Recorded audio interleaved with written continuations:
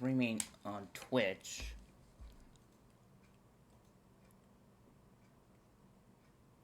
Mainly because I just feel like I get more few people watching this more on Twitch than YouTube. I could be wrong, but then again, mainly it's because of the fact I have 67 followers on Twitch and I like 19 subscribers on YouTube. Get the mic closer to me. Okay, I'm on the ship, the flowing yacht ship, and entering Topaz point of view. And let me just get this, which I did get for free thanks to the PlayStation Star campaign membership. Basically, if I purchase stuff from games, like from when I get from Burn Money or my family, mainly my mom, pays for a game for me, I get points which I can redeem to where I get some of those, not Stellar Jade, but those other star-like Jades to transfer into Stellar Jades, and able to purchase an Express Supply. Not the Battle Pass, on the other hand. There's none for that, unfortunately.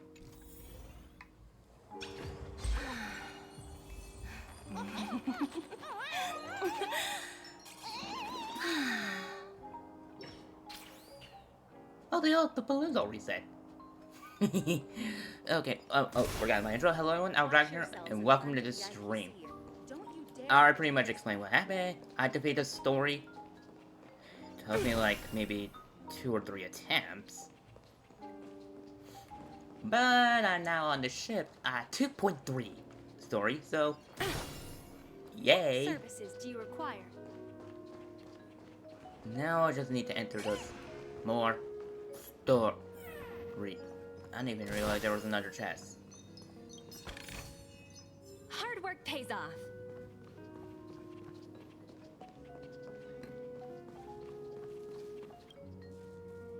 Oh, and a puzzle. Let me just take care of this. Then I'll start with the story. Okay.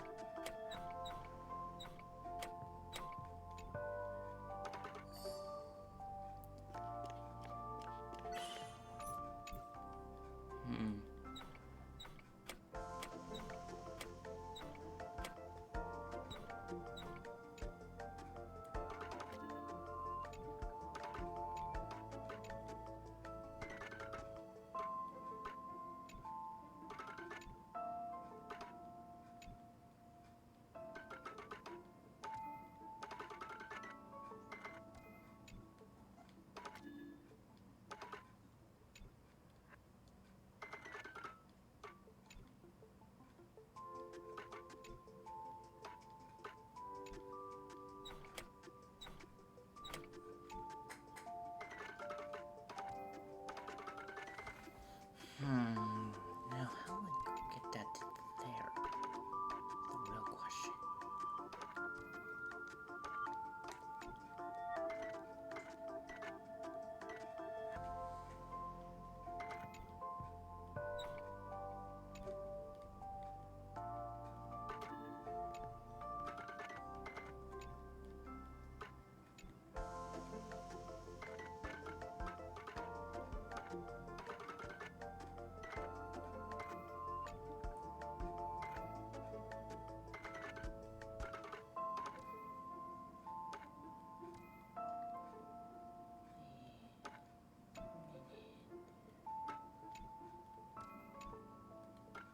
No, wait, this only goes left and right, right?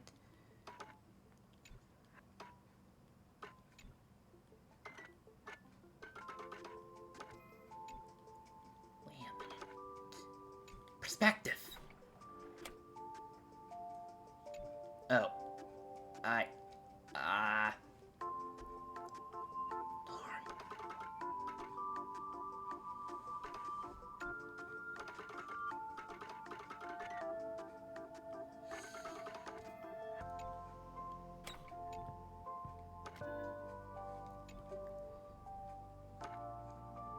Now my problem is, how do I get this over there?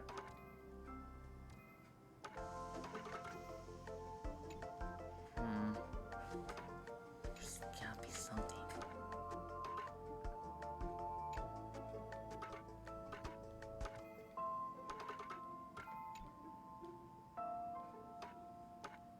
That can't work.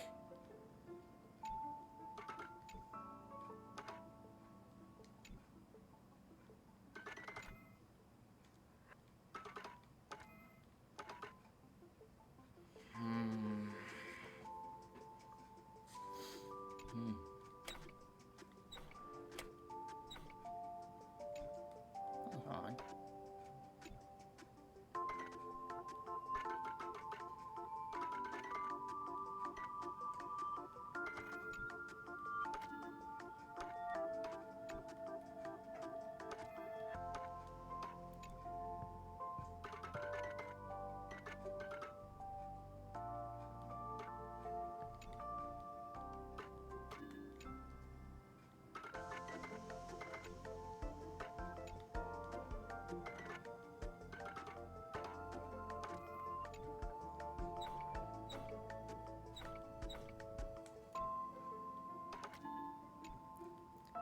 Oh.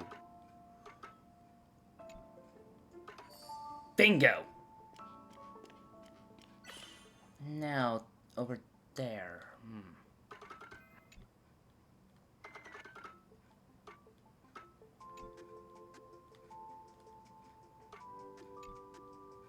Yeah, that'll disconnect. Unless... Oh. Hang on.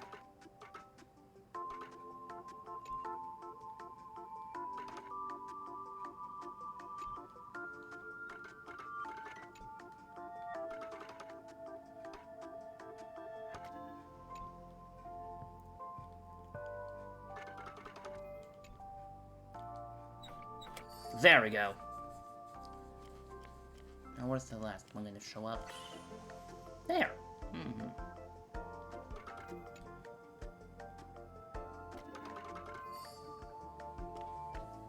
And done. Okay, that was a little challenging, but I managed to get it done.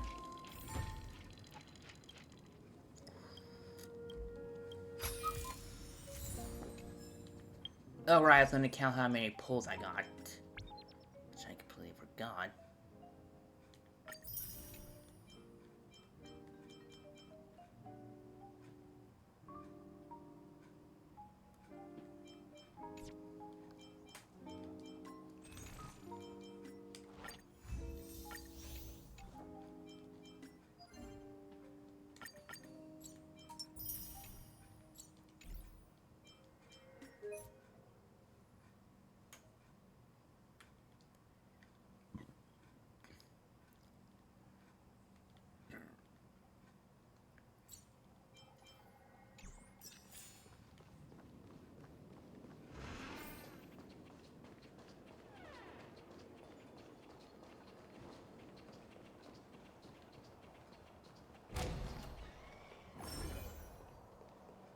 Okay, time for the meeting.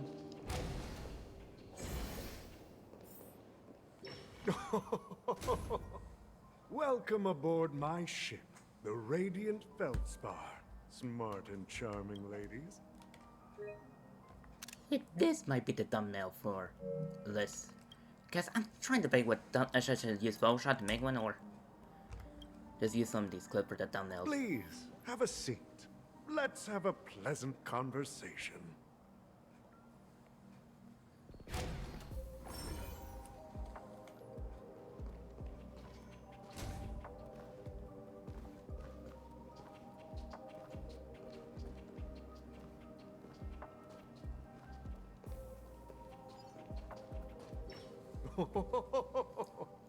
Welcome aboard, my dear ladies.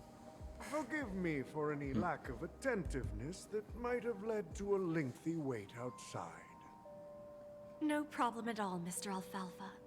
It's my honor to meet you in person. You may not be aware, but the book Odi Alfalfa, the biography, is a must-read for all Strategic Investment Department employees. After all, to many, you are the legendary figure who single-handedly built the Penacony economy. I expected no less from the 10 Stonehearts from the Strategic Investment Department.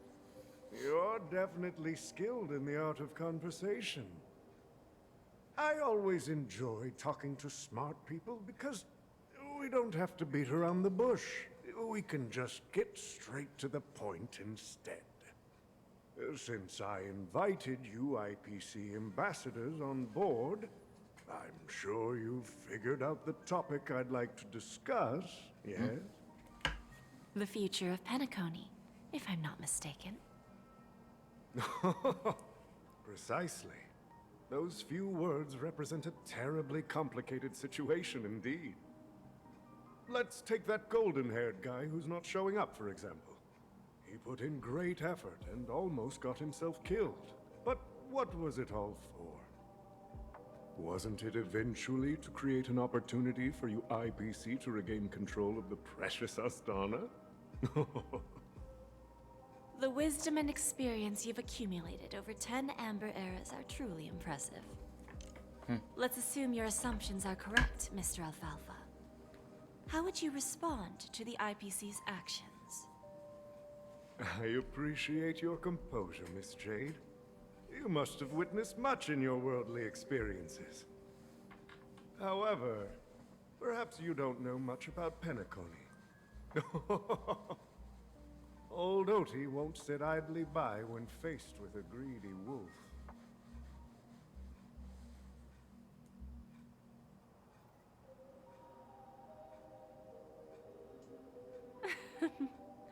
Please, go ahead. I'm all ears. Then I'll be straightforward.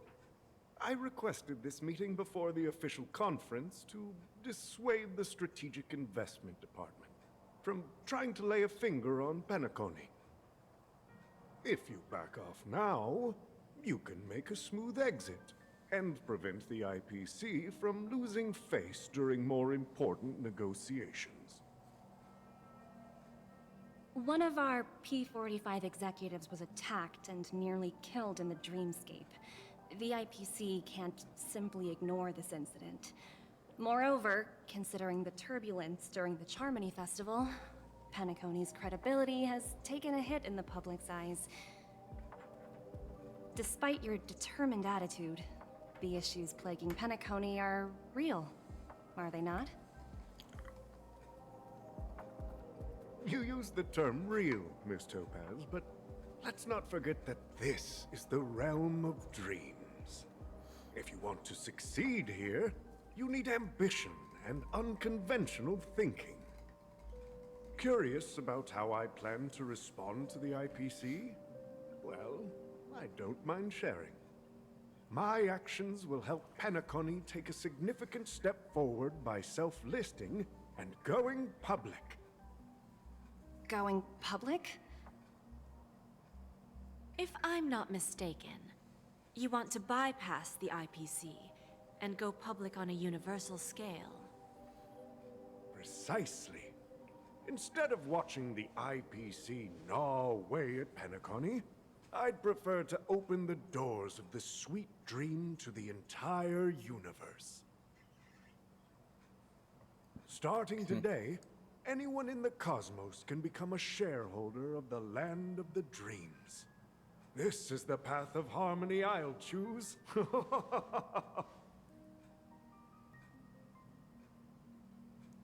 This reform should have been implemented earlier, but unfortunately, the Oak family were a bunch of blockheads blinded by order. Ugh, the mic. Their It's level mic of knowledge. intellectual flexibility doesn't even come close to an old fellow like me. Thanks to the little reverberation earlier, the biggest obstacle between me and my reforms has been eliminated.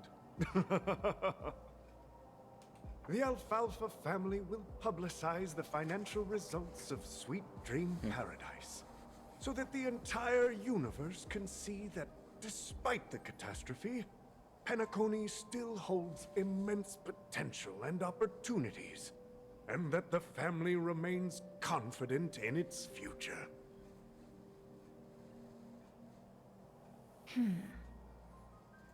Crisis and opportunity are two sides of the same coin. So, you've been waiting for the right moment for Penacony to regain the spotlight.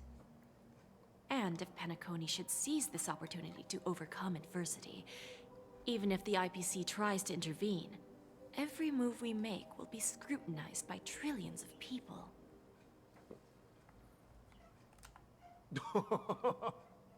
Now I'm convinced that you've indeed familiarized yourself with my biography, Miss Jade. So, about your next move. Please, consider it carefully. I apologize for any background noise you hear. It's just it's windy and the rose bush that's growing near my window is scratching against, rubbing against it. No, if it's rubbing or scratching, I'm just gonna take a look real quick.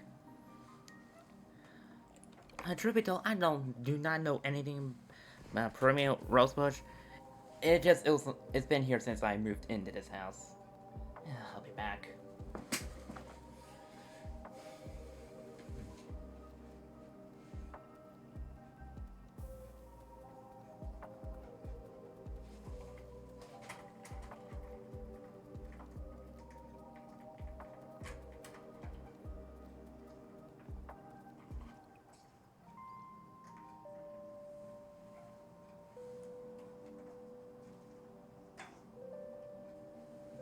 Yeah, and I know it's even happening in the middle of the night, which this gets a little annoying.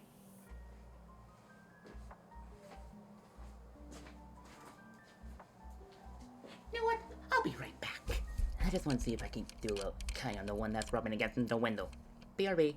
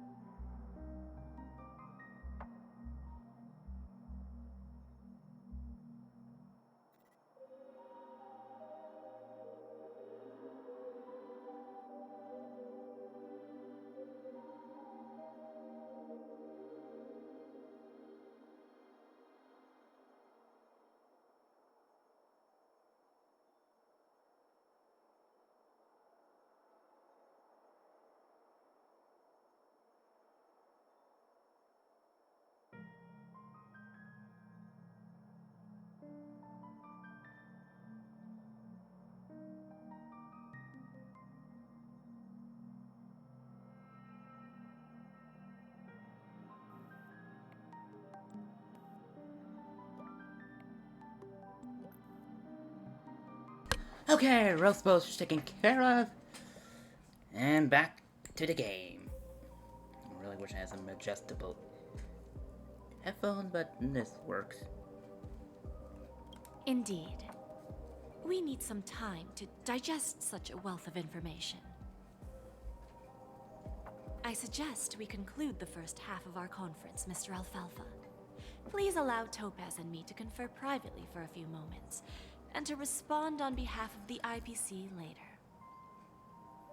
Of course.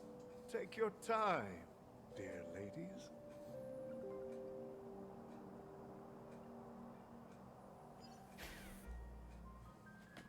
Okay, now heading back to...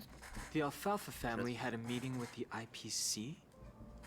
I got this information from a message sent by that IPC ambassador. He said it was to return the favor. It's not hard to imagine. Penacony today is pretty much like the frontier prison it once was, with external forces casting greedy eyes and the undercurrent of order lurking within. Instead of falling into a situation where they are plagued by both external and internal threats, Penacony would rather take a step back and invite the IPC to negotiate at the table, ostensibly to cooperate, but in reality, to secure more opportunities for their own survival. Well, no wonder they sought the mediation from the Astral Express. In your opinion, who should we stand behind? I don't think the followers of the Harmony are completely innocent victims in all of this. For reasons unknown, they have a strong desire to smooth things over, which leads to speculation about their motives.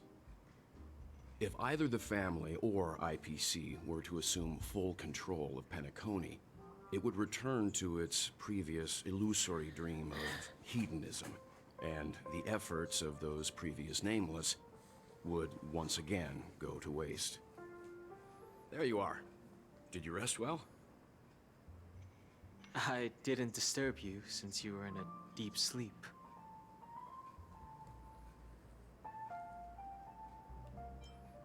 Where's Yumiko? She went to negotiate with the family as a representative of the crew.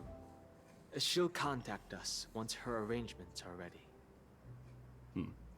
After Anna's dream was shattered, the family branch from the Montour system soon arrived and swiftly took control of the situation. Most members of the Oak family fell unconscious, but fortunately, their lives were not in danger.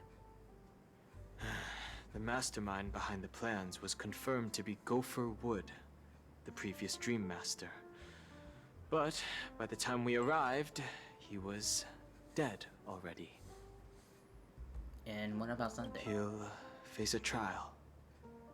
As for further details, the family would rather not disclose them. Ultimately, the public perceived the incident as an attack by evil forces targeting the Charmony Festival. They believe the family failed to safeguard the sweet dream, significantly eroding their credibility in the process. I'll be right back. This was gonna take me like a minute. It's just my right hand itches and I got some cream for it. I'll be back. Like I said, only take a minute or a few seconds. The distance between my room and the bathroom are really close.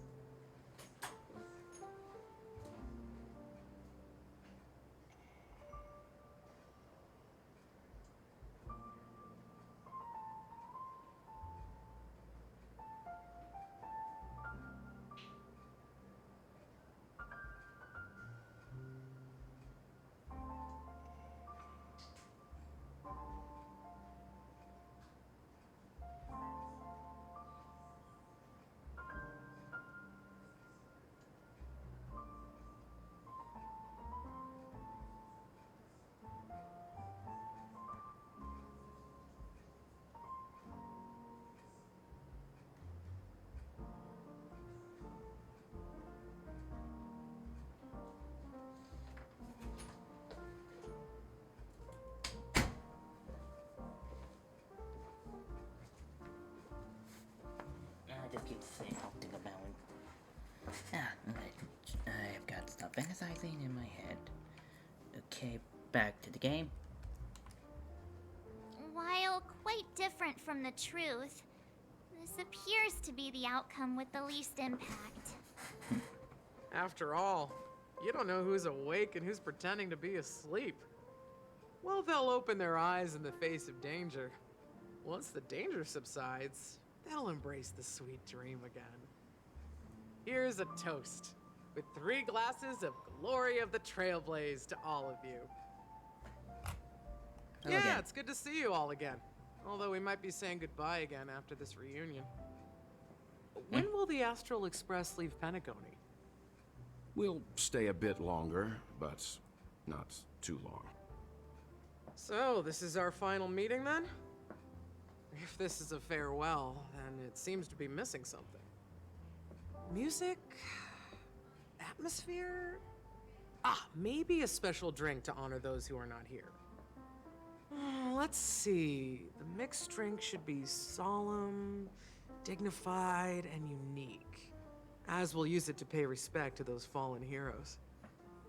To the nameless, resting in peace. And to Gallagher. Gallagher. Another message from Robin.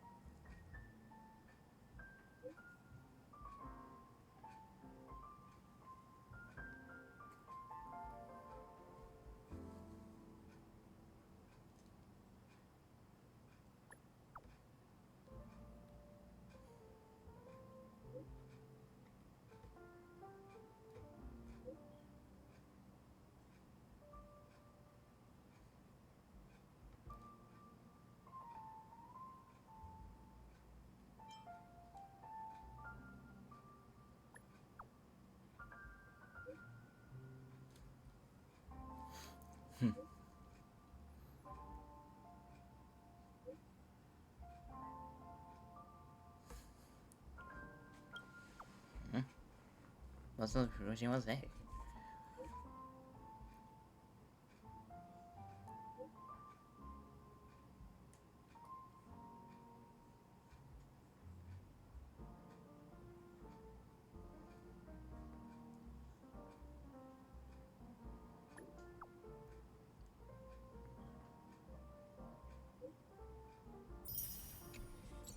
Oh, listen to one of Robin's texts.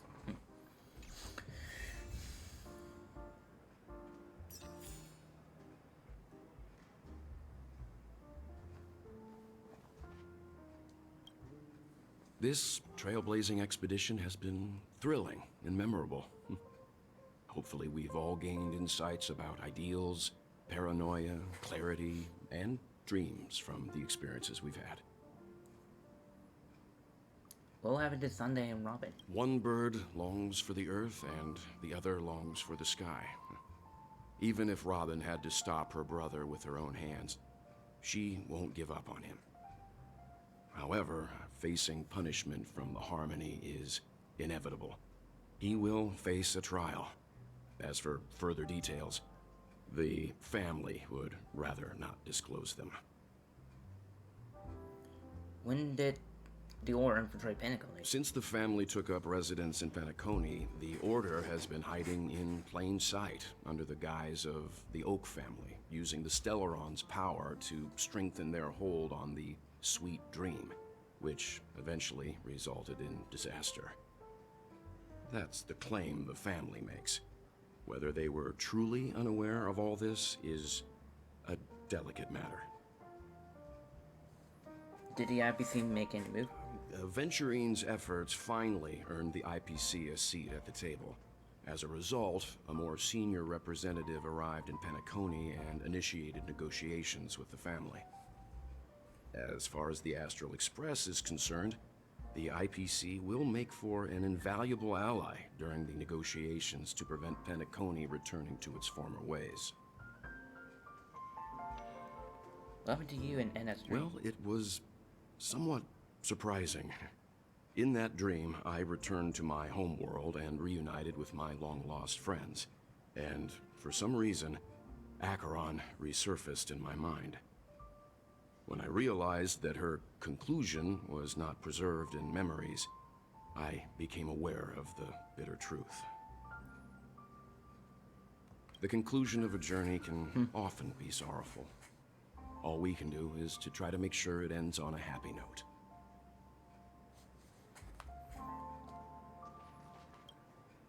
It's rare for all passengers to leave the Express together during a trailblazing expedition. But for Penacony, it seems most appropriate.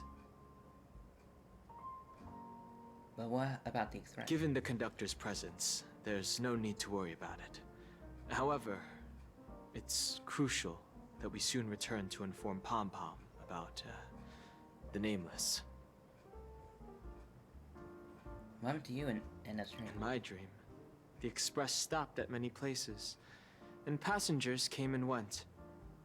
However, the 5 of us were always present, and the journey seemed never ending.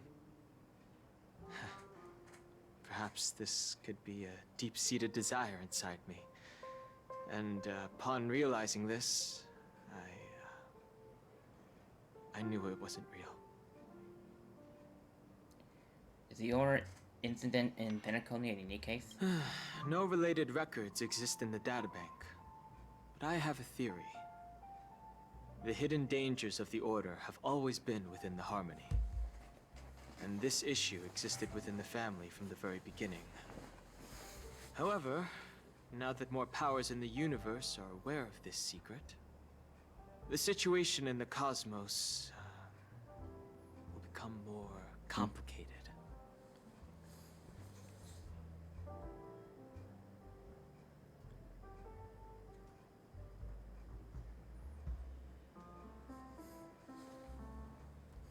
Like I said, we'll go and see.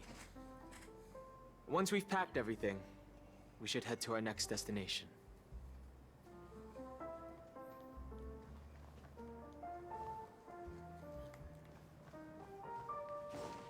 There's one more to talk to in this mark. Just want to make sure there ain't any hidden birds. Around spinner birds. How many do I have?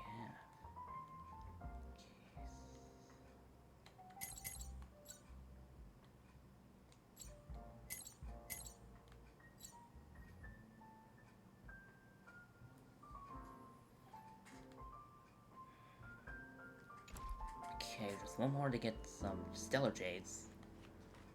Is there any in here?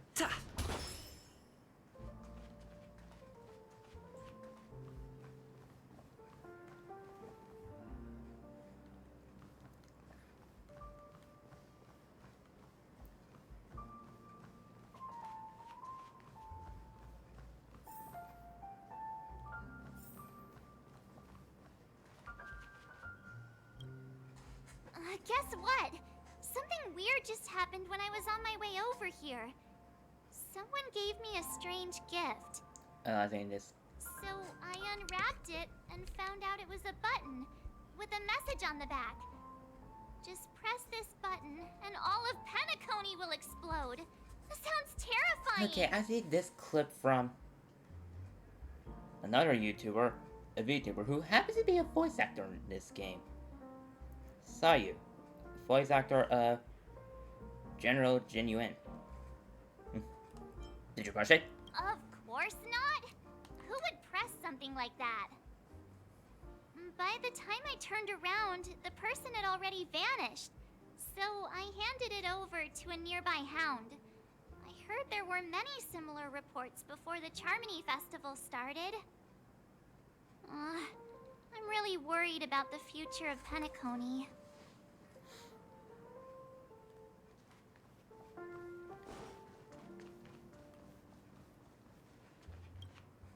Ready to mix your drink? What happened to Gallagher? I'm not sure. I haven't seen him since our last meeting at the lounge.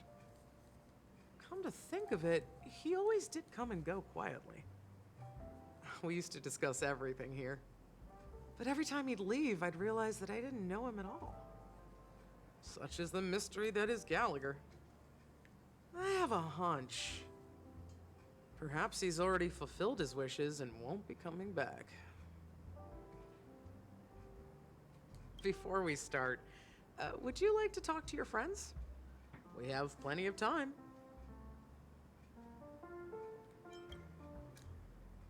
I'll already talk to them. Ready to mix your drink? Before we start, all right, as you wish. Huh.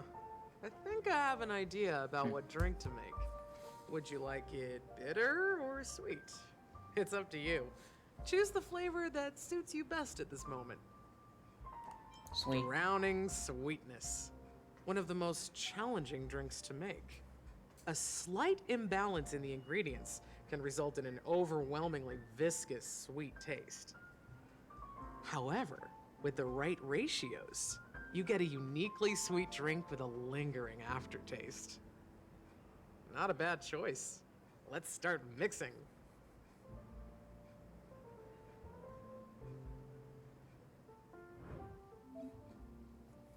Oh.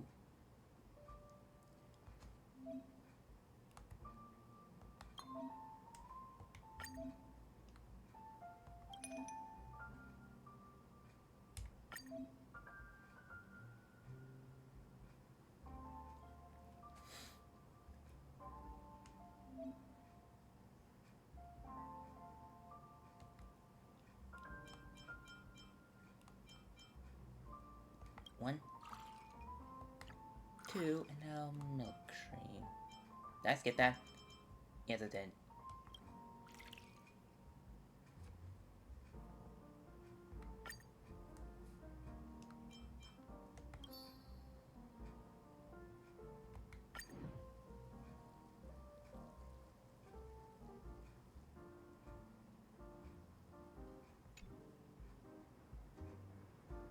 Words always fall short. If you want to bring closure to past events at this lounge, there's no better way than mixing a drink. Blend all your memories and emotions together and stir them well. Through the filter of time, what remains in the glass is something to savor. Well, it's done.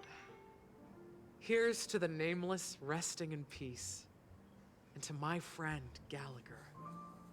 The spirit of freedom will spread far and wide among the stars, and its legacy will be more timeless than a pastoral song.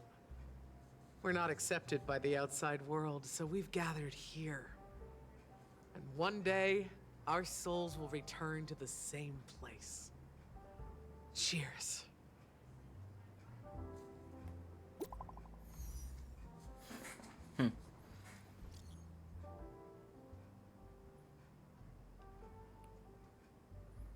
Salvage upper pool and turn.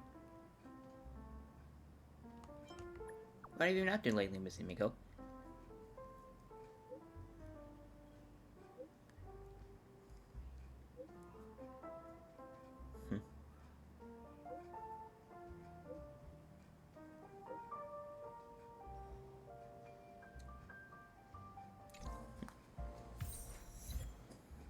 It's a wonderful life.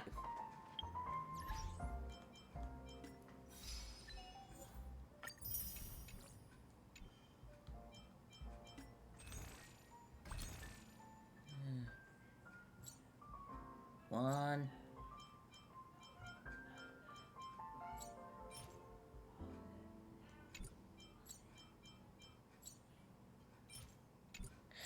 Two. Probably got it to 80 pulls or so, and I still didn't get Sparkle. Oh, are you leaving? Well, then take this with you. I've mixed more of this last special drink for you. The past shouldn't be forgotten. So I hope it brings back the flavors of Penacony. Thank you. I'm sure it'll leave a lasting impression. If you happen to run into Gallagher, make sure he has a sip too. I know his tastes, and he'll be thrilled.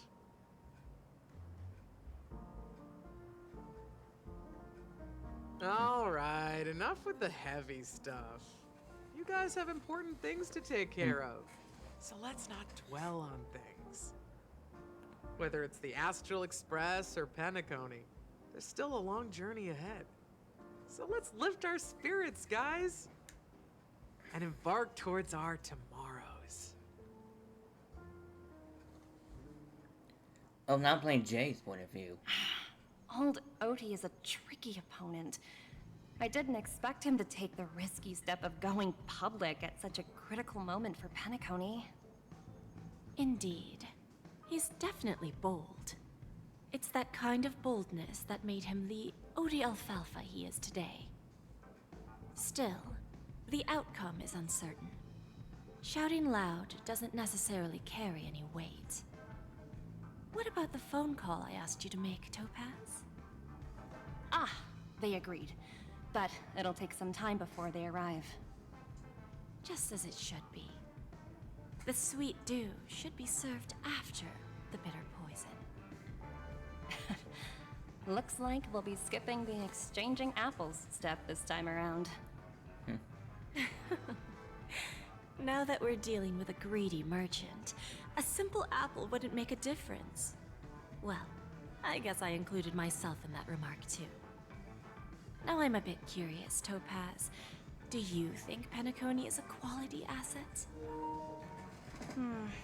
Yes. Despite its recent calamity, Penacony remains a top-quality asset within the cosmos, with good credit, lucrative potential, and promising prospects.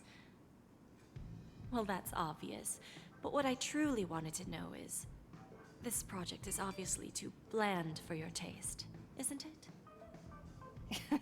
That's true. I wouldn't be here if it weren't for Venturine. But despite that, you trust him. You even entrusted him with a cornerstone. Something as precious as life itself, to finish this gamble. Are you not in the same boat, Miss Jade? Without us playing along, your Jade Stone wouldn't have made it across the border so easily, allowing you to see all desires that flow through dreams to gain a bargaining chip in negotiations. That's why I'm willing to stake my Topaz Stone to cover for you. It's like one big, elaborate game of chess. Once that kid sets his mind to something, nothing can stop him. Not even fate. Well, at least he's still alive, and that's the best outcome.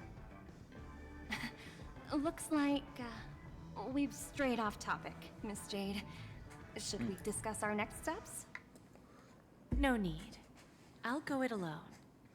Meanwhile, you can go greet our honored guest and wait for my message. Okay. Is that Robin? Huh. She's also here on the Radiant Feldspar. There's the chest.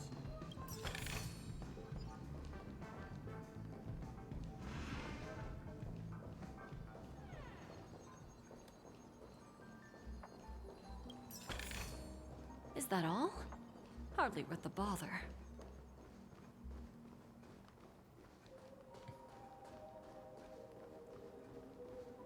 Tch!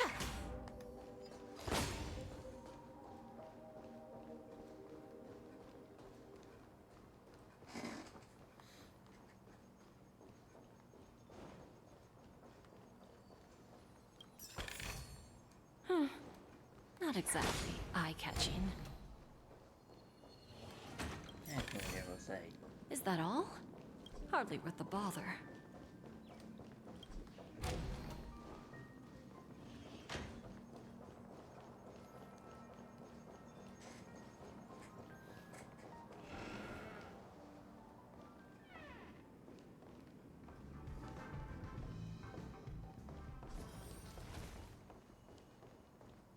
One, two, three, four, five, six, seven, eight, nine.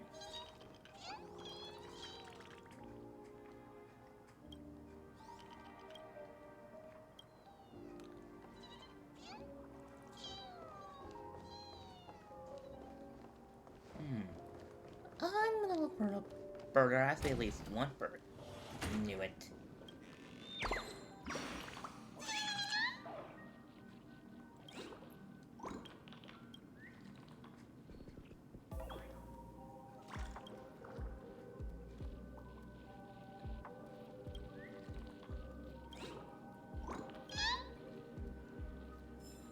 now there's 10.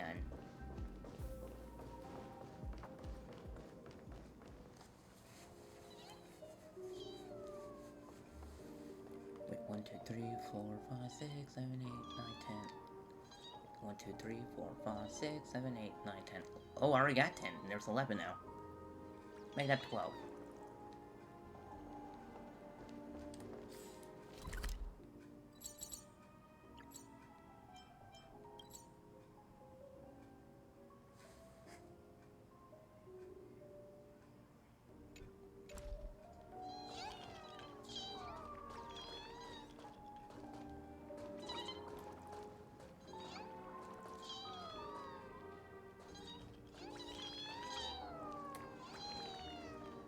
There's way more than 2 over there.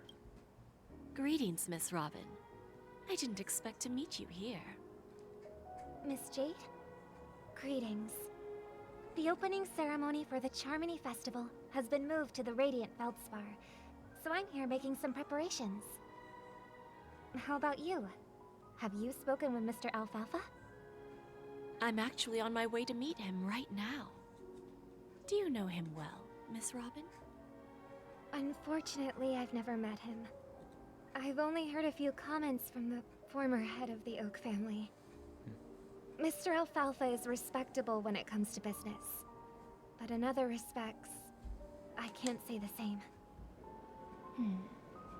Where do you think the future of the planet of festivities is headed? I believe the sweet dream will see its rebirth, just like the Radiant Feldspar resumed its voyage. The Harmony needs a new direction. Only by bidding farewell to the past can we actually sail into the future. There are no permanent allies or everlasting enemies. So let's both take what we need from this deal. Naturally. I'm looking forward to your performance. See you at the festival. See you later, Miss Jade.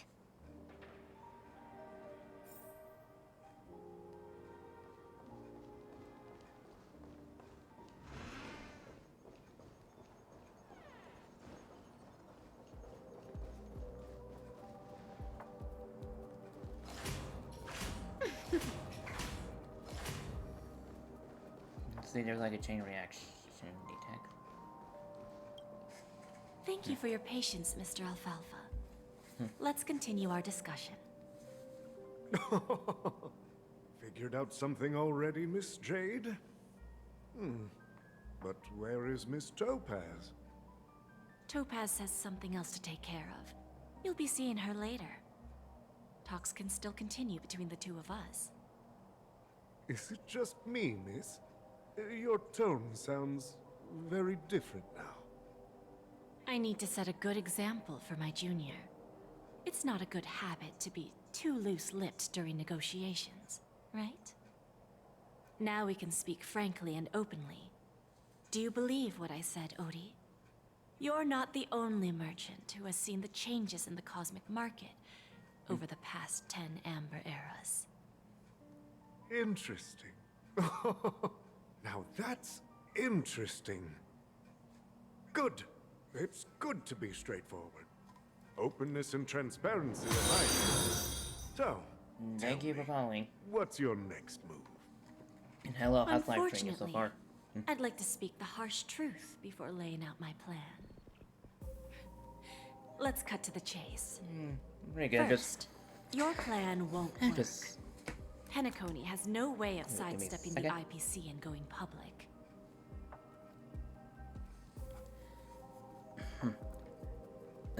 okay, pretty much. I'm just trying to get 2.3 so I get to 2.4, so I can enter it without getting spoiled, and 2.5 is just around the corner. And then on Sunday, I'll be streaming the Incineroar raid till 7 p.m. I'm just trying to get what I can done before 2.5 updates, and then Sunday will be the Incineroar stream. Okay, back up the story. Second, you can't stop the IPC from entering Penacony. We've got all the time and connections in the world to find a way in. We'll keep tearing down and rebuilding this place until the Asdana system gets used to the IPC's ways again. Now, I'm repeating your words exactly.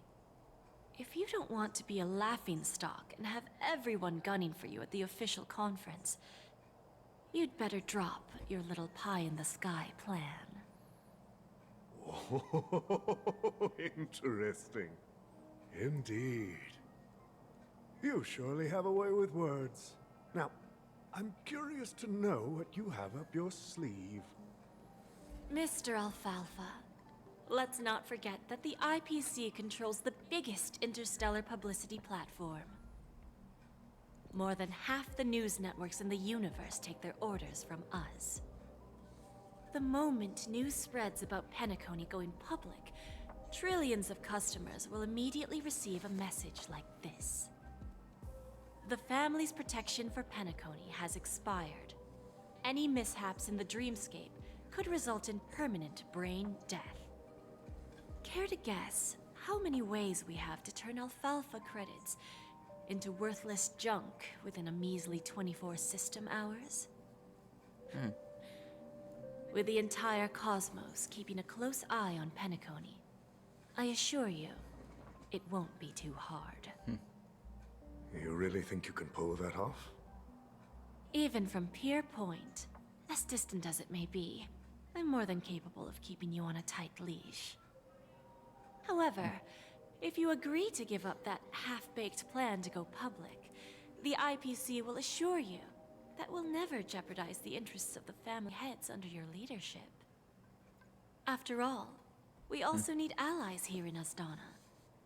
The IPC can assist Penacony with financing, starting by acquiring 30% equity shares. With our financial support, stabilizing and rebuilding Penacony will be a piece of cake. 30% equity, you say? Who can guarantee you won't want more in the future? That's the brilliant part of it all. The answer is simple. No one. There are no guarantees. It all hinges on self-awareness and mutual respect. However, the board of directors will consider the interests of the family heads to some extent. You're a smart merchant, old Odie. Isn't the whole purpose of this elaborate game to showcase your business acumen and seek more benefits for the family? It benefits us if we both take a step back. And if that's not enough for you, I'm pretty sure that another goal of making Penacony go public is to expand the influence of the Planet of Festivities and attract more customers. I understand your concern, and I have a solution for that, too. Fine. Now I see your sincerity. As the head of the Alfalfa family, I don't think I have any reason to refuse your offer. However, as their chosen one, I still need one final answer. Go ahead. I'm listening. When I was a child, I heard the adults recite the tale of the ancient Ember Era, about the ascension of Shipe, the Harmony, and the downfall of Enna, the Order. The Order and the Preservation used to be close in ancient times. So, why does the IPC, as a follower of the Amber Lord, seek collaboration with the family instead of aligning with the Order? The answer is simpler than you think. It's all about credits. Everyone's favorite thing and the universally recognized currency among the stars. The IPC has the power to perpetually ensure their value. With each new world integrated into the credit system, the IPC adds another building block to its cause. Eventually, all exchanges, capital, and businesses will operate within a unified monetary system. By then, all planetary developments will be recorded in accounts with well-defined values and the ability for exchange and circulation. And the heart of everything will be Klepoth's credit. Ah, and then the IPC will be able to exert influence over everything. Our intention is to establish enduring preservation, so I'm sure you can understand. This universe doesn't need two types of order.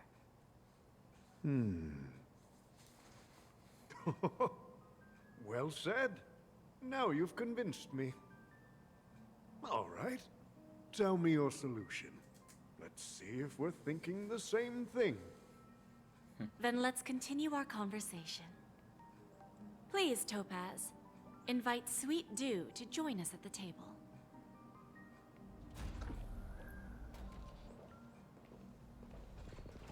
Himiko. Thank you for your presence, Miss Himeko. Please allow me to introduce her to you, Mr. Alfalfa. This is Miss Himeko from the Astral Express, one of the future shareholders of Penacony. I've heard so much about you, Mr. Alfalfa. It's an honor to meet you as representative of the Astral Express.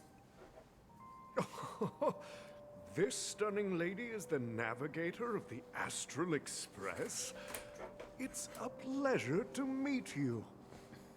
I believe everyone here is familiar with the general contents of the proposal.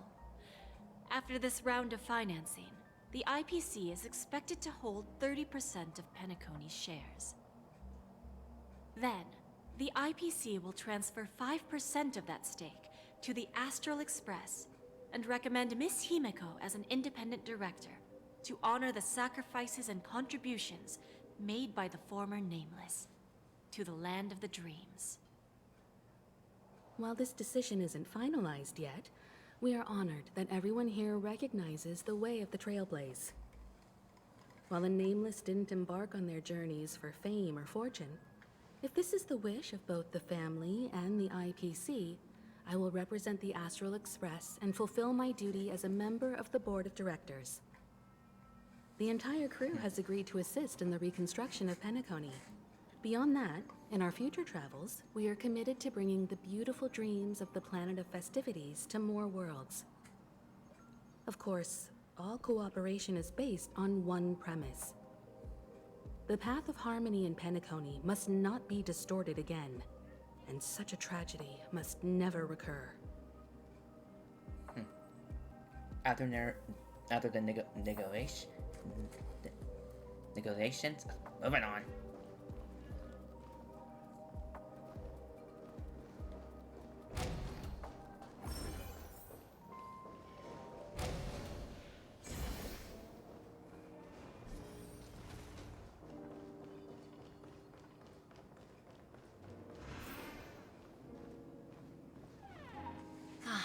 Old OT is in agreement, so the issue is settled, I presume. What about the remaining family heads? They will soon realize the situation. When the last question was asked, old Odie represented more than just the Alfalfa family. When should we schedule the formal negotiations? I'll handle the arrangements. It's all up to you. I'll step back and let you handle the negotiations and takeover. I won't be involved. But Miss Jade, this is... Aventurine initiated this case, and you were his project partner. If that kid hadn't overplayed his hand, I wouldn't have been pushed to the forefront. I came here today to help you sort out the toughest issue. I trust you'll be able to wrap things up quite nicely, little Yelena. Of course, there won't be any problems. And please, give Diamond my assurance. Don't worry. Diamond has always trusted us. I'll put in a good word for you, and you'll have your P-45 position back in no time. Radiant Feldspar. What a fantastic ship. Now that my business is done, it's time for me to indulge in my own little hobby. Ah, you want to open a Bon and Jade exchange branch on this ship too? Opportunities like this don't come around often. Just look at the guests on this ship. They're surely holding a wealth of valuable treasures. Well, I'll take my leave. A pawn shop can't run without a boss. See you around, Topaz. I have one more question for you, Miss Jade.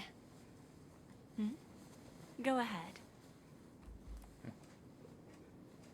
That dose of bitter poison. I'm curious as to how you found this information. I didn't find the information. It came to me. It was from a lady concerned with the future of the Harmony. In return, I've agreed to help her with something. But that's for later. We can deal with it after we leave Penacony. You see, that's what investment is all about. The seeds of opportunity are already sown. They only need a little bit of nourishment to take root. And then after, all we need to do is wait patiently. Like right now, for example. It's just about time my final guest boarded the ship. Firefly.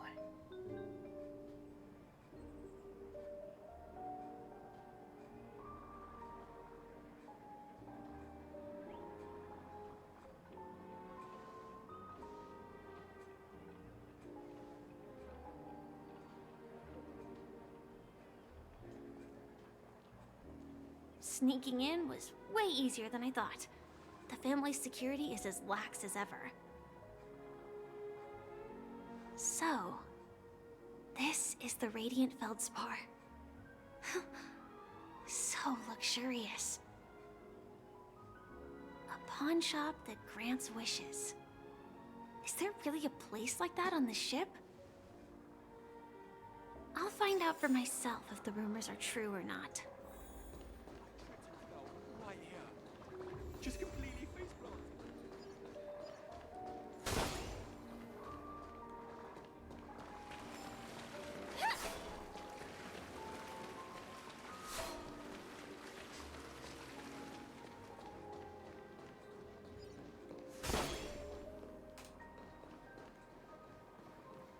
My balloon. How did you get on top of there?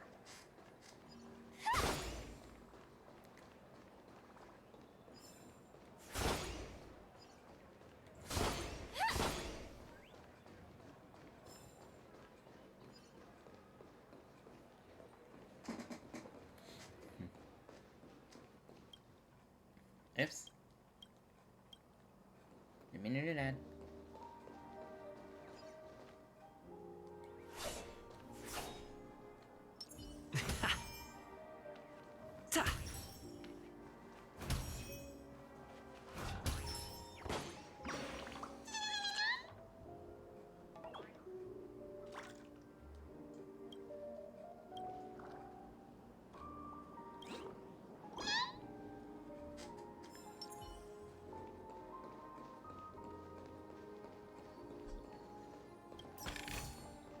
No danger detected, but never let your guard down. Is that him? Huh. Vanished in the blink of an eye. So the Astral Express is here too. And there's a chest here. Harmony Festival has Inspection complete. Nothing suspicious.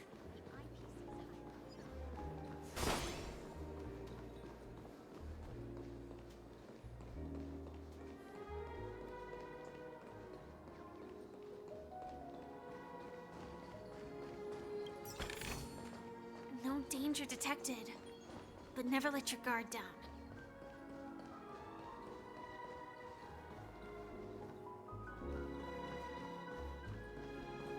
By the way, there's one more thing. Mr. Alfalfa and I discussed it. I'll present a gift to the Astral Express on behalf of the family as a token of gratitude for the Nameless's contributions to Penacony. Please help me with the necessary arrangements. Right away, Miss Robin.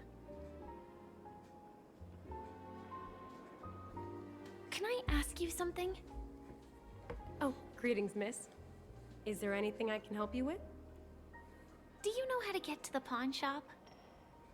Pawn shop. Ah, You must be talking about Lady Bonajade's place, right? I heard she offers special services there. I've marked the pawn shop's location on your device. Please feel free to check it out. Lady Bonajade. I think I've heard that name somewhere before. Was it from Silverwolf? Come to think of it, she disappeared after mentioning that she was going to meet with the Genius Society. I wonder how things turned out for her.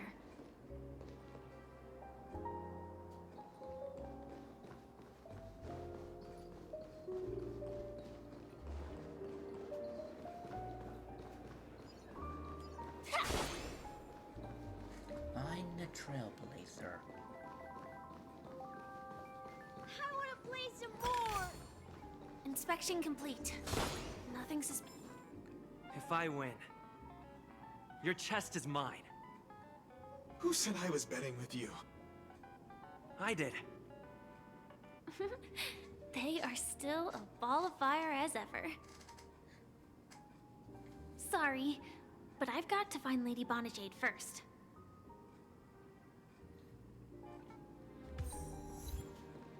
Excuse No, it's not the best time to do that.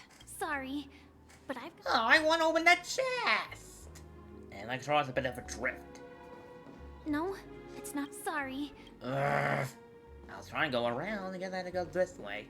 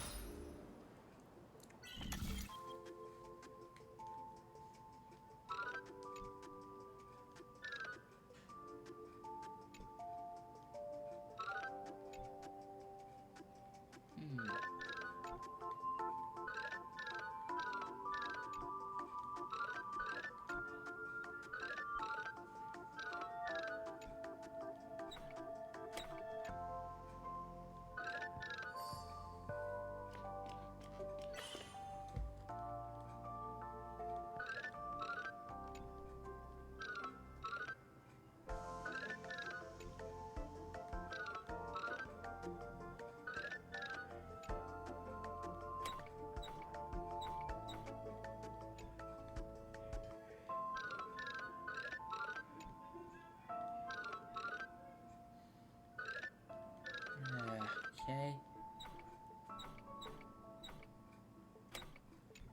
I need something.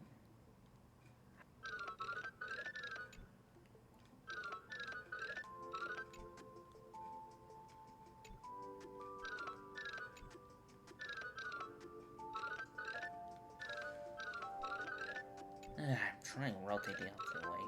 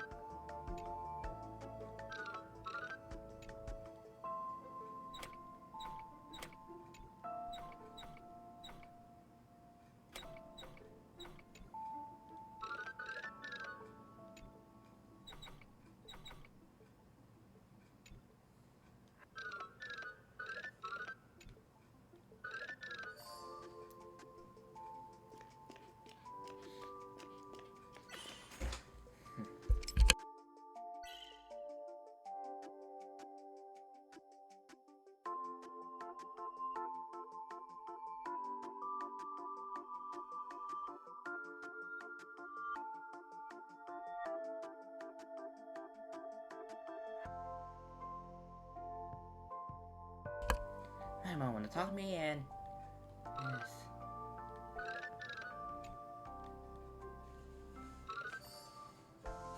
And when I try pause, I accidentally hit the reset button.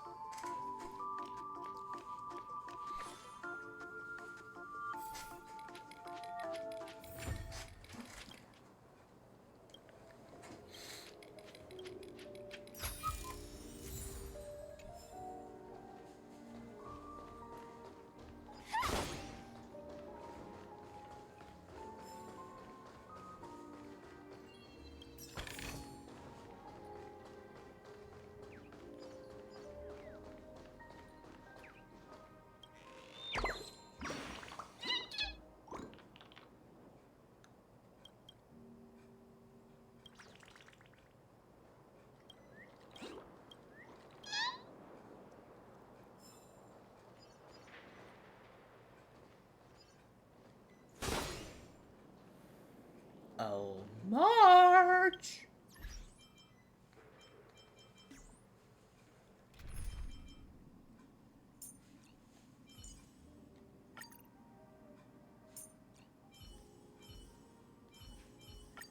You're coming with? No, maybe I need to get further away.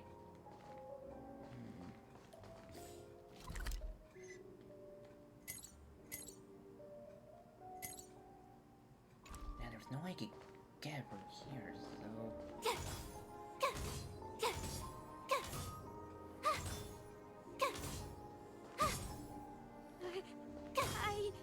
I'm afraid of heights. Yeah, I feel sorry for that little kid. Now, how do I get that? There's gotta be a way.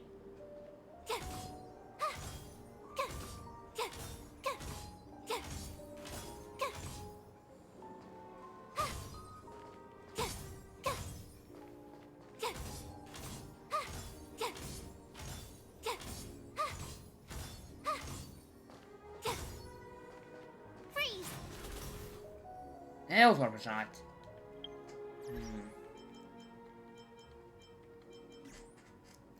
What do I have has a long range? No.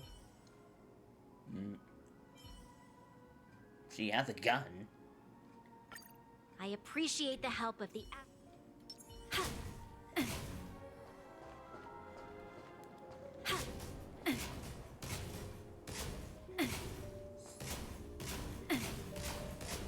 Stupid invisible barrier.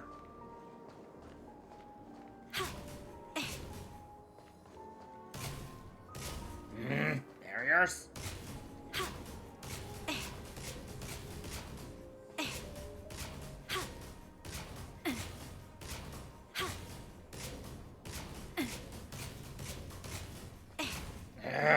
Hate this barrier. Wait a minute.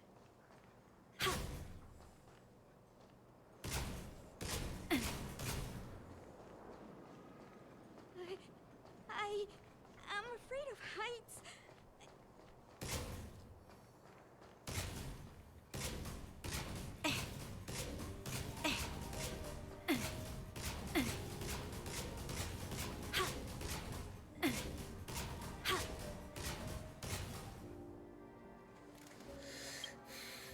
Okay, who else I got?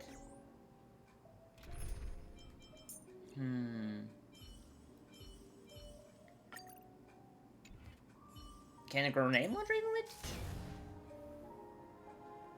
reach? What was I thinking?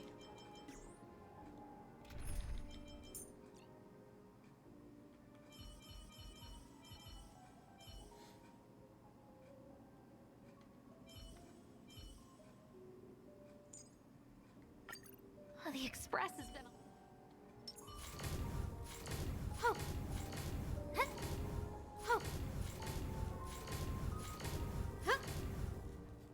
Shortest laser ever.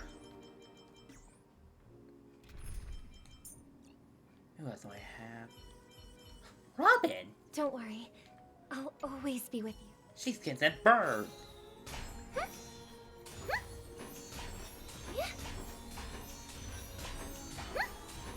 At least they don't get affected by the barrier.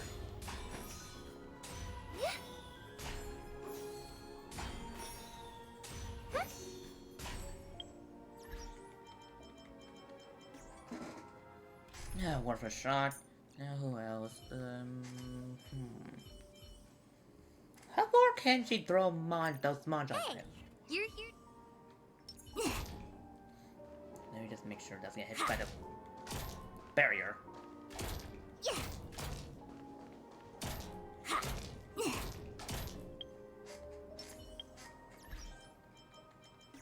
Too short.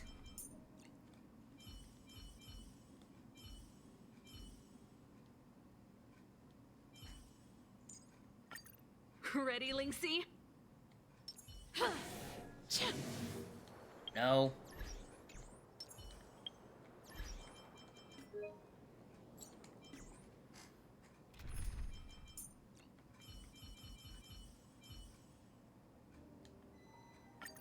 Did you check out my No.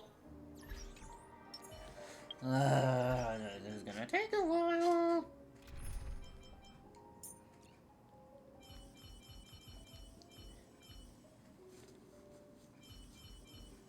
Probably physical. Where's Lacer, so? Let's do this, Lynxie. Quietly.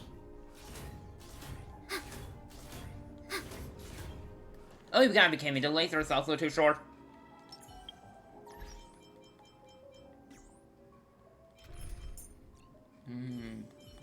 Thanks.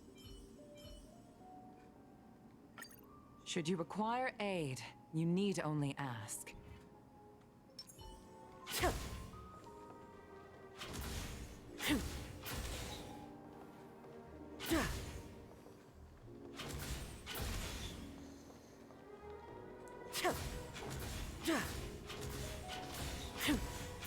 Yes. Barrier.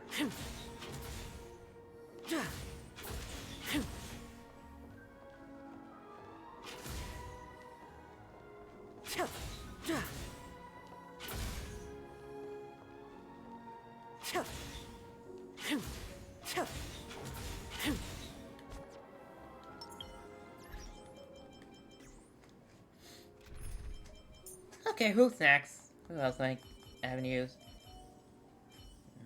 How many now? Reach? No, no.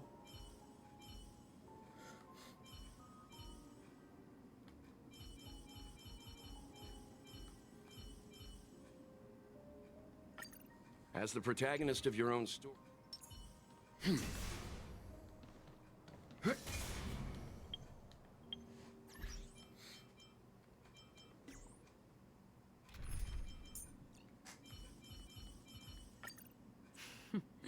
So it's you.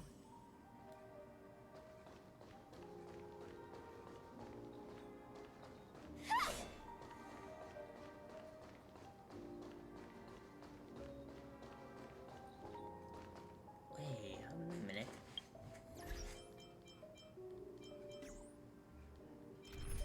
Let's try this again. I appreciate that.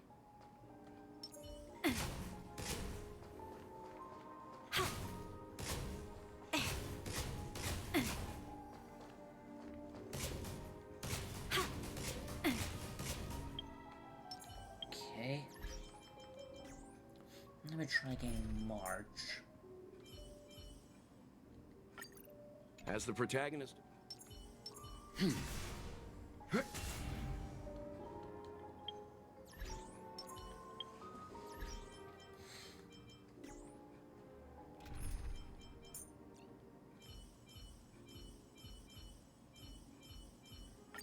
You're coming with?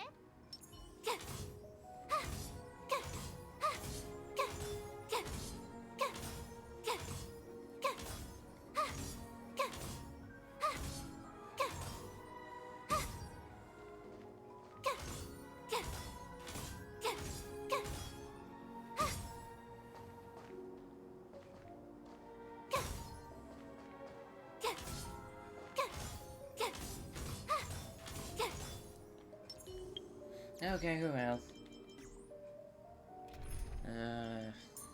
Who else has a long reach? Robin! Don't worry. I'll always be with you.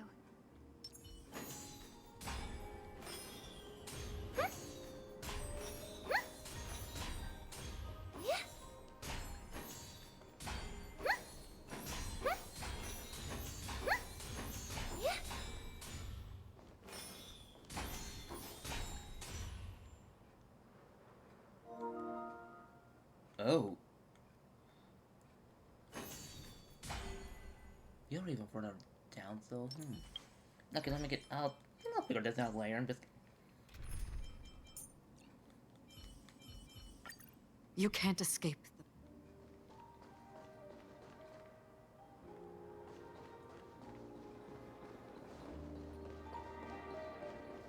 What? What a pity.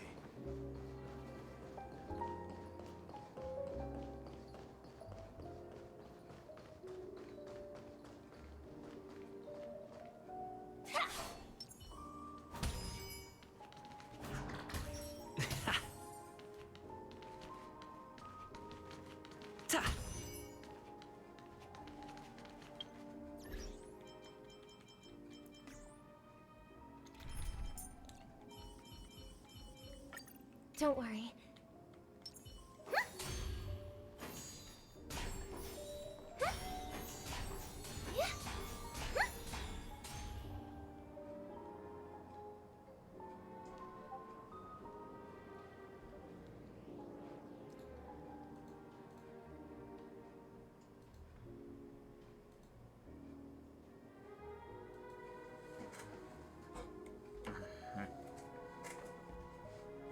Let me read this.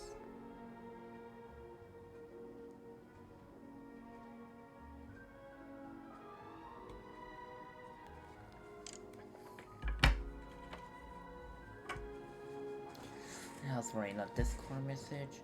Now how I get to you?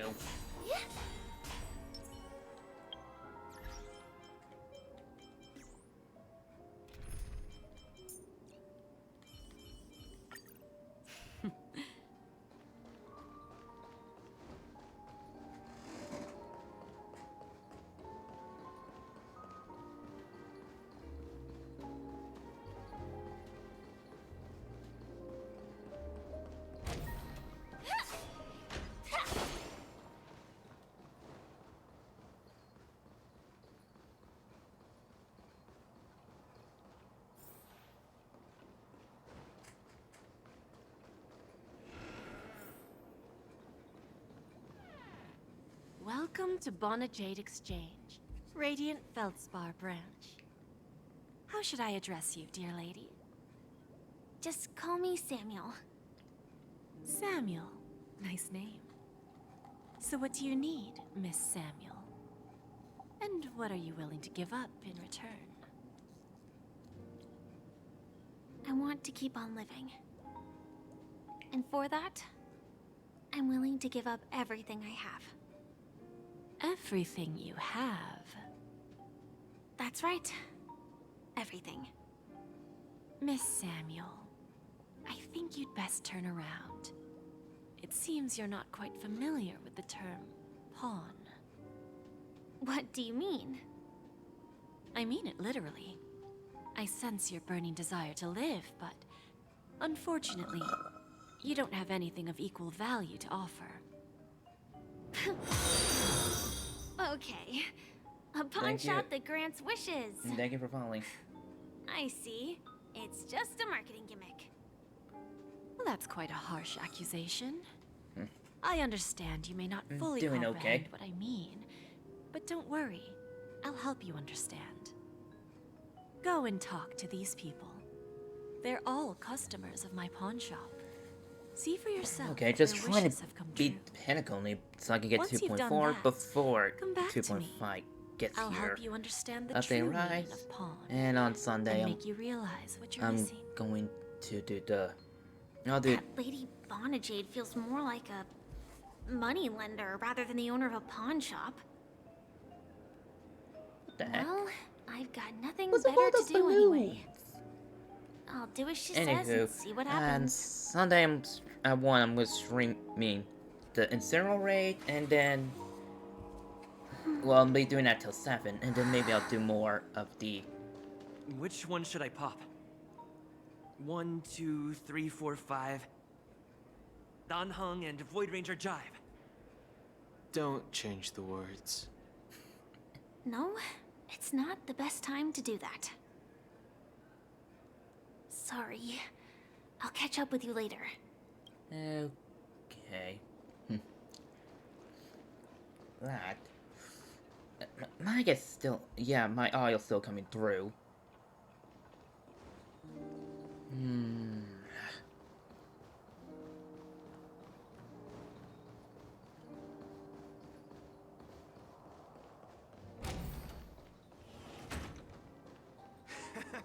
Got it.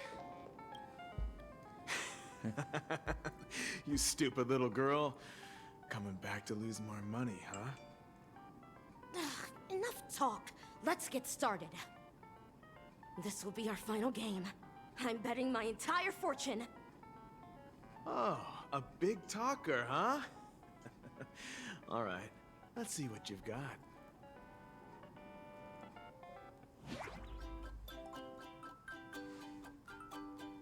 Oh, this. the match. Gain clear fruit within is their number move. Combat power. At the end of the turn, the system will calculate base damage based on the combat power difference. If you get used,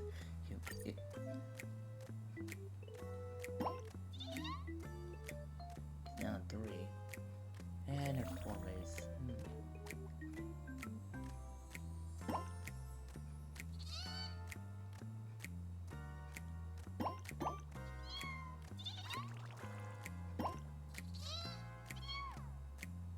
Move left. Oops.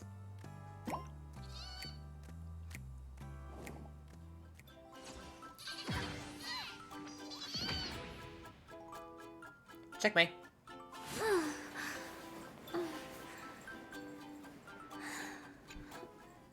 I won? I actually won! This can't be! You lost to me 10 times in a row. How could I possibly lose to you at such a crucial moment? It's true! Lady Bonajade has truly blessed me! Finally, my luck has turned for the better. Great new era for Stacy. The master gambler has arrived. And feeling the crash of birth gonna happen to her soon.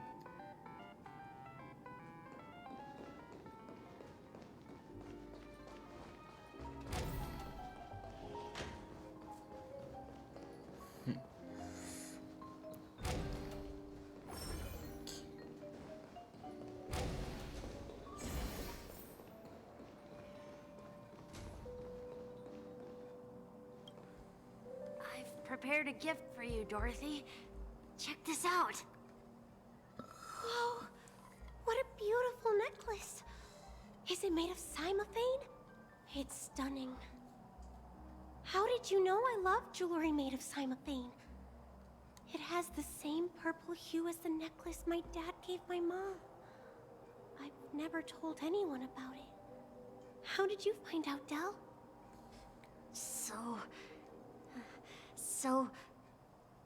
Well, will you go out with me? I will. Really? I mean, really?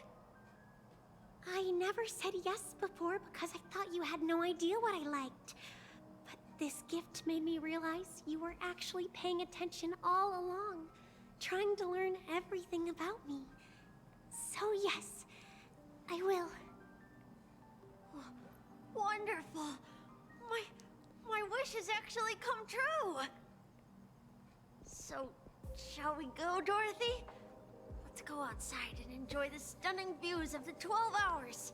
Yeah, let's go.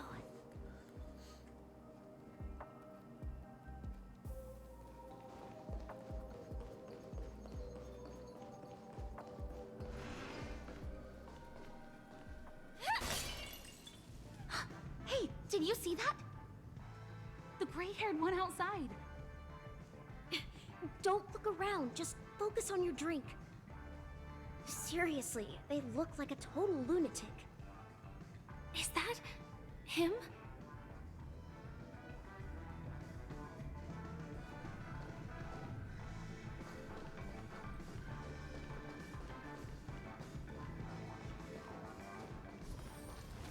Chirp, chirp. Origami bird. Hey, little birdie. Come on.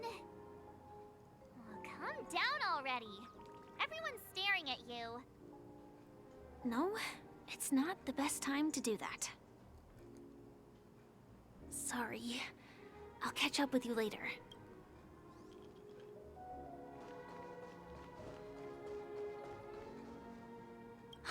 Hey, did you see the gray-haired one out? Don't look around. Seriously, they look like a total lunatic. Yeah, you heard right. I've got him. He's been hiding at the moment of soul in Penacony, using a fake identity. And he even posed as a professor at Paperfold Academy. I've made a deal with the family.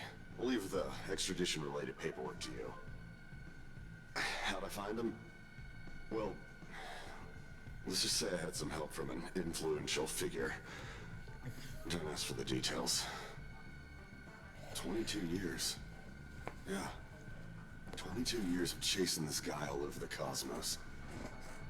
You know, never thought it'd end up like this. Right here. I'm gonna hang up for now, partner. I need to raise a glass to myself.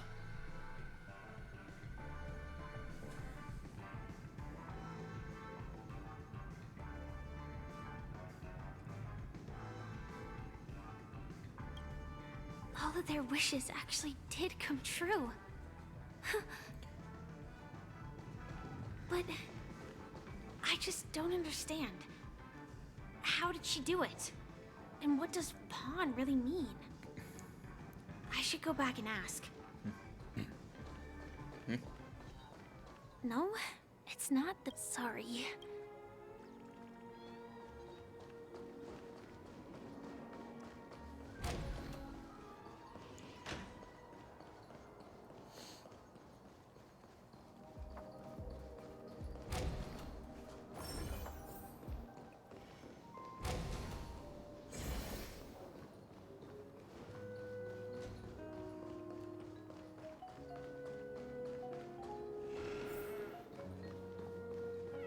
So you're back, Miss Samuel. Yeah. I found those people. And it seems their wishes did come true after visiting the Bonajade Exchange. But I'm not sure what you want me to see. They all seem to be living... fulfilled lives. Not so fast. This step was just to show you that the Bonajade Exchange is genuine. That I had the power to grant their wishes. And now, I'll tell you the price they paid. Dell was from a wealthy family. He was head over heels for Dorothy, and wanted to win her heart. So he made a deal with me. He put up his entire fortune in exchange for a gift that would impress Dorothy. It was a piece of cake for me, thanks to my IPC connections. However, Dell will soon find himself evicted from the dreamscape because he can't afford his room. Whether he can bounce back from poverty, well, that depends on him. Let's just hope that necklace will keep their relationship from crumbling. Then there's Stacy, a lady with a gambling addiction. She wanted some serious luck, but she had nothing to offer, so I took something else instead. I took away all her close relationships. From the moment she stepped out of the Bonajade Exchange, every casino in the cosmos would remember her name. But her parents and siblings would sever ties with her, and it would be impossible for Stacy to make any real friends again. She will accrue a vast wealth due to her good luck, but she'll never be able to use it for the people who truly matter to her. As for Detective Walker, he spent 2 decades chasing down a wanted criminal for some heinous crime. But he never caught the guy. In his desperation, he came to me. He offered his own memory system as collateral. In due time, his memories as a detective will be erased, and he will completely forget his own identity and all the sacrifices he has made. Interesting, don't you think? I fulfill people's desires and grant them favors, and soon they come back to me with even greater desires. When people see others' desires get fulfilled, they develop their own desires. It seems like an endless cycle, but it does have a goal. In the end, I will get what I desire from this whirlpool. And patience happens to be one of my greatest strengths. So now, do you understand what you must give up, Miss Samuel? Or should I address you as... AR-26710, a remnant of Glamoth's Iron Cavalry? I'm not surprised. You are much calmer than I expected. Entropy loss syndrome. Truly an unjust misfortune, isn't it? The higher-ups in Glamoth implemented such a failsafe within the genes of their warriors, just to make sure the Republic's most powerful weapons wouldn't fall into the wrong hands. As for the price, those Iron Cavalries weren't exactly seen as regular, independent humans, so there wasn't really a price to be paid. However, you are different. You're now a Stellaron hunter, a living being named Firefly. Naturally, you want to continue your existence, but with the Firmament Front gone, the people who know the secret and can cure the disease are nowhere to be found. Are you suggesting that the IPC has a remedy? Well, there might be a silver lining. That's all I can say for now. I see. It's no wonder you said I can't provide anything of equal value. Because nothing I own holds any meaning. So, you're going to ask me to personally restrain my partners to ensure my own survival? Unfortunately, that's not quite the case. Partners. A nice way to put it. Now I'm even more curious about the Stellaron Hunters. Each of you has your own identity and a special bond with each other. It's strong and intimate, and yet it allows for independence. Just as the 10 Stonehearts follow Diamond, you follow your own leader. I wonder what they are like, and if all Stellaron Hunters are like you. Traveling on the path of finality, but struggling against your destiny. Attempting to move in the opposite direction. I really hope that one day, all of you will come and visit my pawn shop. I'll be waiting patiently for that day. Can I see this as an invitation?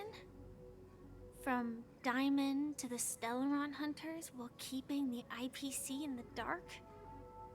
Consider it more of a personal offer from myself. It doesn't represent the IPC or the Strategic Investment Department. The Stellaron Hunters have interacted with the IPC, but not the 10 Stonehearts. Our paths have never crossed. As for your offer, I can pass it along to my partners. But I have a question. You know who I am.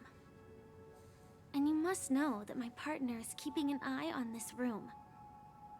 If she wanted to, she could let the entirety of Purepoint know about it within a few mere seconds. What drives you to take such a risk and extend this invitation on behalf of Diamond, even if it could lead to your downfall? Simply put, you and I are the same. Same how? However, unlike you Stellaron Hunters or the Astral Express, we band together merely to obtain what we want. Each of us has our own past and destined ends, and on this journey, we have been invited by Diamond to join him. This journey could be either brief or long, as each of us carries a void in our hearts that can only be filled from the outside. So, Diamond made us a promise. To divide the power of the Emanator of Preservation into 10 pieces, and give each of us a cornerstone to fill that void. Mortal flesh is fragile, yet my heart is unyielding like the monolith. For without this resolve, the way of preservation would fade into oblivion. So, you understand? This pledge goes beyond a mere oath. It's our collateral in exchange for opportunities, wealth, survival, and a future. And whatever we gain from it will fortify the Stonehearts in return, allowing us to achieve the great cause of the preservation when the war among the Eons eventually comes.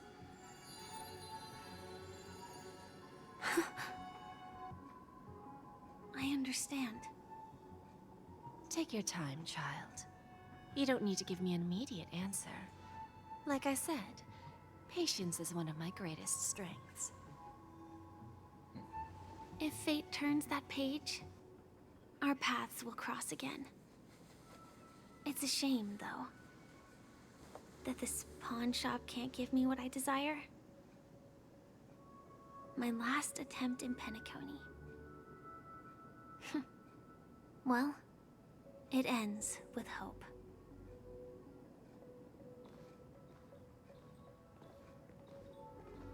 Lady Bonajade? I've come to deliver the collaterals promised.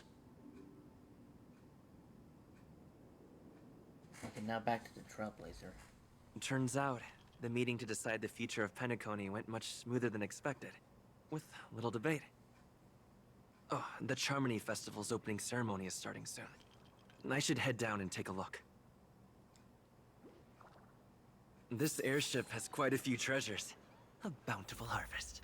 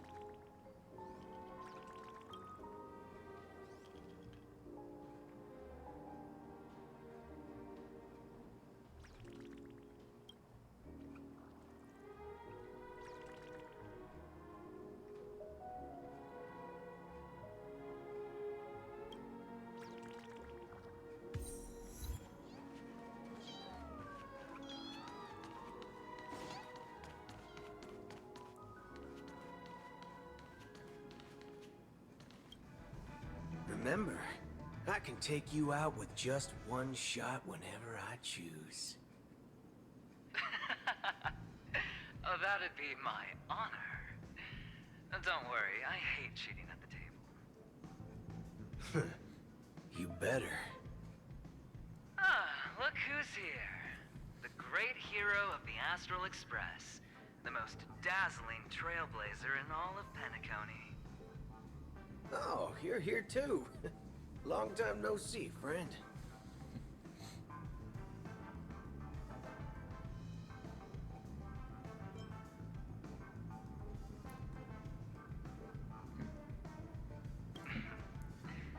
Merely a greeting of platitudes.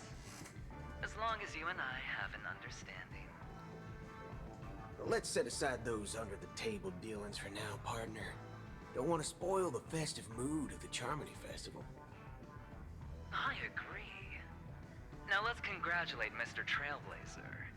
I hear the family intends to thank the crew at the Charmony Festival.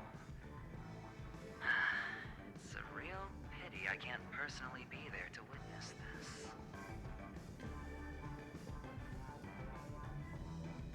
You'll live in a hurry eventually. Well, my job was just to give the IPC an opening. Other things aside, I think I did a pretty good job at achieving this. While you were at Dreamflux Reef, we were actually close by. You wouldn't have been able to dig up so much dirty information without the help of a knowledgeable friend. But that emanator didn't pull any punches. My body couldn't hold out too long. Otherwise, this would have been settled in a much cleaner manner. I'd like to thank you for all your help in the battle, cowboy. No problem. And punishing the wicked and eradicating evil is a top priority. Would have been strange if we sat it out. Making an entrance like that, us Galaxy Rangers are making a comeback. Reckon you'll meet quite a few followers of the hunt on your journey. Do me a favor. Pass on my regards, will ya? What are you guys chatting about? Forget it. I'm not one to beat around the bush. I've got a score to settle with a high-ranking executive fella named Oswaldo Schneider. And this flamboyant fella here can help me find him. The feud between the Marketing Development Department and the Strategic Investment Department is well known across the cosmos. But what I didn't expect was the involvement of the Galaxy Rangers in this feud. Looks like things are about to get spicy. Thank you. And I also hope you enjoy yourself, great hero of Penacony. I'll pass. But I do hope you guys have fun. If you don't mind, let's play a few rounds next time.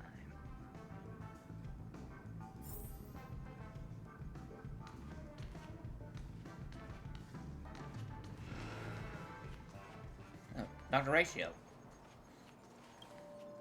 Ah, yes. I remember you. Your performance at Herta's space station was adequate, I suppose. No wonder that gambler likes you so much.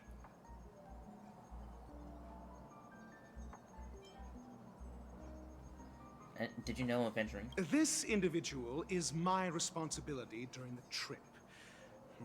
Nothing more than an errand from the Office of Academic Affairs. Very well. The Charmony Festival is about to commence soon. Take advantage of this unique opportunity. A blend of work and play is essential for superior knowledge absorption.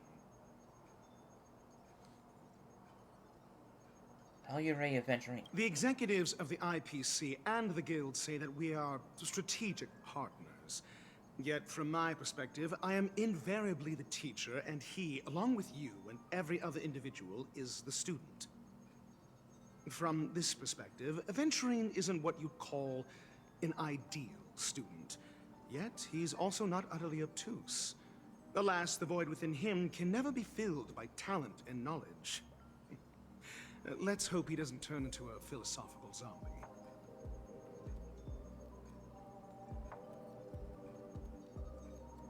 I thought you were going to make me get my act together.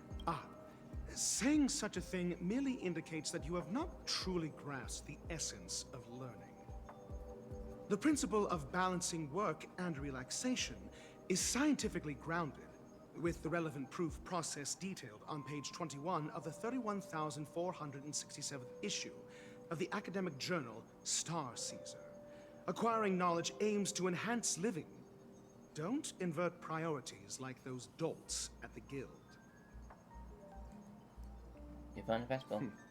Then you'll excuse me.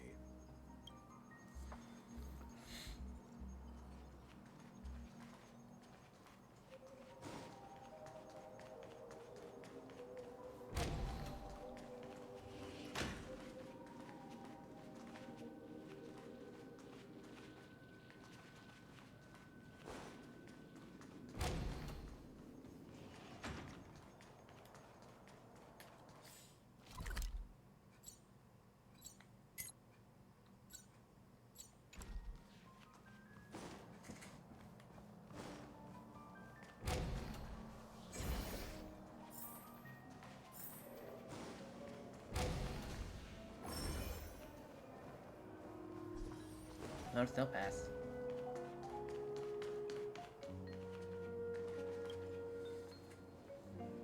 Well, if it isn't my old friend. It hasn't been long, and yet, here we are again. How are you?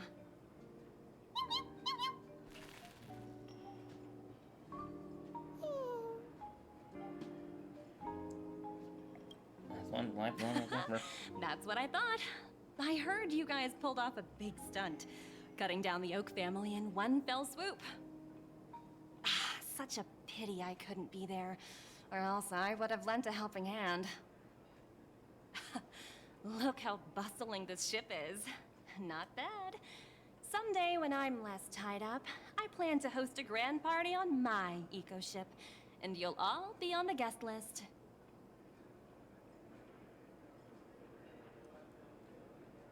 Are you able to transform yourself? Transform? What are you saying? Oh! Oh, I understand now. You're referring to Aventurine's cornerstone, right? Sorry. Compared to him, my ability is not as visual. Guess there is no harm telling you. The abilities of the 10 Stonehearts' cornerstones are all different. Some can even read your thoughts, grasp your desires. So, be careful. Now that I think about it, it was good that Branya got there when she did in Belobog. If she came any later, we probably wouldn't have ended up as friends.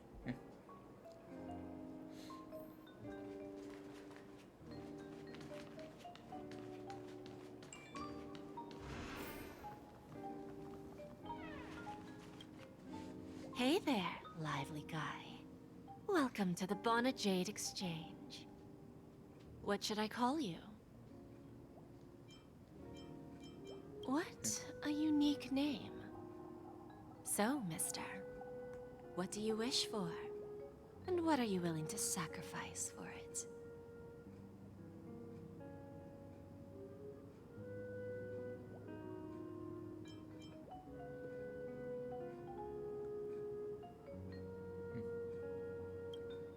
Oh, this is your wish. The humor. Sounds simple enough. Very pragmatic. Then, let's discuss the cost.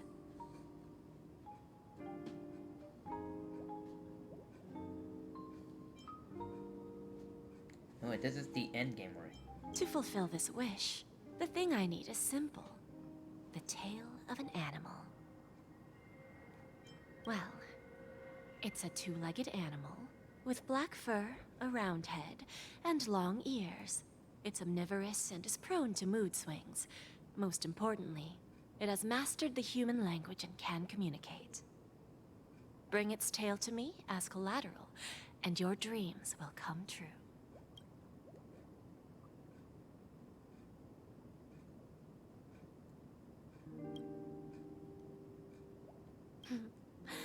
May fate bring us together again.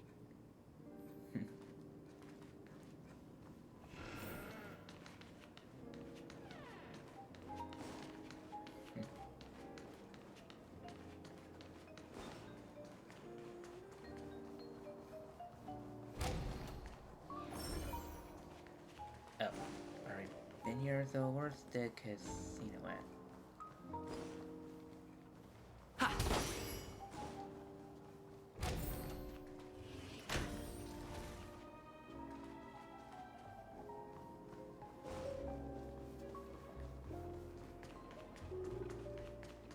Sorry. Chest. Hey, where's the chest?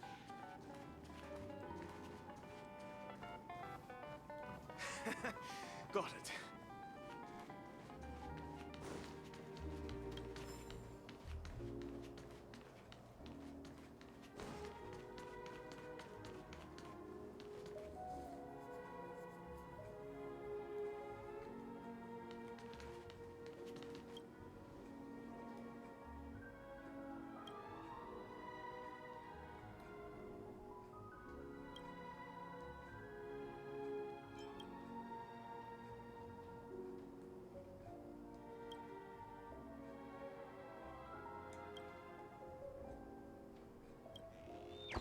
Oh, that's how they.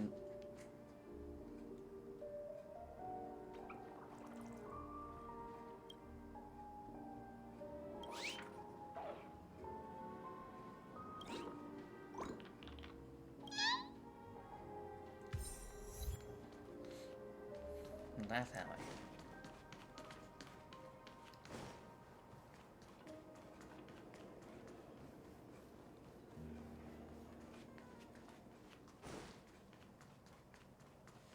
Well, there's Argentine. We meet again, my dear friend. Your journey of the beauty is even more elegant than mine. My most sincere regards to you.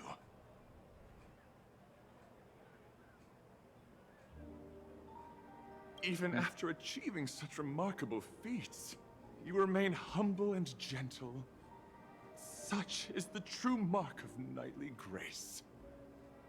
I have heard of your valiant deed in leading others to vanquish the omen of evil, though the tale bears a tinge of regret. You have undoubtedly championed beauty and justice. May Adrilla smile upon you. Well, you're not there during about I'm ashamed to admit. Anna's dream was too realistic. I couldn't bear to bid farewell to a fallen friend who had long turned into a beast. I lingered in that illusory dream for far too long. His voice and smile were too vivid. I didn't pass the trial of beauty this time, spending too much time in self-reflection over my own hesitation. Yet, I wish for Adrilla to remain my beacon, a banner for me to strengthen my determination for the beauty. If an admirer of the beauty gets lost in the pursuit of power, they risk descending into the omen of evil, a form which is neither human nor beast. Although Mr. Sunday did not cross paths with the path of beauty, his actions were no different from the omen of evil. A lamentable soul lost on the path of righteousness. Truly a matter of deep regret.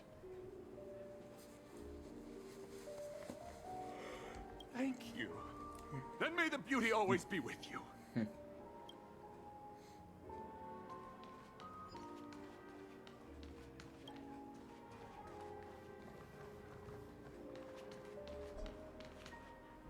The festival hasn't started. Let's take a quick break. Hi, we meet again. And now we... Who's that? It's really you. I knew I didn't get the wrong person. Firefly. Yes, it's just I didn't get the chance to say hello. There's still some time before the Charmony Festival starts. Do you want to chat? You walk and talk with Firefly and stop doing your try and when feeling the... 2 murder cases, a showdown with the IPC's ambassadors, the legacy of the Nameless, and a remnant of the Order who dreams of creating a paradise in place of the Eons. You guys even ended up shattering the dream. It's truly been quite a vacation. It's a good thing that you guys managed to overcome all those difficult problems. Congratulations! After the Charmony Festival's opening, will you guys be leaving again?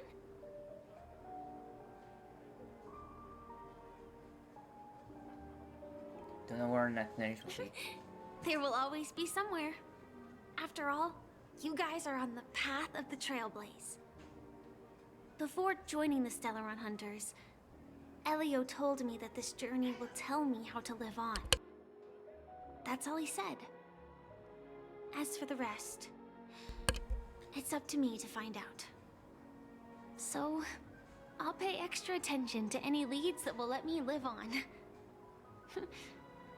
This trip to Penacony is no different.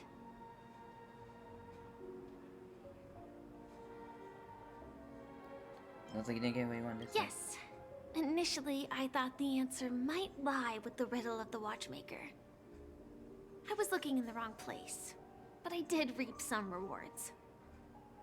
Do you know Miss Jade from the IPC's Strategic Investment Department?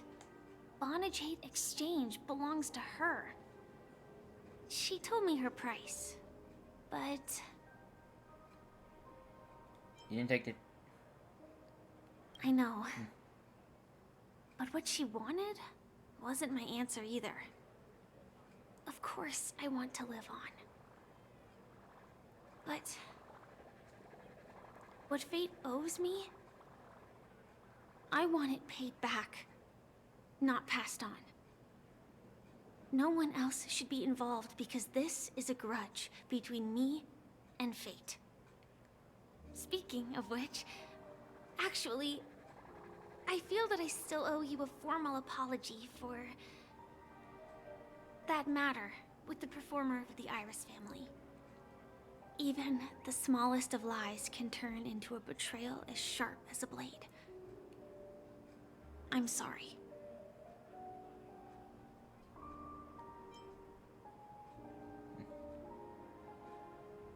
It was an emergency, so I never had the chance to formally apologize to you. And admittedly, I was the one to blame. To me, hiding is much easier than being honest. Yet, I still want to try expressing my emotions as any ordinary person would. It's that girl! Get moving! Arrest that criminal before the Charmony Festival's opening ceremony starts! I can't believe they've chased me this far. Looks like we have to say our goodbyes. Don't worry about me, just go and enjoy the ceremony. The script hasn't reached its end yet. We will meet again.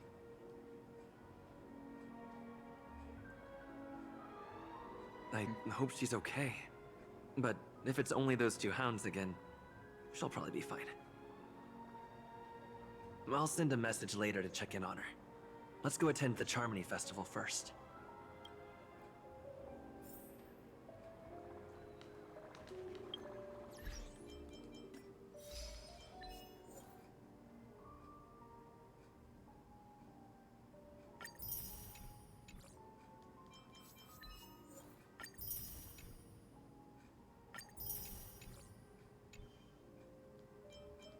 Help. I'll be right back. I'm gonna go eat. Shouldn't take long.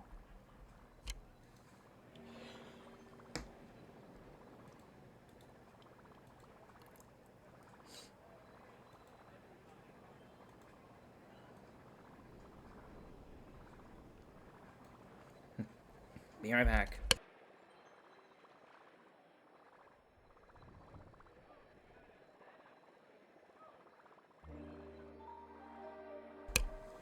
I say I'll be back, right?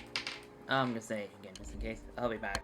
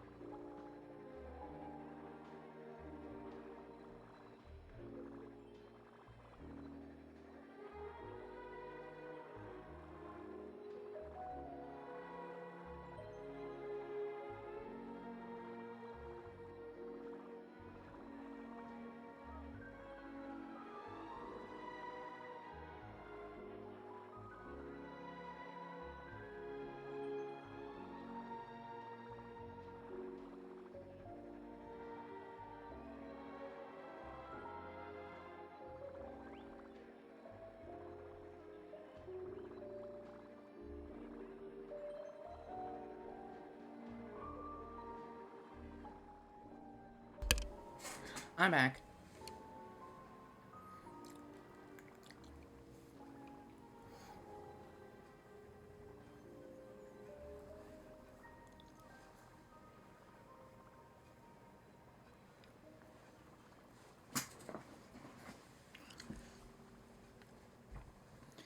And, okay, let me just... see your charming festival. Let's take a seat here. Everything is settled. But there's still some time left. Maybe I should take a walk? Let's keep walking.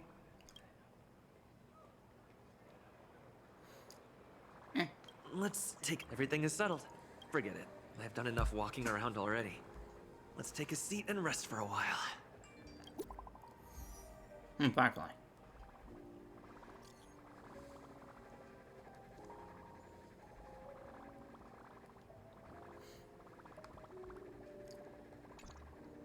Looks like I don't have to worry about her. Let's wait for the opening ceremony to start. Sometime later. It's Miss Robin! Hey, Miss Robin! Hey, Miss Robin! Over here, Miss Robin! Miss Robin! Miss Robin! Miss Robin! Miss Robin! Glory to the family! Glory to the family! I'm your biggest fan, Miss Robin!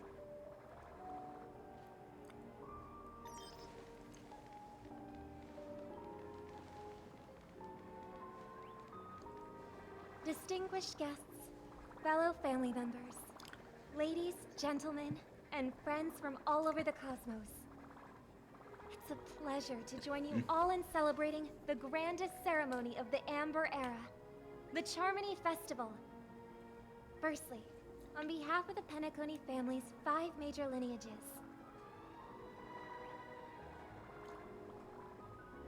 and on behalf of myself, I'd like to extend a warm welcome to all our guests.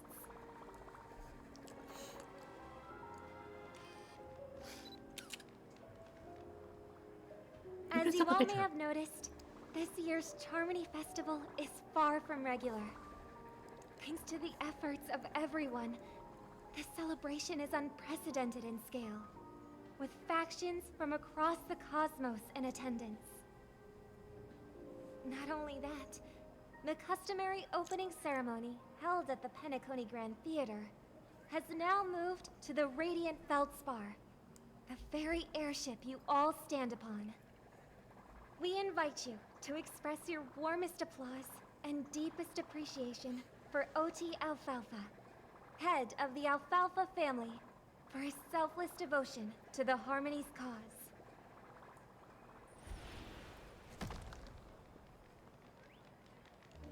What makes this festival so uniquely significant? As is widely known, the Radiant Feldspar had to halt its voyage due to an anomaly in the Sweet Dream, sparking widespread discussion in the 12 Hours. Thanks to the hard work of Penacony's internal and external factions, we've finally gotten the Dreamscape back on track, just in time for the Charmony Festival. And as they say, good things come in pairs. The Charmony Festival not only celebrates this achievement, but also marks the relaunch of the Radiant Feldspar. And finally, the last reason. Does everyone remember the Watchmaker? In truth, the family has poured their efforts into this festival just to commemorate this legendary luminary. The father of Penacony, Mikhail Chard Legwork, one of the legendary Nameless who laid the foundations of Penacony. In the most bewildering times of the planet of festivities, it was he who descended from the sky with his companions, who taught us through trailblazing where freedom lies. It was also they who led the vanguard in the pioneering of the Dreamscape, in exchange for what is now known as the Paradise of Harmony. It can be said that Penacony's splendid success today is deeply rooted in the trailblazing ethos the Watchmaker planted within us. My family backgrounds. Let me Only make by my honoring real quick. this trailblazing spirit can we fulfill our mission and spread harmony to a broader audience.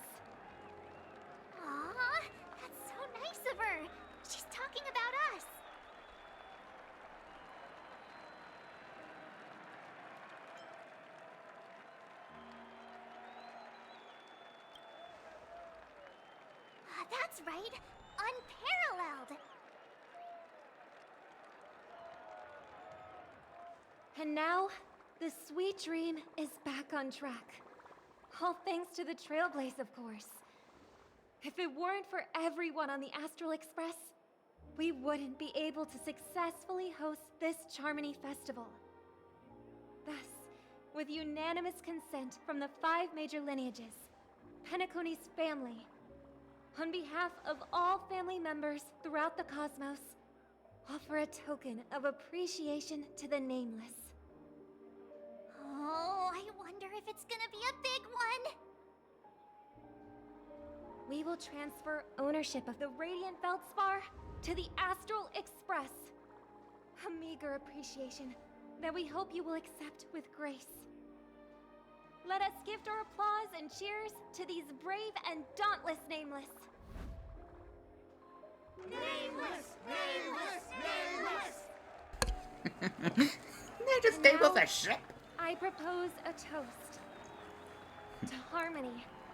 To the Trailblaze. To the future of Penacony and the universe. And to the generous Alfalfa family head, Mr. O.T. Alfalfa. Cheers! Cheers!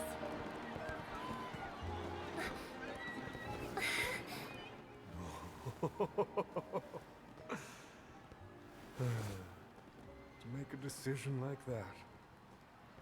This little bird is no less capable than her brother.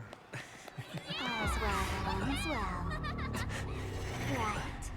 But have you forgotten someone, my gray-haired friend? I put a bomb on this ship. You have 10 minutes to find it. Better hurry. When did this get shoved into my hands? There are still so many bombs. Now's not the time for the plot payoff. I can't handle this alone. Time to create a group and inform everyone.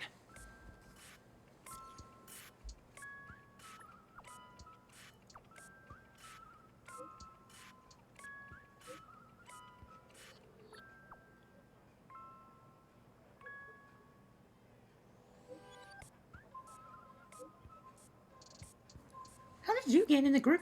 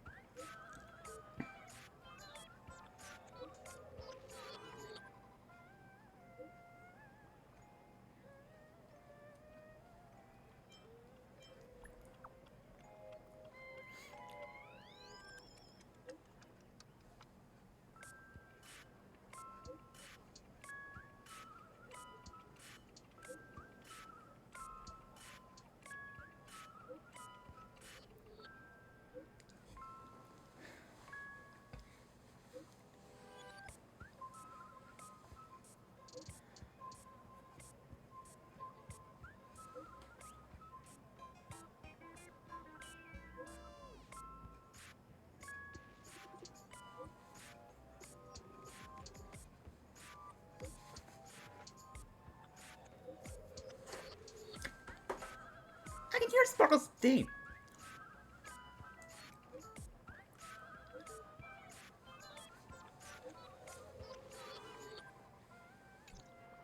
All set. Let's start following the plan.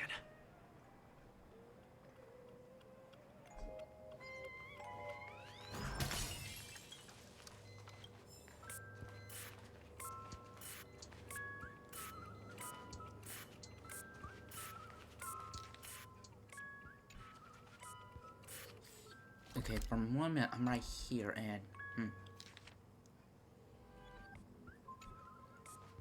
should be one here.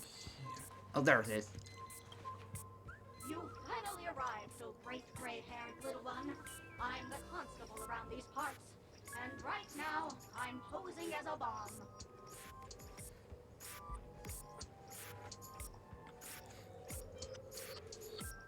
Bombs are playable character. Don't like it? Fine. I'm now the bomb demon then. Satisfied? If not, you'll just have to make do. Alright, now that you've found me, it's my turn to complete my mission. Next, I'll count down from 5 and then explode. Wait, what? 5, 4, 1. Did I miss a number? Oh, so I did. No matter though. I've never learned how to count before. I mean, Bomb Demon Doll has never learned how to count. I'm not even a real bomb. Was it surprising? Shocking? Horrifying? No?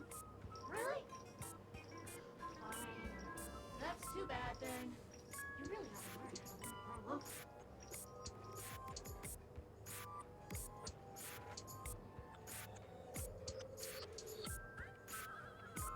Mouse finger.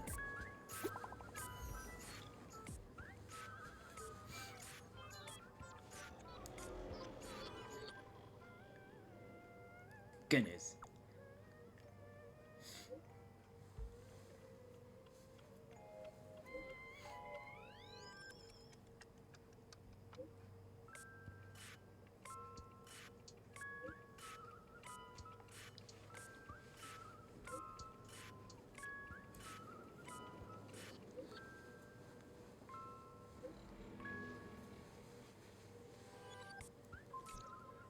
At least I made some progress. Gotta keep working at it. Okay, that one's... Okay, there should be one more on this side.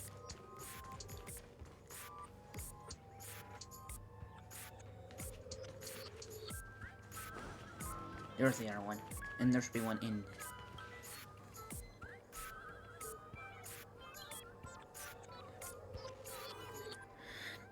The capable sparkle vocabulary monitor is complex as times. The term firmer is the concept of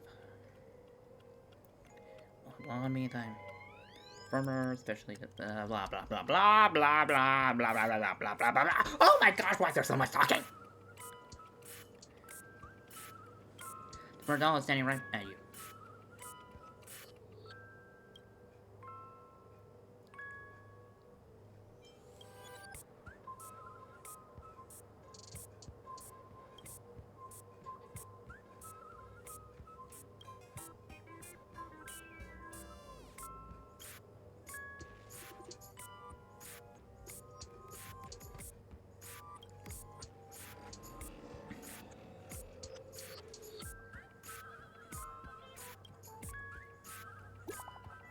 Two down.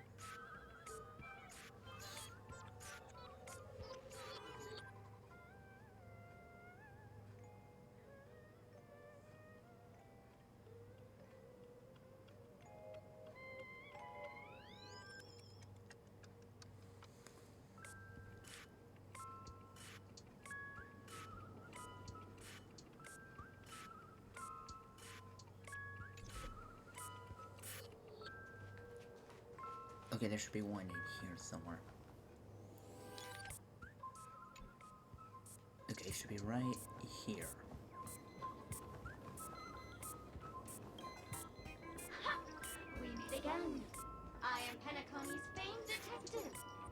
Okay, good, but this all says no. Got yourself into a pickle? I'm more than happy to help. But unfortunately, I'm preoccupied with a couple of unsolved cases. So, you'll have to wait your turn.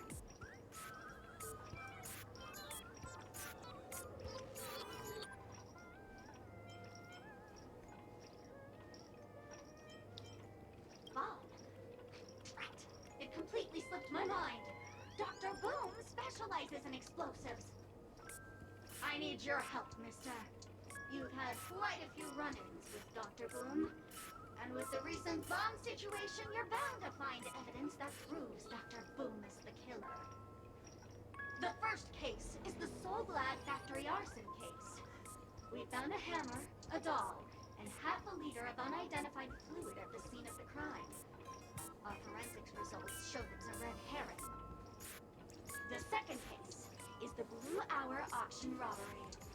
A gang of masked thugs broke in, stole a fragment of the Astral Express, and left behind a large hammer, a doll, and a half-dead red herring at the scene. Those are all the details. The way I see it, there must be a link between these two cases that will be the key to exposing Dr. Bloom. I trust in your deduction. Okay, no, I'm really liking the music.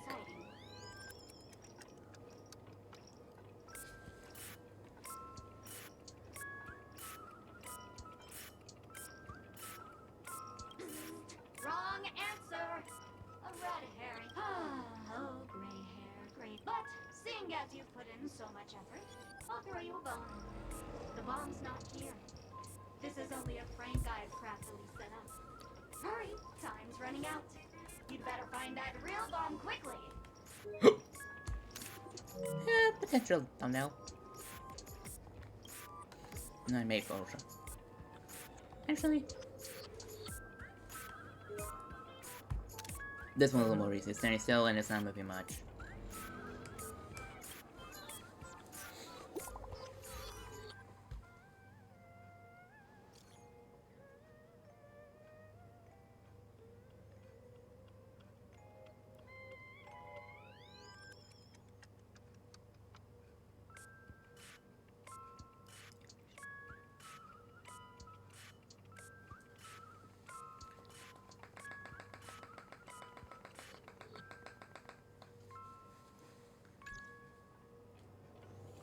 Okay, the next one is...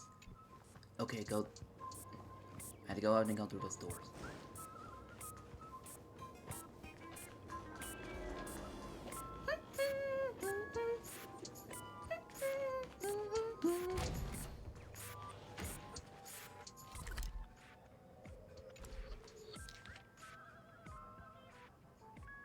Okay, should be...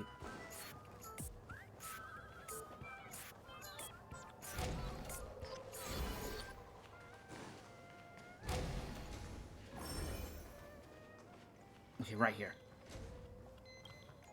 Hello, lovely actor. You can call me the director doll. I often use this name in film credits. I can not put this on auto. If you didn't know, I'm the one who directed the entire farce in Penacony. As the leading man of the show, what did you think? Feel free to share your thoughts. Well, actually, due to the current plot requirements, you're only allowed to say one line. So please try and resist the urge to share your thoughts. I just wanted to piece on the fancy plot. Really? You really have no questions? Okay then. Not kidding.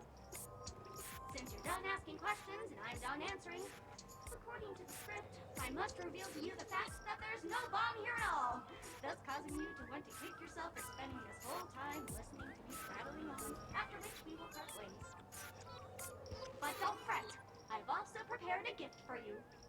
A dream bubble that has the thrilling life and death moments I shared with the beautiful memo keeper. If you haven't seen it yet, you should hurry up and look for Dr. Edward.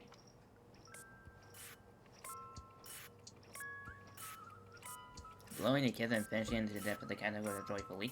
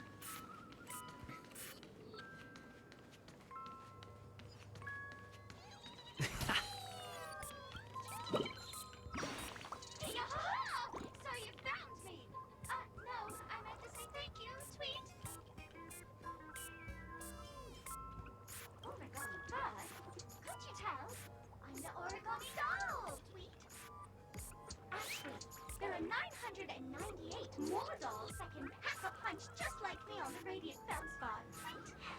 Please haul them back to the golden sparkle tree. I will prepare a worthy gift for your troubles. Tweet! As for that imaginary neutron bomb you want, don't interrupt me. I know you never mentioned those 3 words to me before. Well, the bomb isn't here. Tweet! I'm afraid you'll have to look elsewhere for it.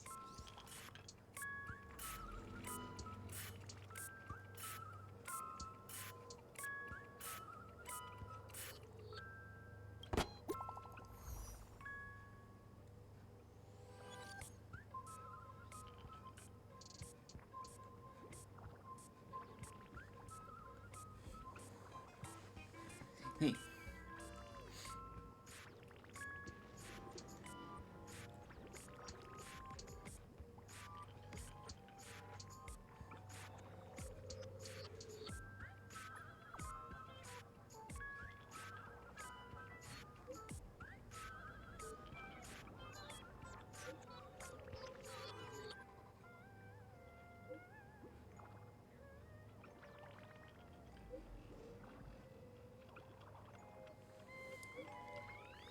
And Brian Reed.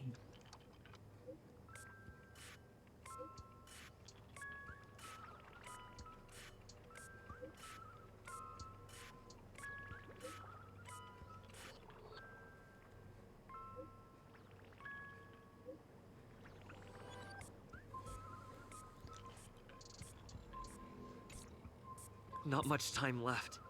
I hope I make it.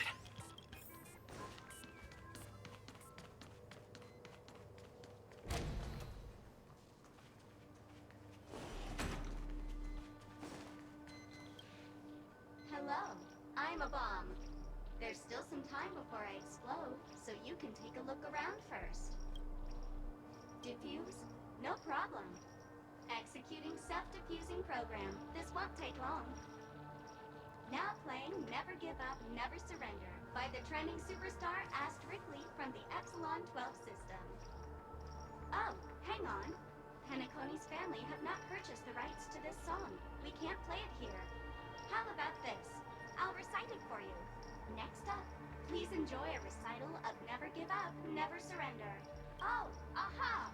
If you ask me how I feel about you, don't tell me that you pretend not to see. They will never give you up, never make you sad. They will never give you up, never make you cry. They will never say goodbye to you, never tell lies to hurt you. Praise, aha!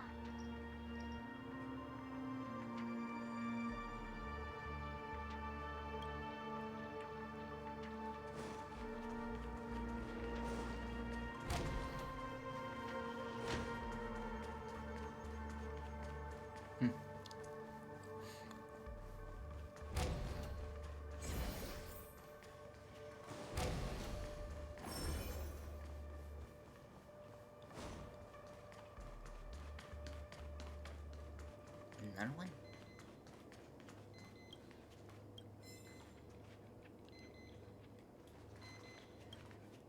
Oh, by the laughter! To think you've seen through my disguise this quickly! Honestly, my dear Mr. Grey Hair, you're just like that ferocious pangolin in Madame Susan's bedroom. Keep your shirt on! A watched pot never boils, mister. I'm on to you. You're here because you accepted bribes from the duplicitous and corrupt leader of that Sparkle Gang. The scoundrel who wants to become mayor of Sparkle City. Blazing Bro! This evil city has fallen into depravity. As the sheriff doll, I cannot idly stand by and do nothing. And now, only this imaginary neutron bomb can completely cleanse Sparkle City of your ilk. If you wish to defeat me, you'll have to face off against the great Sparkle's dogs. They're my fiercely loyal companions, and you'll never defeat them.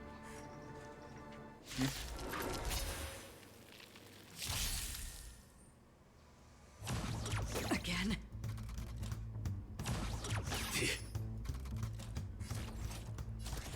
Pride detonates!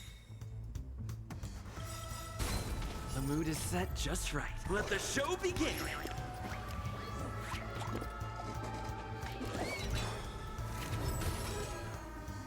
Like fire fireflies. I will fight for myself until everything burns to ashes! I shall set the seas ablaze! Rhythm get messed up?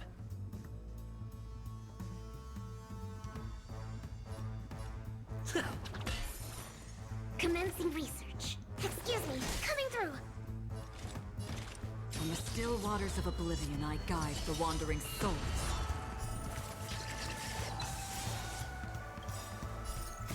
I weep for the departed.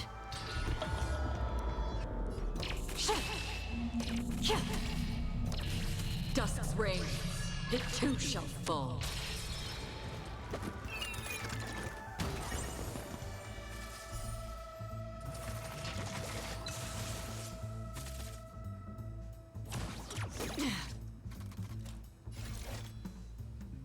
Live to fight! Fight to live!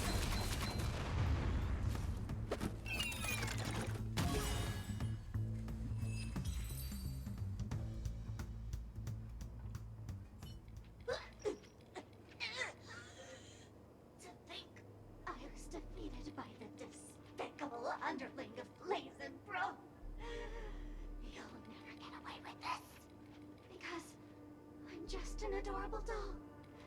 Not some imaginary neutron bomb. Ugh.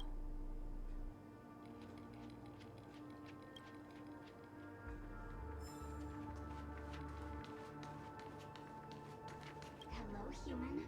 We meet again. I never thought I'd see you here. I'm currently on this luxury cruise ship enjoying Penacony's consumer-friendly sugar-coated cannonballs. What about you? Are you just seeing the sights?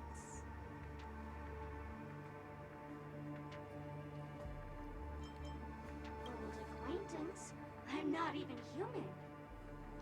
I'm a heliobus, originally from the Labu's Bixtral Garden. I'm passionate about researching Xianzhou's subcultures, but I've slowly come to realize that Xianzhou's subcultures also have their limits. I forgot what happened. But anyway, I ended up in Penacony. I wanted to study a subculture that is completely different from Xianzhou's. And boy, it's really been an eye-opening experience. That is, if I had eyes. I've come to realize the people here don't treat subcultures as actual culture. They call them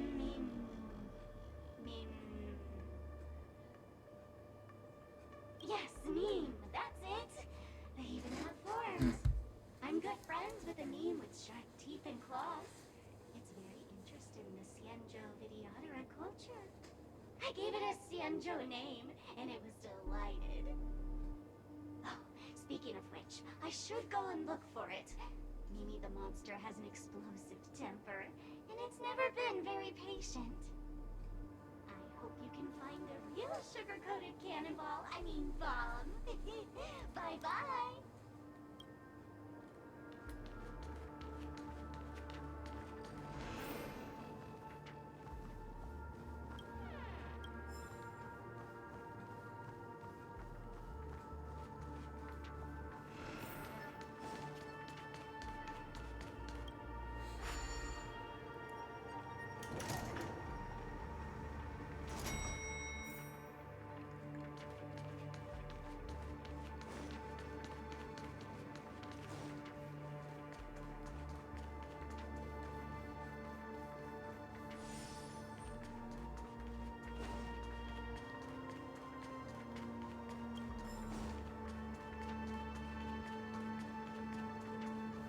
Is that Firefly?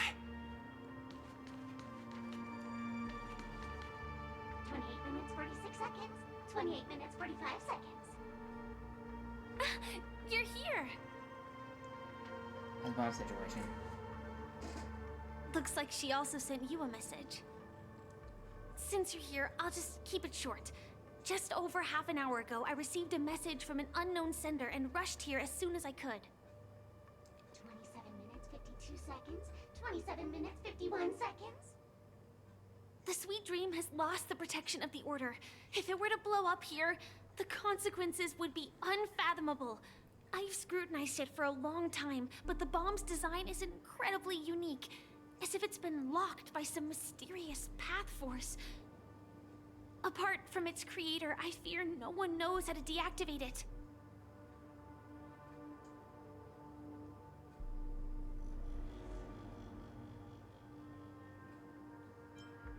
What's with the mommy? I don't want to die.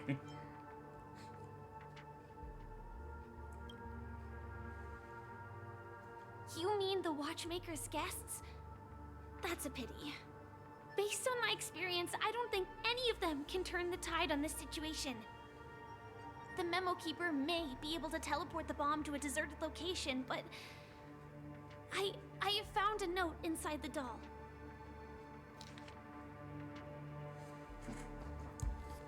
This is a metatic virus, yes. Warning. Warning, a metatic virus has been planted into this imaginary neutron bomb. Like, particularly Memo Keepers, especially Black Swan, are advised to stay clear otherwise. Explosion in the faces a 72.36% chance of turning into a dun dun dun dun dun dun dun dun dun blah blah blah blah blah. Shooting distance is true if you dare try.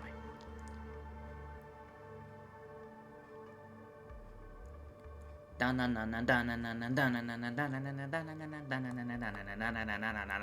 the heck?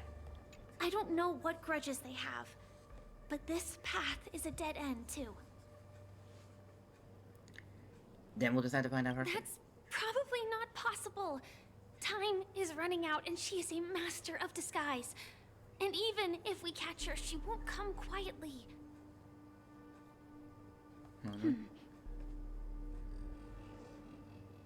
Actually, there might be another way. Do you still remember? The script said that I will experience death 3 times in the Land of Dreams. I think this moment heralds the 3rd time.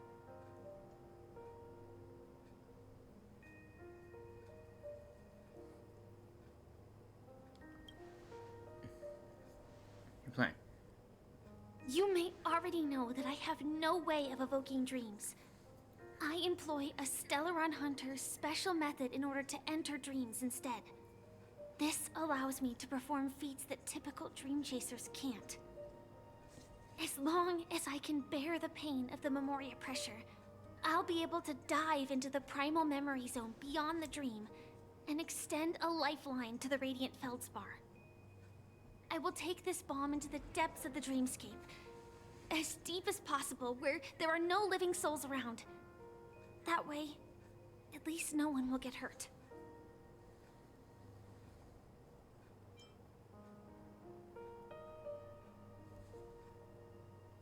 Can you make it in time? Don't worry. I believe that this Firefly armor will be enough to take me to where I need to go before the countdown ends. And maybe even make it back safely. At present, this is our best and most logical course of action. After all, a long story deserves a happy ending. I have some words to share with you, though they were spoken to me by Miss Acheron. She said that the so-called impossible is merely something that is yet to happen. At the moment, there are so many things that seem impossible, but are they really never going to happen? Maybe it's just that the moment to disprove these impossibilities hasn't arrived yet. Whether it be a literal ending, suffering akin to death, or a harrowing deathscape. Before the appointed destination arrives, they are all the same.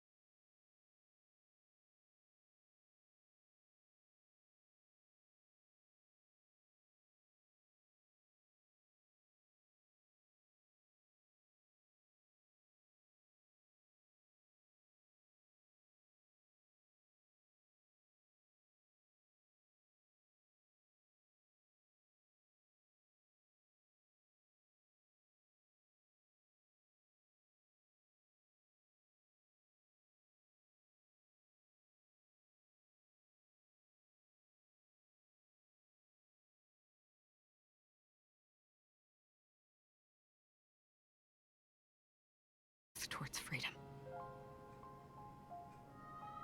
Tiernan, you can go home now. While the Nameless are also preparing for the next stop of their voyage.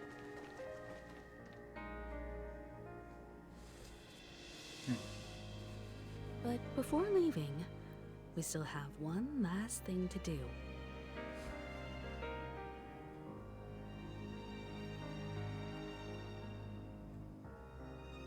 Say goodbye to you. It is my honor. I've said many goodbyes. Yet I am glad that this is the first time I speak these words with a smile. But before leaving, I'm sure you all have plenty to say to the Nameless of the past. A fitting end to the tale of the departed. One could not ask for a better farewell. Go on. They're all here. Ship of Fools.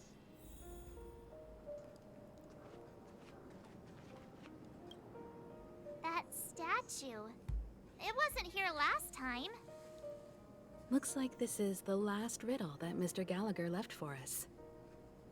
In the end, we still failed to figure out his true identity, or if he was even a living person. What should I say? I mean, this guy is definitely a history fictionologist, all right. I'm suddenly reminded of the time at the theme park when he said he was only 13 years old.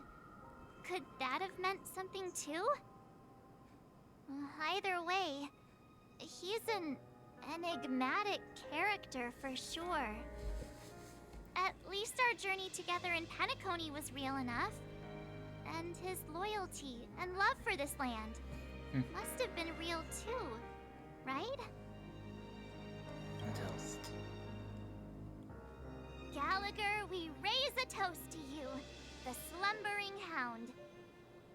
To the festival's invitation, to all lies and the singular truth. If we ever meet again, please don't talk in riddles.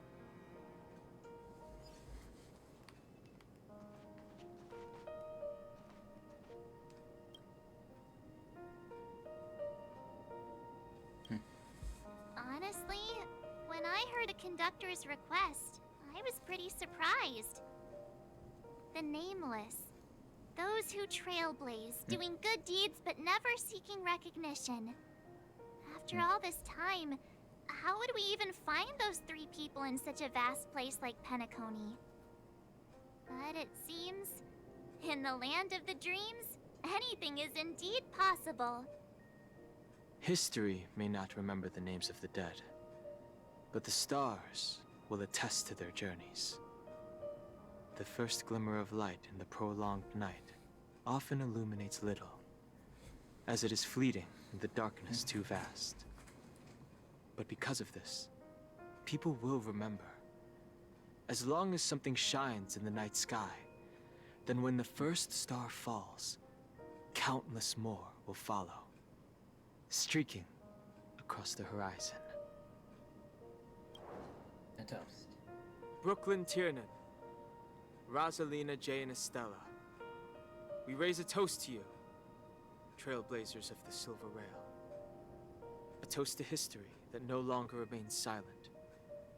The passionate and courageous pursuit, and a voyage that traverses the stars.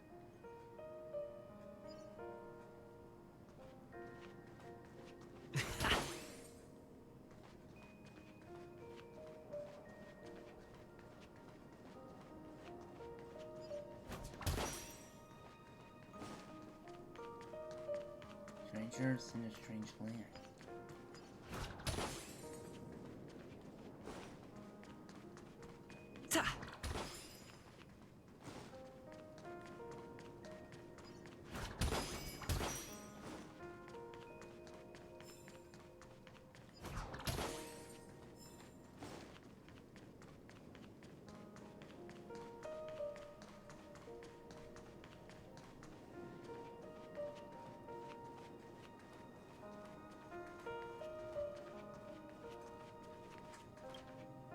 Is the Astro Express ready to depart Penacony? Apologies, Mr. Mika, that we are only now bidding you farewell. Oh, that's all right. You've all done so much for the Watchmaker, and we are forever indebted. Allow me, as the representative of Dreamflux Reef, to make another toast to all the nameless. What will the people of Dreamflux Reef do now? Many will continue to live here. Those accustomed to being awake will mostly have a hard time getting used to a life of darkness with their eyes closed. Though the order has faded, there must be someone to watch over this primal memory zone. Penacony's nights are long, and there are many who are still far from a good night's sleep. As for the sweet dream over there, we're still managing without it, aren't we? Mika and residents of Dreamflux Reef, we raise a toast to you, watchers of the long dream. To your tenacity throughout time, to each sorrowful night, and to the dawn that is finally upon us.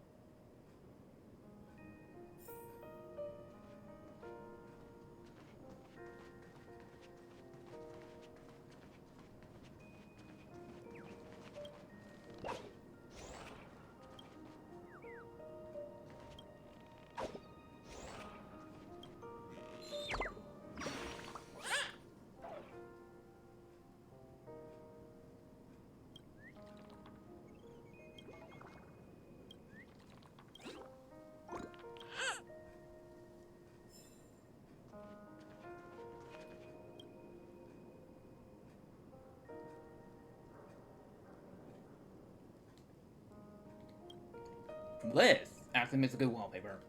Give me a second.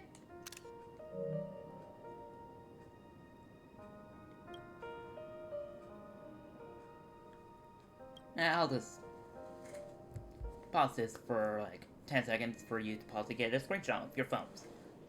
Just to make sure you chop out the continue and the code.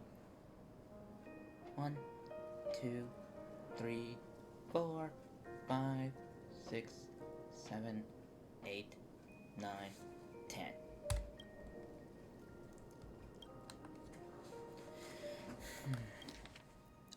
A full moon hovers over the dream reflection. A child slumbers beneath the false moonlight. Disregarding the clash of metal, the harmony of fainted light continues to uphold the silver current that shades the sleeping child. His dream is long, so long, not even the train's whistle could rouse him from his slumber. Silence reigns supreme in the untouched night. With nary a soul, it is as if all conflicts has come to a standstill in this repetitive V.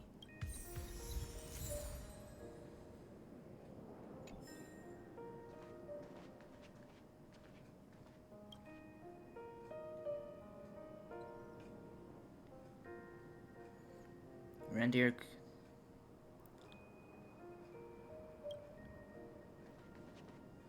I was trying to paper well, but some reason it let me just.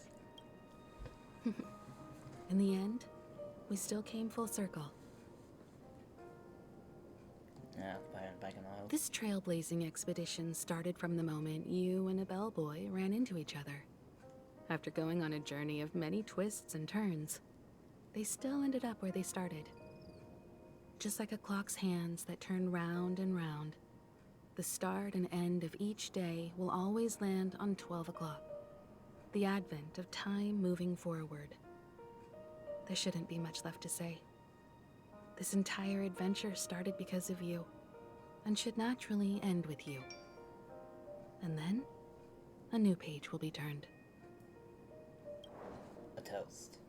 Mikhail Char Legwork, we raise a toast to you, watchmaker of the land of the dreams, nameless of the Astral Express.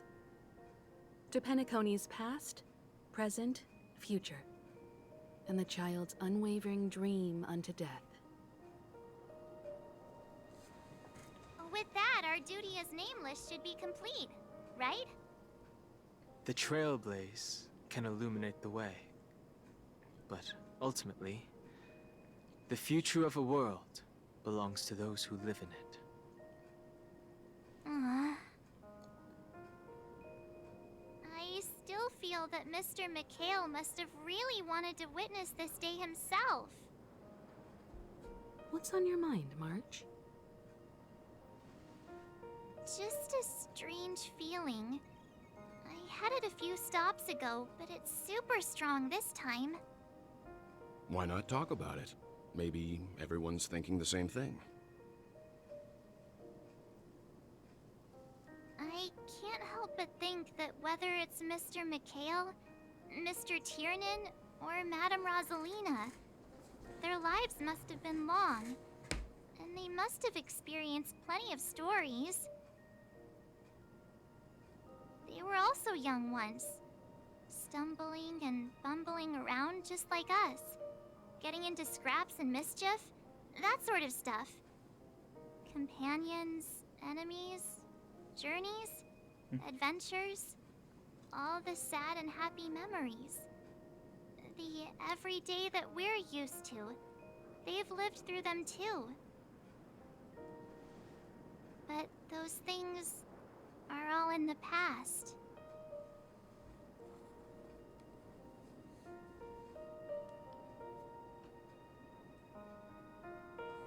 Time will always wash everything away, so treasure the present.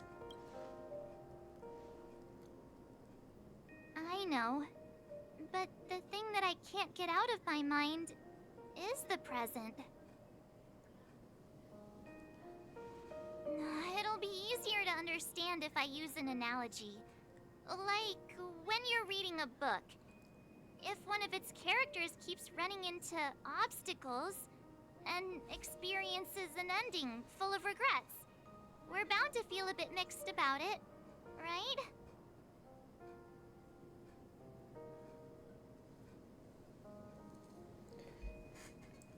I can understand, but I feel mixed too.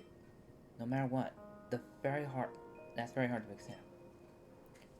You won't be affected as long as you don't live.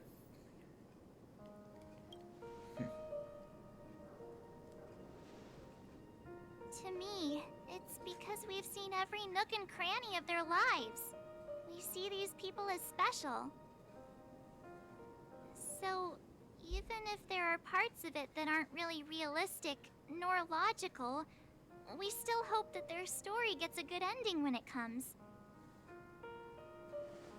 But what if they and we aren't really that special? When Mr. McHale sat in this chair, waiting for the Astral Express to arrive every day, what was he thinking? And if, at the end of his life, he could still firmly say he had no regrets, then what is this regret we feel in our hearts right now? I think each and every one of us is searching for the answer to this very question. The universe is vast, and our lives are but specks. The trailblaze never ends, but against the backdrop of the cosmos, the average person's lifelong journey is merely a short stretch. But it is in this minuscule distance that paths cross and countless worlds connect. The universe may not remember every person who leaves a tie along the silver rail, but we will. As long as we remember, their stories will never end. And what Mr. McHale has left for us is his answer to this very question. It may not be perfect, but it left a smile on this storied, jaded old Nameless's face at the end of his life. And its meaning will be interpreted by those who come after us. It's not the answer that's important, but what we can learn from others' answers, right? This is what trailblazing is. Sure. I'm really sorry for bringing down the vibe. Quick, Don Hung, tell us a dad joke to lighten the mood.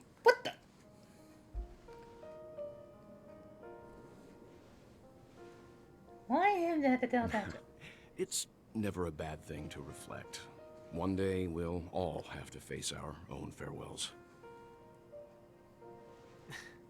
But before that, we still have a long way ahead of us together. So the most important thing right now is to tell the conductor what we saw in Penacony. Then prepare ourselves for our next trailblazing destination. I should get back to the Express. Or maybe I could say my final goodbye to Acheron.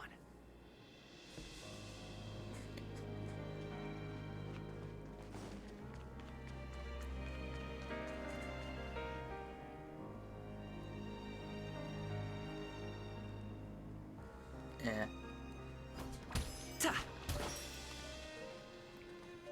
I think my friend Miss Hitak she had to call in.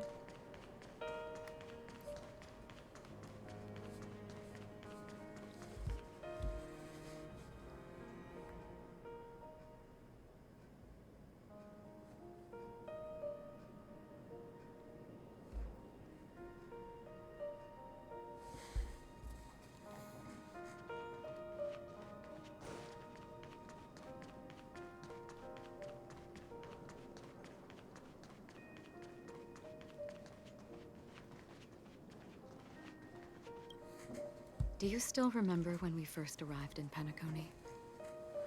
Who would have thought our paths would cross in such a Hit the way? mic again, sorry.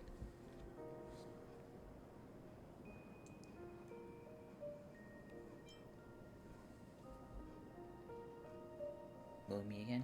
The ocean of stars is vast. And given our destinations, I'm afraid our paths may not cross again. But the trailblazing expedition ahead is always full of unknowns. And my blade is sharp enough to sever fate. As long as we maintain our original resolve, I believe there will come a day where we will meet again. Come to think of it, I didn't even get a chance to formally introduce myself.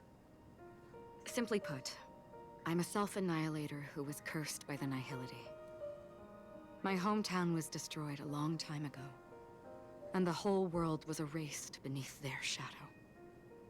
In order to fight against the cruel end of self-destruction, I went on a journey, in search of a way to sever the chains of the Nihility.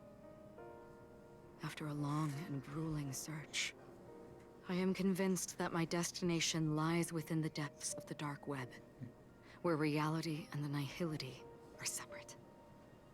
In there lurks a secret called Device 9. One day, I'll reach it. Ah. In that case, I must apologize for my rudeness. Do you remember when we first met? I once said you reminded me of an acquaintance. Because of the Self-Annihilator's curse, my memories are stripped away, blurring my past. And after our journey together, what I originally thought were familiar feelings were merely illusions. I believe this was truly our first meeting. Now, what if that was an illusion? What do you mean? It's improbable that you've crossed paths with my past self. What I mean is, there is nothing left to retrace there. Only nihility.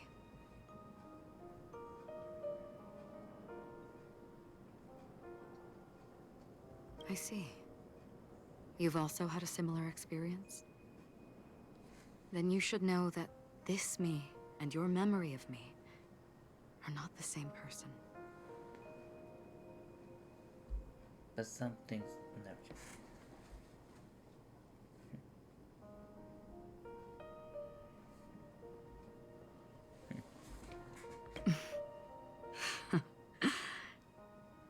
Long ago, I too was like you, with irreplaceable companions. We also embarked on journeys, making the best choices we could, whenever we could. Unfortunately, we didn't achieve the outcome we wanted. But moments like this make me feel like they never even left. In this universe, there exist countless worlds that are similar yet different, and countless people who are alike yet distinct. I too have wandered alone, encountering acquaintances on strange worlds, seeing their silhouettes overlap with my past. In your opinion, what does this déjà vu mean? Really some sort of thing that tell you?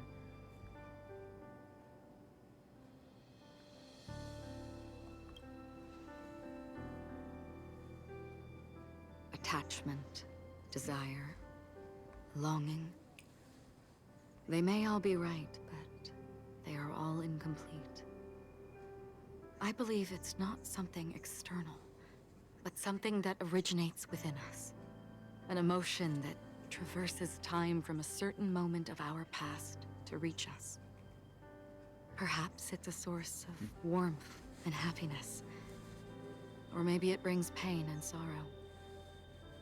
Each time we reminisce on our past, we always seem to notice a tiny but unforgettable instant that we left behind us, along with certain other things that remain constant throughout. That is a summary of our lives, encapsulating everything about us in these moments. Proof of our shared path.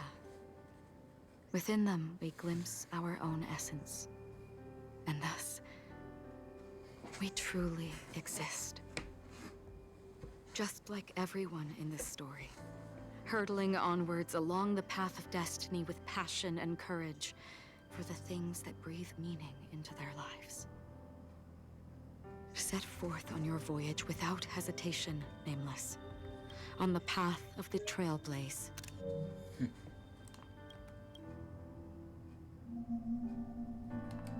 Not fine. Even if the ending has been predetermined, that's fine. There are countless things that humans cannot change. But before that, on the road towards the end, there are still many things that we can do.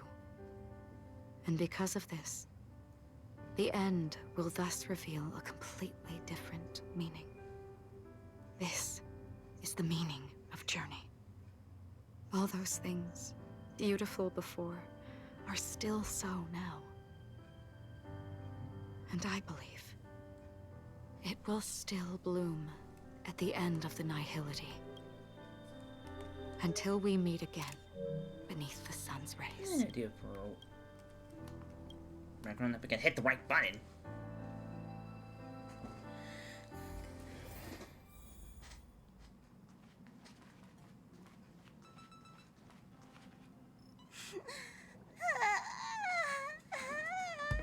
Oh, don't cry, Pom Pom.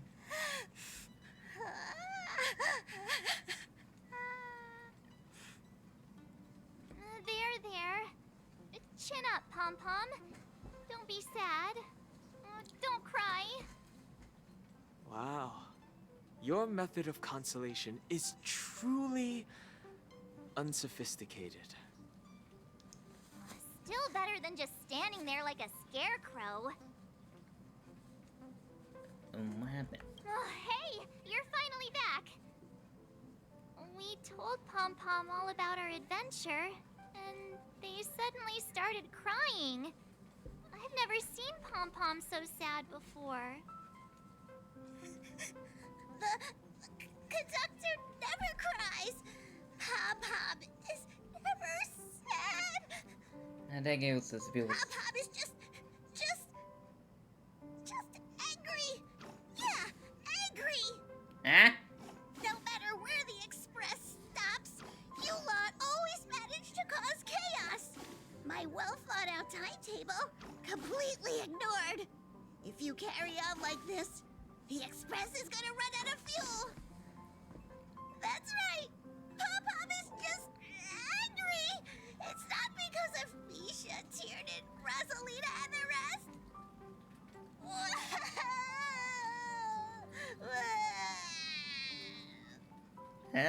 It's okay.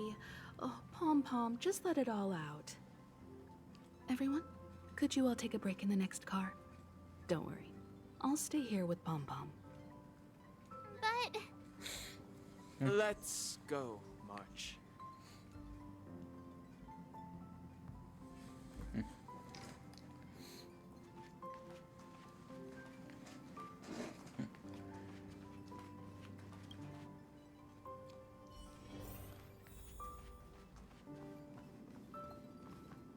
I never expected Pom Pom would be so distraught. Those three nameless must have meant a lot to Pom Pom. No one knows exactly when Pom Pom boarded the Express, but one can surmise that their journey has been filled with many hellos and goodbyes. Probably more than we can imagine. The fact that they're crying so hard is probably a good sign. It proves that Pom Pom's emotions haven't become dulled by the grind of time. They still deeply cherish every nameless who has boarded the Express and value every journey shared with them. Leave it to Himiko. When it comes to comforting, there's no one better on the Express. Well, they were a little emotional at the time, but I'm afraid that's not out of the question. Since you joined us, the Express has stayed longer than anticipated at every stop along the way. And to ensure that everyone always makes it back on board, Pom Pom has had no choice but to delay the warp jump schedule. I see. No wonder I can regularly hear Pom Pom pacing anxiously up and down the corridor. Turns out Pom Pom's been silently putting in a lot of work for us. Wow. Different from typical vehicles, the Astral Express converts every trailblaze into the energy it needs to run. Ideally, as long as trailblazing expeditions continue without interruption, the Express will receive a constant flow of energy, much like a perpetual motion machine. But, because of our previous encounters, fuel is being used up much faster than expected. We can probably only pull off 2 more warp jumps at most. Only 2 more? Isn't that super risky? I don't want to become an ice cube floating around in space again. At least you'll be an adorable ice cube. Finally, it's another turn to 3. How about we shove you back in the space station's computer then? Which also means that we must prudently consider our next destination. Yes, I've already checked the astral charts. The 2 nearest worlds to us are the oceanic planet of Lushaka and the agate world, Melostanin.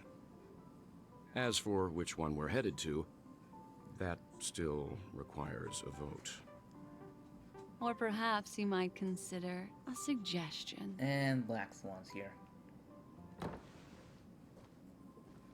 Everyone, we meet again. It's you! Why were you just in my room? Wait.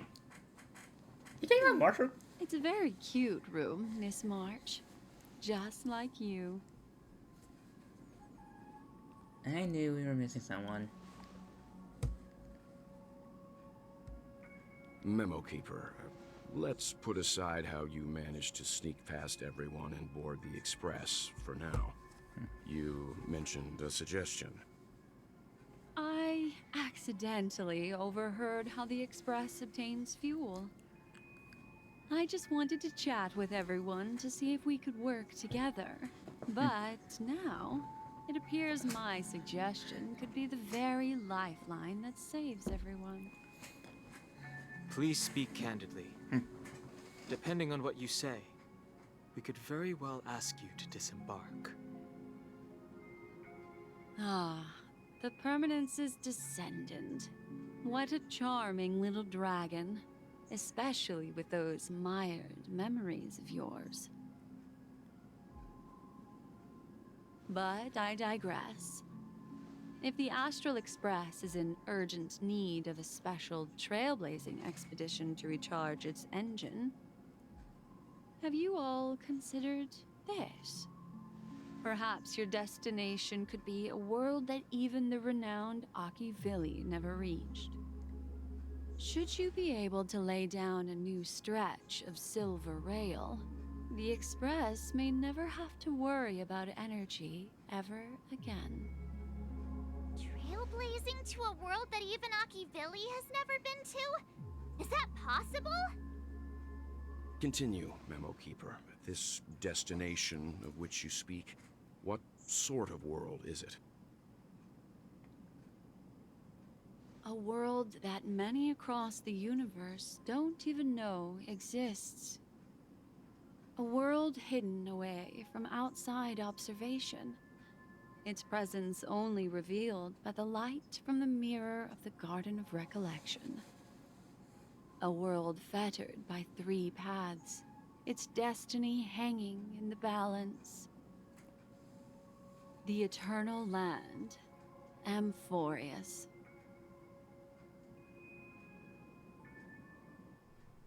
Amphorius. I hope I'm not too late, child. Huh? I wasn't expecting it to be you. Don't you know how many sentry posts the family has built? And how hard it is to get you out of here?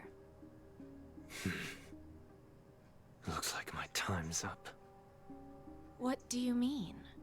What time? Negotiation, interrogation, or death. My fate lies entirely in your hands, Lady Bonajade. The dance is done. Why bother with the compassionate pretense and give someone who's about to die the chance to talk? Despite your fall from grace, you still look well. I'm very glad to see that you're so full of verve. Do not insult my pride with half-veiled sarcasm. Have you specially come to see me just to sate your vile vanity? Oh, of course not. I merely came to fulfill your younger sister's wishes. To offer you a generous trade. That is, if you're willing to accept. Robin? To build a true haven where everyone can attain peace. That's the oath between you siblings, isn't it? If I told you there was still a chance to realize this vow, would you be willing to talk to me then? Stay on your guard, Sunday. I recognize the gravity of this question, which is why you don't have to answer me right now. Go now. You are free, O Chosen One, who dare to exceed his bounds, sever your wings, descend to the mortal realm, and walk their lands. See what this world is truly like. I will not accept your charity. As I mentioned earlier, it's a trade, and you don't have to give me an answer right now. Rewards are not reaped in a day, and if there's one thing I'm best at, it's waiting. The sweet dream still continues, and the night is still long. You have plenty of time to contemplate your answer. Ah, a word of advice for you before we part ways. A word of warning from someone who's been in your shoes before. Life is too short to miss out on golden opportunities.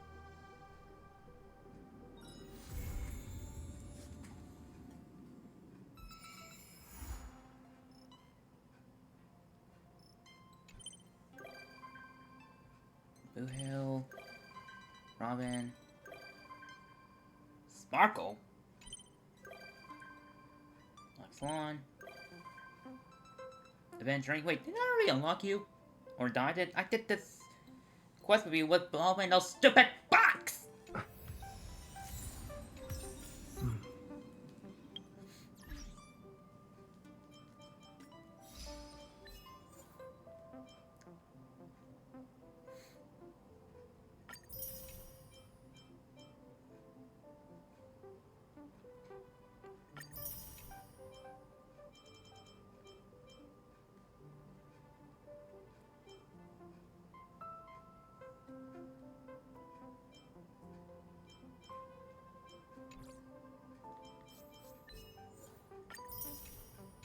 well,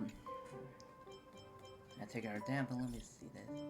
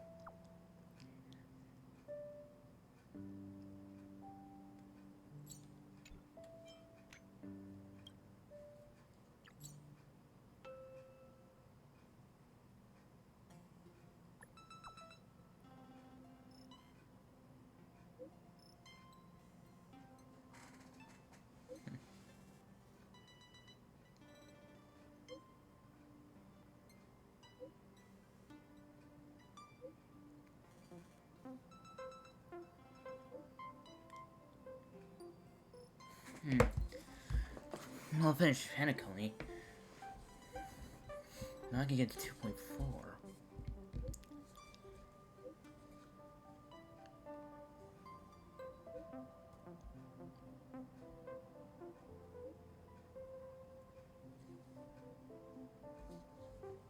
Are we gonna be which?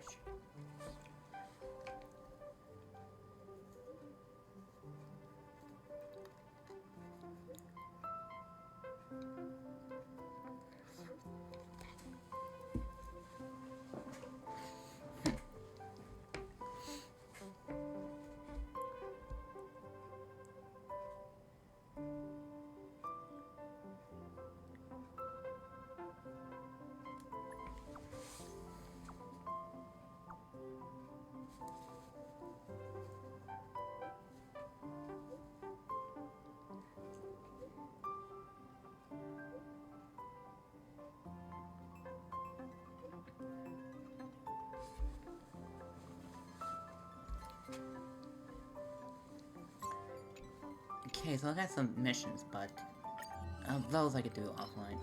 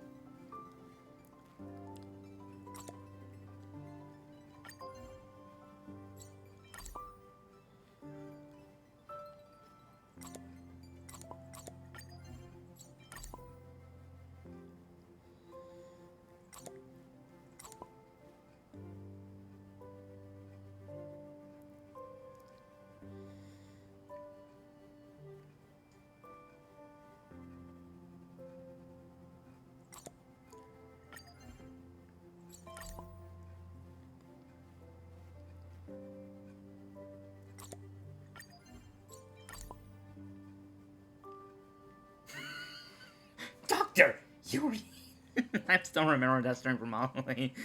Doctor, you're huge. Literally, oh, come on.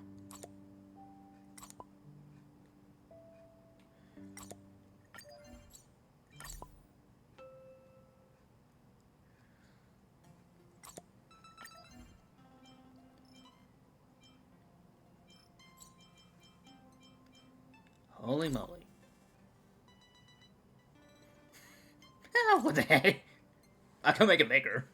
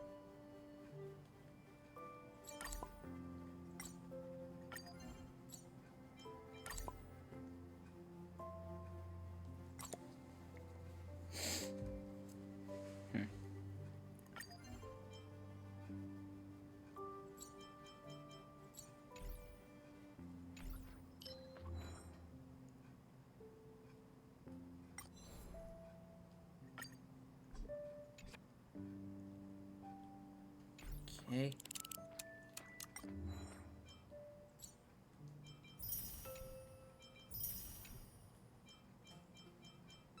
Still far from complete. Well, now, good news, I could do this.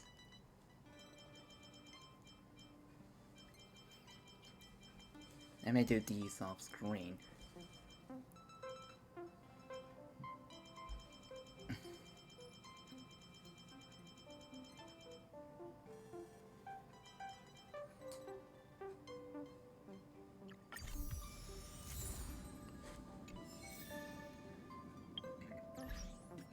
First, how many J's do I have? 600.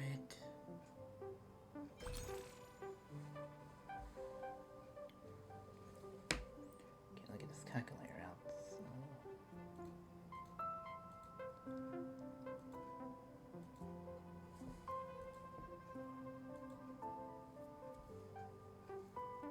Two, three, 4.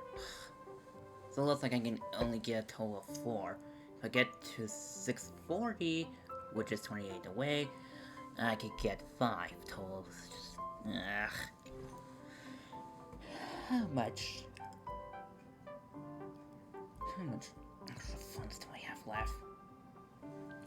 26. Ugh.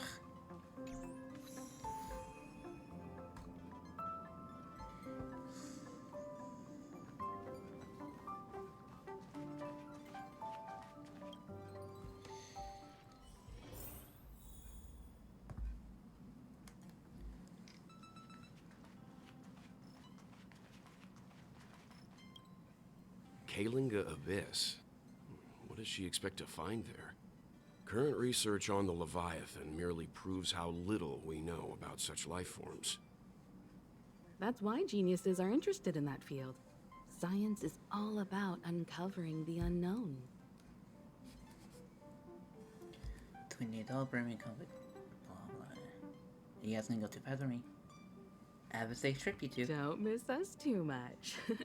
If I stumble upon some cool Leviathan fossils, I'll bring a few back as souvenirs for you.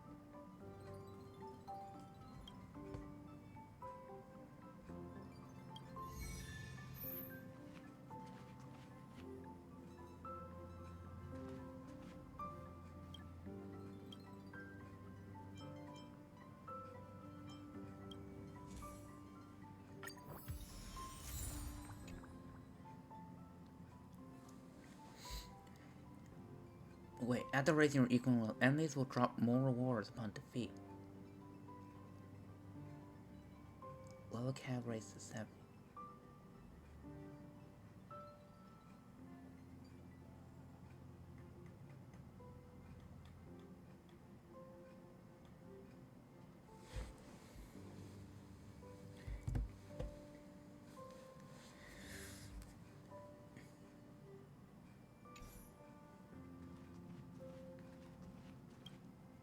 Himeko really knows how to convince people. Between Leviathan fossils and the war dance, the latter definitely sounds more fun. By the way, Danhung, this time you'll be taking a stroll with us on the Lafu, right? And just let you two wander around aimlessly on the Luofu by yourselves? I don't think so. Plus, Mr. Yang is right. The Ambrosial Arbor crisis just ended, and both the long life and short life species are still feeling uneasy. And that's why Jing Yuan wants to organize the war dance, to show that the Xianzhou Luofu is stable and safe. And since he has extended an invitation, it's only right that I visit my old friend.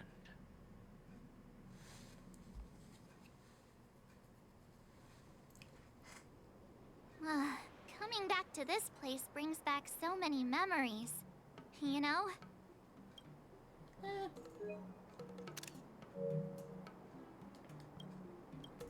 Wrong button.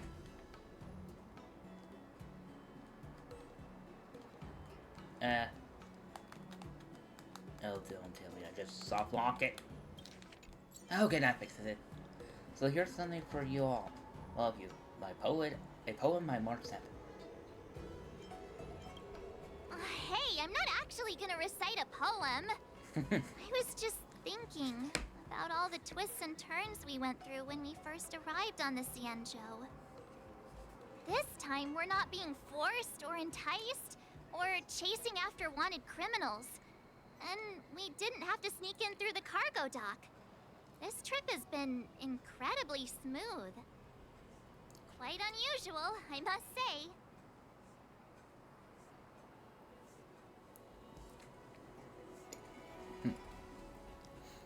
Come on, don't jinx us.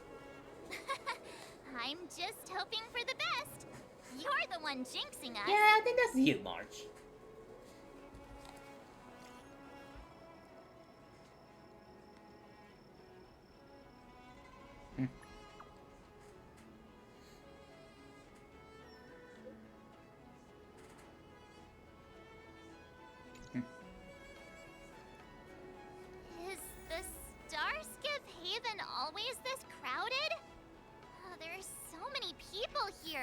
I can barely hear anything. Yanqing said General Jingyuan sent him to welcome us, but where is he? Probably with that group of... Let's wait for him in front of the loom. It's the most prominent landmark on the dock.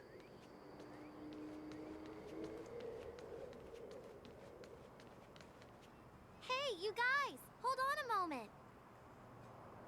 Did they just call us? Look at their outfits. They're from Penacony, right? Are you familiar with the Xianzhou Lafu? We know a little bit about it. What do you need? We're from Penacony. Maybe you've heard of it. We came to this ship to gather interesting materials for making dream bubbles. Oh, we just left there. Oh, talk about coincidence. That's great. Do you know any must-see attractions on the Luofu? Exactly! We're Xianzhou experts. Most of the tourists around at the moment are here to attend the war dance. And that's why we're here too. Yeah, we know about that ceremony. But isn't the fighting ring still closed? I've heard the ring was actually converted from a huge decommissioned Luofu fighter jet. So even larger than a regular starship? No doubt about it. It's a massive fighter jet. It's got to be larger than a civilian star skiff. But for now, all we can do is wait until the war dance starts in a few weeks, before we can board it. We've still got work to do, so we can't just sit around waiting for it to start. That's why we're asking you about some must-see attractions. We're looking for unique experiences that you won't find on Penacony. Our clients love these kinds of dream bubbles the most. You're the expert here. Give them some suggestions.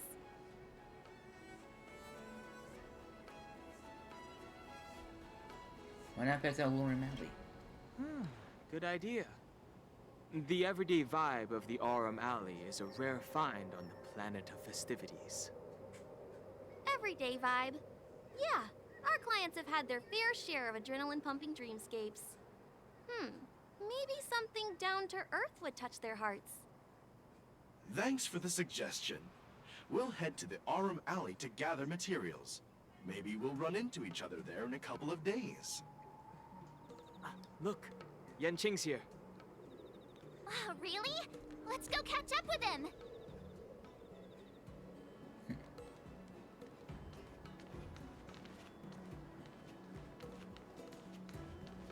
There you are. Everyone, this way.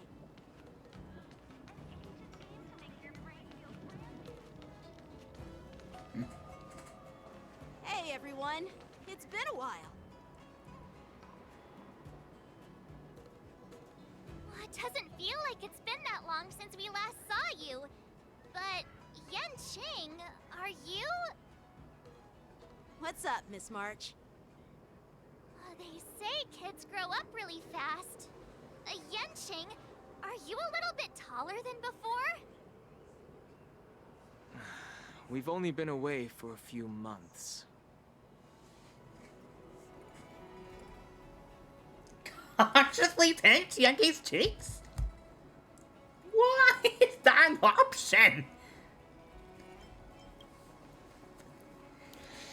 Long time no see. It's been a while. Oh, you've come along too, Mr. Danheng.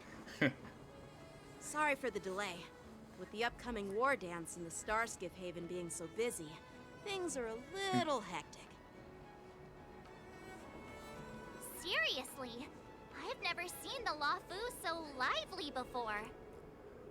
I was a bit worried that holding the war dance right after the Ambrosial Arbor crisis might be too soon. But seeing the bustling Starskiff Haven, I understand why General Jingyuan chose this timing. Yep. There's people from other delves and travelers like you three who've come from afar. With the war dance coming up, there's a huge number of visitors pouring into the Starskiff Haven. The Cloud Knights are working hard to keep the security tight. The General said this ceremony would help the Xianzhou Lafu recover from the crisis. It's a way to showcase our martial spirit, reassure people, boost morale, and attract visitors from other planets to promote trade and peace. By the way, the Xianzhou Alliance places great importance on this ceremony too. The Xianzhou ships, the Zhu Ming and the Yao Qing, have both sent messengers to offer their blessings. Zumi and Yoko? Yeah, the Xianzhou Yao Qing is a major force in hunting down abominations, and is always engaged in conflicts across the cosmos. Although it's a member of the Xianzhou Alliance, I don't know much about it. But Madame Yukong from the Skyfaring Commission mentioned that the Yao Qing always sends back reports of great victories, which is quite impressive. I heard General Fei Xiao of the Yao Qing is a young and dauntless lady. My peers say that she's like a goddess of war, capable of crushing dozens of abominations with a single punch. I wonder if it's true. I don't believe everything you hear. If only I could witness her prowess with my own eyes. By the way, Yanqing, where are we headed next? I'm sorry for talking your ear off. The General wants to catch up with you at the Palace of Astrum. He's been eager to hear about how the Express has been doing. It's funny how he tries to act all mature, but whenever it comes to something he's interested in, you can really see his childish side. Well, you're pretty much the same in that regard. I agree.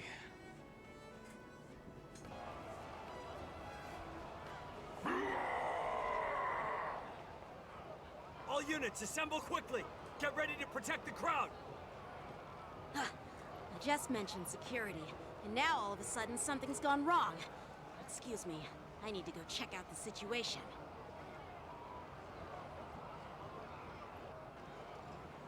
You're just as a jinx as March. Hey, what's that supposed to mean? We'll go with you.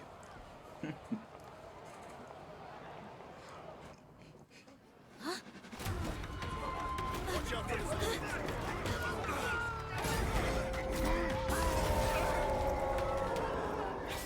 Protect the civilians. I'll deal with him.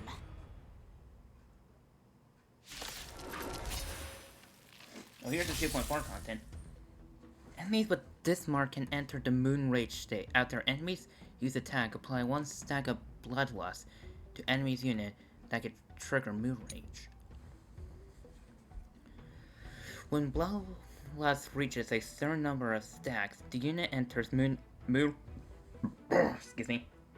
Rage state. At the same time, a Moon Rage countdown appears on the action orb. When the countdown begins, Moon Rage is dispelled across all enemy units. Borison? Why are there Borison here? This ends now. Sam in position. Prime detonate. Like fireflies, I will fight for myself until everything burns to ashes! I shall set the sea ablaze! Rhythm get messed up?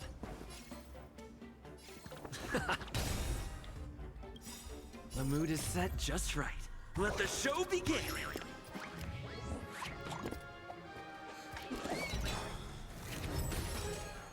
Perfect. Now's my chance.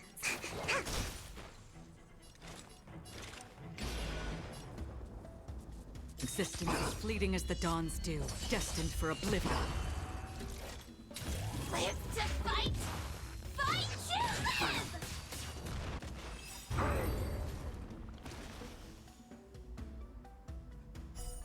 That's easy.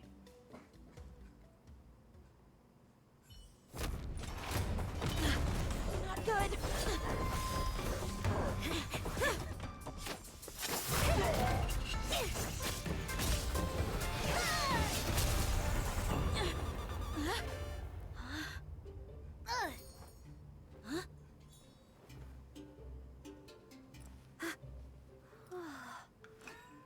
Thanks for the help. Sorry, no time to chat. Could you give me back my... Sword.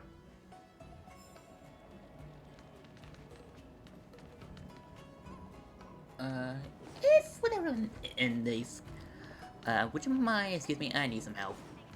It sure won't take long.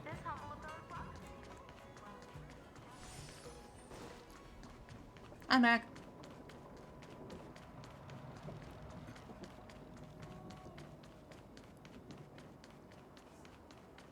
Wait, my sword!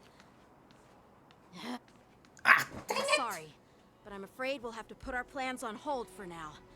I need to find out what's going on.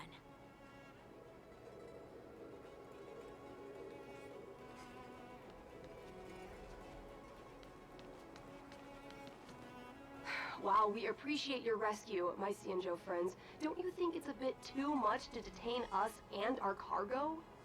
NPC. Sorry, but we've been ordered to detain you and your cargo for inspection until we figure out the source of the attack. Once we're done with the formalities, we'll let you and your cargo go. Oh, but this shipment isn't even meant for the Luofu, and it's IPC's patented technology. Who do you think you are to conduct an inspection? According to the protocol, all cargo arriving on the Luofu must go through inspection. Oh, but we didn't officially enter your dock at all. We just sought refuge in your dock because we were attacked by the Borisons.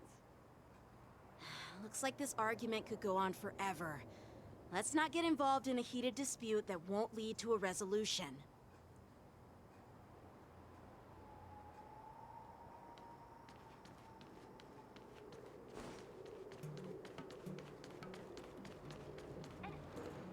Who's in charge here?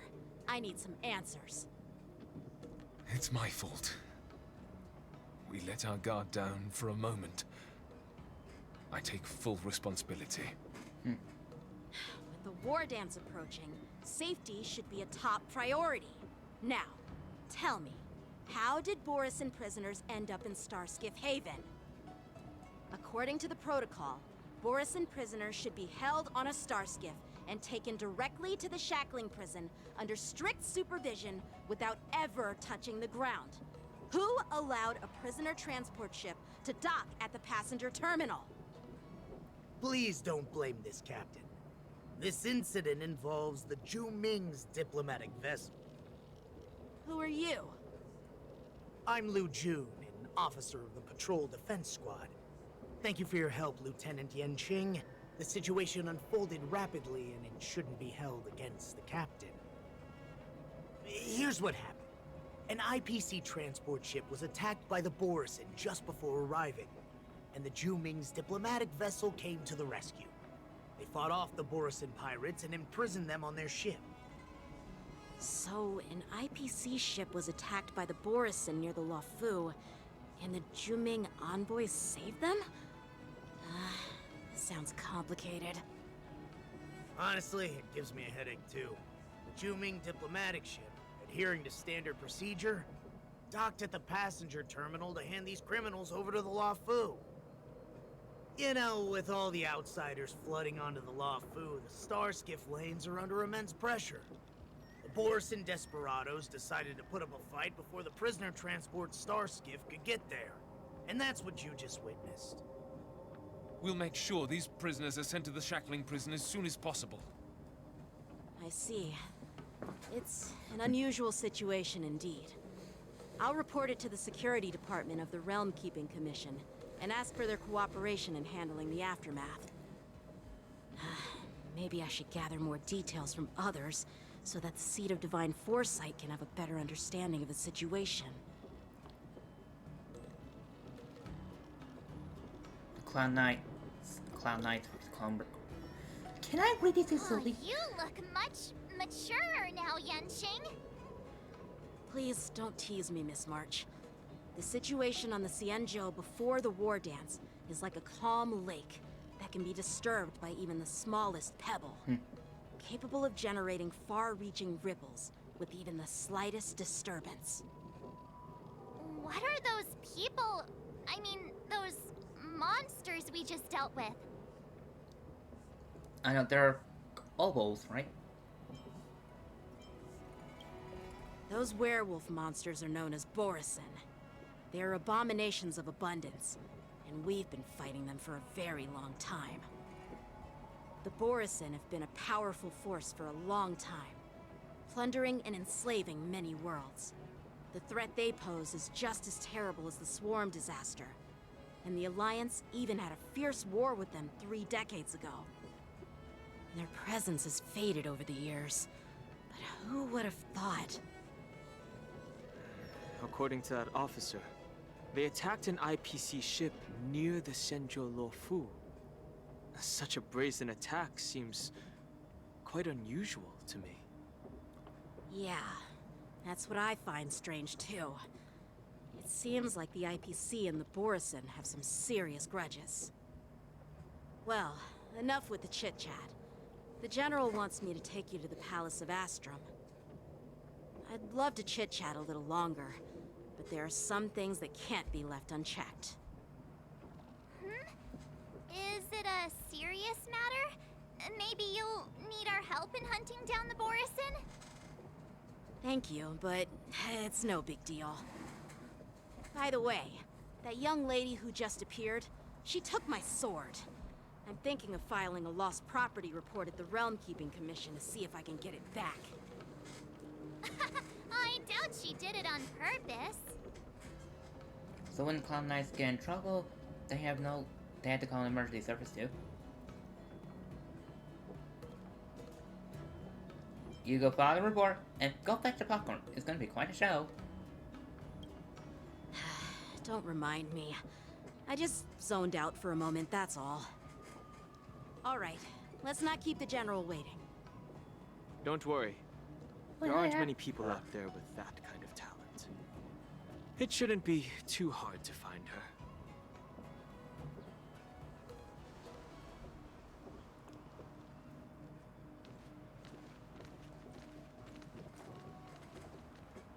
There sure are a lot of troublemakers around.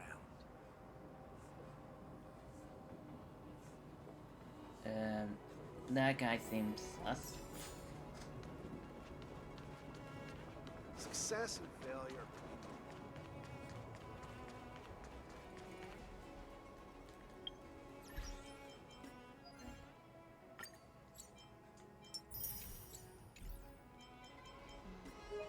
Oops, wrong one. Shrike.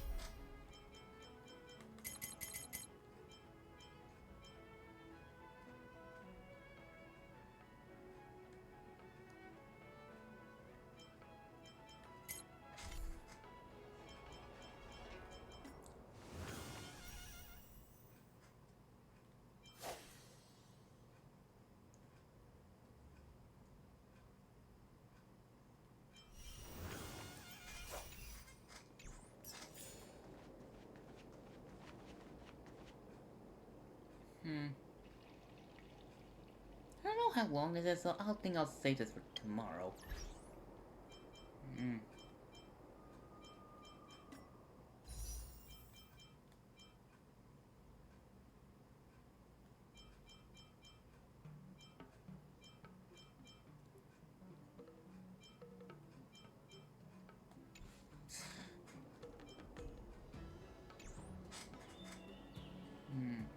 End the stream or let me see some of the missions I have.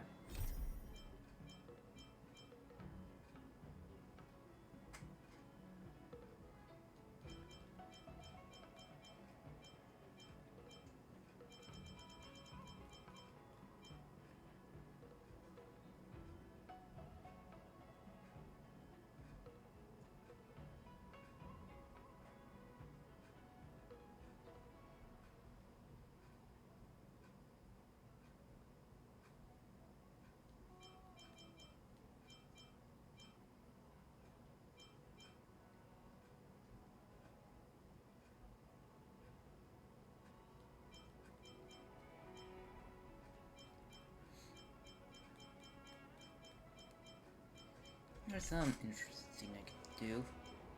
Stream? Crying? Now I'll just continue. I'm Marine. Freaking the story. It's been a long journey, Elder Hwaya.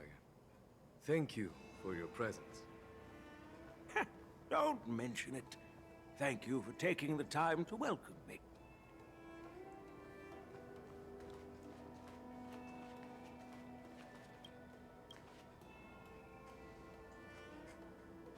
General, I brought our guests from the Express. Oh, I'm sorry for my bad timing. I didn't know you were meeting a guest, General. Don't worry, you're just in time. It's been a while, my friends from the Astral Express. I dreamt about you, apparently. Oh. Well, it's an honor to be in your dreams, my friend. Allow me to introduce you to General Hua Yan.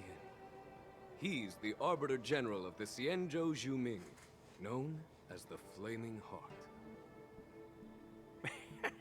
No need to be so formal. I'm just a tourist here, no different from other tourists who've come to attend the ceremony. Elder Hua Yan is not only one of the Arbiter Generals, but also the Furnace Master of the Artisanship Commission. Besides his martial skills, he excels in forging various weapons. Such talents are unique, even among the Arbiter Generals. Be it Arbiter General or Furnace Master, these are merely titles given to me long ago. I've retired several times already, but with the current change in circumstances, the Marshal has called me back to duty, and I had no choice but to answer the call. Well, in the end, I'm to blame. Living such a long life naturally brings its share of disapproval. It's an honor to meet you, General Hua Yan. It's my honor to meet you, General Hua Yan. Glad to meet you, General. No need to be all formal. Today I'm just a guest on the Lawfu, the same as all of you. So, these three are the ones you mentioned, Jingyuin? The heroes who helped you with the Ambrosial Arbor crisis? Indeed. There's Don Hung, March 7th, and him. Without their help, I'm afraid the Lawfu might not have easily overcome this crisis. So, the Imbibitor Lune's reincarnation has returned to the Lawfu and will attend the war dance. I'd love to have a drink with you, should the chance present itself. You're more than welcome, General Hua Yan. And this young friend is? Yanqing, my apprentice. He remains by my side as my retainer due to his youth, which I hope will season him with experience. He will stand for the Lawfu's Cloud Knights in the upcoming war dance, ready to take on all kinds of challenges. Great, great! It's a real treat to see so many talented young people around here today. Oh, I almost forgot. This is my apprentice, Yun Li. Yun Li. It's you! Oh, it's you. Hello. Oh, you two already know each other? Guess we don't need any introductions then. Yeah, What a coincidence! I was afraid I'd have trouble finding this girl. Oh? Now you've piqued my curiosity. Tell me, how did you two become acquainted? She helped me capture the escaped Borisin prisoners at the Starskiff Haven. Allow me to express my gratitude for you. But when you left, you took my flying sword with you. Your flying sword?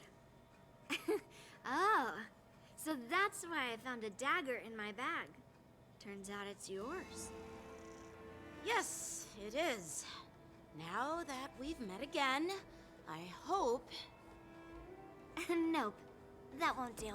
Huh? Won't do? You want your sword back, right? Well, you can't just take it back. On the Zhuming, when you lose your sword on the battlefield, you have to reclaim it on the battlefield. As for this little sword, it was supposed to strike that escaped Borisin prisoner. But unfortunately, Its owner's agitated state caused it to fly off like a kite with a broken string, and it missed its target. Oh, this is By gonna the way, escalate. if I hadn't caught it and helped it hit its mark, that Borson prisoner would have gotten away. Hold on a sec, Yunli. You took my sword without even asking, and now you're refusing to give it back? So much for Lafu's swordmasters. What did you just say? Uh-oh.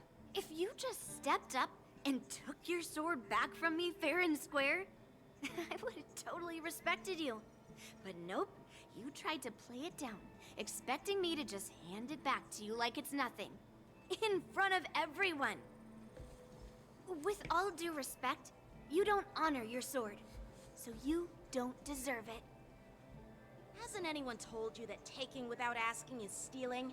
If you want to settle this with swords, fine. Let's have a one-on-one duel right now. Yang Qing. Well, that's more like it. Just be careful. Because I'm not as easy to handle as the Borison. You two, be quiet and apologize to Yanqing. Hey! Whose side are you on, Grandpa? I don't take sides. It's a small misunderstanding, and an apology would be too much. I've heard about the Zhu Ming's incredible swordplay and craftsmanship. Most notably, the legendary Flame Wheel Octet. Seeing Miss Yunli, who is among those ranks today, well, I must say, she definitely has that fiery edge. Such grandiose names. Some folks love to spin these fancy titles, trying to set the Cloud Knights apart. Yun Li is still just a young girl, a bit awkward and hot-tempered. So please forgive her if she's being rude. Well, everyone, Elder Huayan and I have some business to discuss. For now, Yang Qing, why don't you entertain our guests and take Miss Yun Li to the inn? I'll find another chance to talk with you all. I'd like to express my gratitude to the Astral Express for helping the Law Fu during the crisis. That's so kind of you. I mean, you've already thanked us so many times. Please forgive me for coming at an inconvenient time. You needn't apologize, General Huayan. All right, Yun Li. Take this opportunity to clear things up with Yanqing. Yeah. It's better to make friends than enemies. But I won't be heading to the inn just yet. I want to visit Lingsha. She just arrived in the Luofu and could use some help settling in.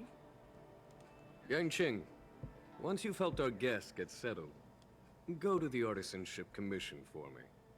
I've heard about the attack and the detainment of the IPC ship. Qingzu sent word that the IPC members are protesting and wish to have their cargo back. See if you can calm them down. Don't get aggressive. Just make it clear that the Xianzhou Law Fu has no intention of violating their rights. I'm on it.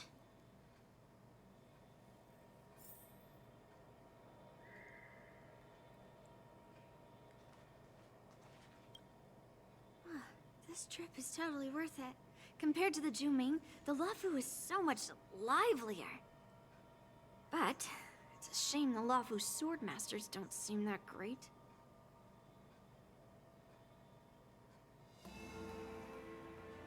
Glad to meet you, Miss. Glad to meet you too. Are you here to participate in the war dance? As well. Of course. To honor martial arts, the Cloud Knight's Ring is always open to outsiders. If you can defeat the ringmaster selected by the Xianzhou, you'll not only win rewards and prizes, but also be making a name for yourself. Sounds tempting, doesn't it? What's the flame wheel augment the General spoke of? That's how outsiders refer to my peers in the Juming Cloud Knights and the Artisanship Commission. We all train under Grandpa's guidance, learning the art of craftsmanship and swordplay. That's how we got that title, I guess. Just don't mention it in front of Grandpa. He always says that empty titles bring pointless challenges and conflicts. We Juming Sword Masters pride ourselves on the success of the group over the individual. Aren't you coming with us? I have some things to do. Besides, little Yanqing doesn't seem too happy about me tagging along. I wonder why.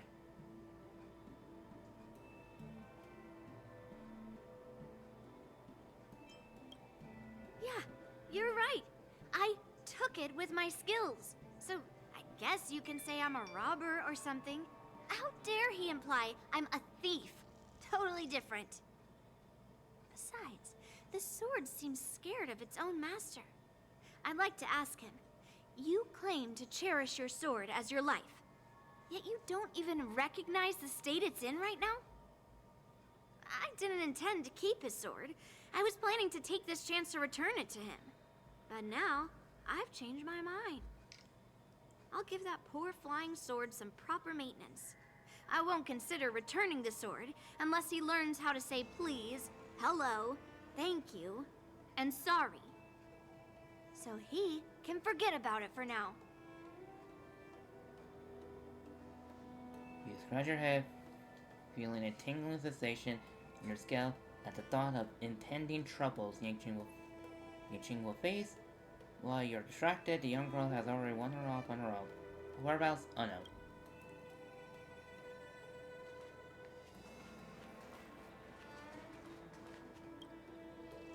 Hey, Don Hung. I thought all the Xianzhou generals were like Jing Yuan. But that General Huaiyan, he looks so thin and scraggy, as if even a light breeze would knock him over. Is that old man really an Arbiter General? Well, each Xianzhou ship has its own division and specialty within the Alliance. Not all of the Arbiter Generals are good at leading the charge. You heard what Jing Yuan said, right? General Huaiyan was once the head of all the skilled craftsmen on the Juming. There appears to be more than meets the eyes. Don't you find it strange? Do Xianzhou people age? I rarely see any old people on the Xianzhou ship.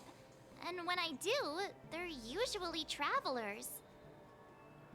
But General Huaiyan looks like an ordinary old grandpa. Is he really a Xianzhou general? Good question. He's right there. So why don't you ask him yourself? Nah, I'd like to live a little longer. We should leave. General Jing Yuan asked Yanqing to entertain us, so obviously, he has important matters to discuss. Let's not waste any time here.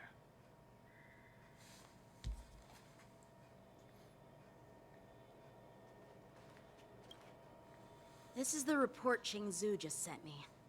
Let me take a look.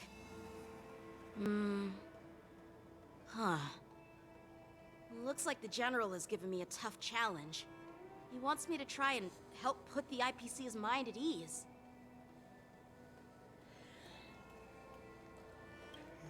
Well, it's not exactly a test.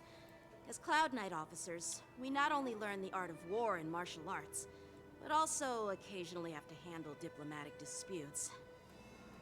It's just, you know, talking things out isn't as straightforward as duking it out with weapons on the battlefield. This is especially true when you're up against the IPC, with their non-stop corporate babble. Well, let's not worry about that for now. Shall I take you to the inn? Let's go. After watching Qing and the other leave. It is the Law Fu's honor to have you in attendance at the war dance. Yet, the fact that a simple martial arts ceremony has attracted esteemed generals from the Zhu Ming and the Yao Qing implies intentions beyond mere spectating. Might there be any specific instructions from the Marshal? You're overthinking it, Jingyuan. As I said, I'm here to broaden my granddaughter's horizons. I have no ulterior motives. However, I have no clue what the Yaoqing Arbiter General has in mind. Do you remember when you accepted this position? I told you that an Arbiter General's battlefield goes beyond the physical one. You'll need to lead and manage everything on the Xianzhou. The title of Arbiter General holds a weight far greater than its literal meaning. So many years have passed, and you've done well. However, longevity for the Xianzhou people can be a curse. Living too long means that every mistake you made will lurk in the shadows. And one day, they'll eventually catch up to you. The Marshal knows everything that has happened on the Luofu. As for the Merlin's Claw of the Yaoqing, she has come specifically for you. Speaking of which, why hasn't she arrived yet? They say the Merlin's Claw strikes like lightning. Being late isn't her style. That's not true, General Huaiyan. She's been here a while, but I'm sure you've heard of her unbridled nature. Oh, you're one of the stars of the... As soon as she disembarked from the star skiff, she mentioned having something to attend to, and simply disappeared. You must be the messengers from the Xianzhou Yaoqing, I assume. We are Jiaoqiu and Moza, retainers of the Merlin's Claw. It's an honor to meet you in person, Arbiter Generals. Now this is interesting. A guest who doesn't come to visit but sends a message instead. What does she mean? Tell me, what could be more important to her than coming here? Master heard about a spectacular view in Scale Gorge Waterscape. I believe she went there to enjoy it. A spectacular view? Ha! Did you hear that, Jingyuan? This person is being sarcastic. Please do not misunderstand me, General Huaiyan. I was simply stating the truth. Master thought it would be inappropriate to keep you waiting, so she sent us here. Once she's finished with admiring the scenery, she'll personally come and apologize to the both of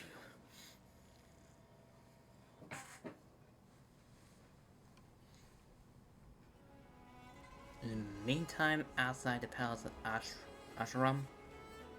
Drat. I forgot to ask Yun Li to return my sword. I'll go get it back for you. No need to bother. The Juming envoys won't be leaving the Luofu anytime soon. I'll ask for it later when we meet again. By the way, I don't know if it's just me, but the general seemed a little... reserved? Could it be because of Elder Huaiyan's visit? Reserved? Really? Maybe I'm just overthinking things. No, you're not. When I entered the Palace of Astrum, I realized that the messenger from the Xianzhou Juming was actually the Arbiter General himself. So, the messenger from the Xianzhou Yaoqing must be the Merlin's Claw herself, I presume. That's right. Well, that's what makes this entire thing so unusual. What's so unusual about it? They simply received an invitation from Jingyuan, just like the crew, right? The war dance is just a small festival.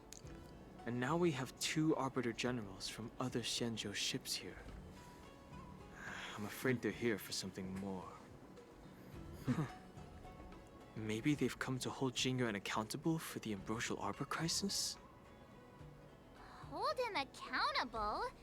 Come come on! Didn't the Lawfu fall victim to the disciples of Sanctus Medicus and the Antimatter Legion?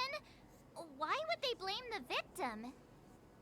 Don Shu's rebellion and Ventilia's scheming are merely one side of the story to the other Arbiter Generals of the Alliance. Only a single piece of incontrovertible evidence remains, creating an endless source of potential complications. The Ambrosial Arbor. Yes. It's undeniable that the plague mark, which was subdued by the Xianzhou Luofu, has resurfaced. But was it really a conspiracy instigated by the Antimatter Legion?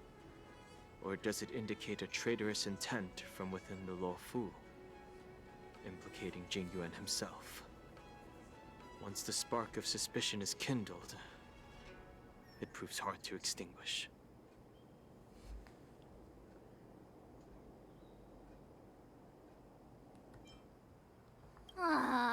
What was I thinking? Seriously, here I was looking forward to a carefree and enjoyable trip. But it seems wherever we go, drama is just around the corner. Hey, that's out for March. Aw, I was so excited. I thought those Arbiter Generals were just here to see the ceremony. By the way, I heard that an alchemist from the Juming diplomatic ship has arrived, and rumors say that she's to be the new Cauldron Master of the Alchemy Commission on the Luofu. An alchemist from the Juming serving as the Cauldron Master on the Luofu?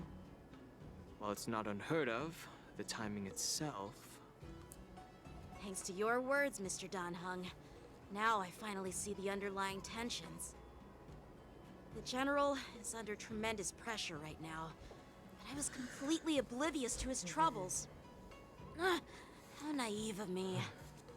Come on, don't think like that. Leave the adult matters to the adults. Even if you wanted to do something for the General, it's not like you can do anything. March, I think you should be saying that. Did I say something wrong? Again? Yep.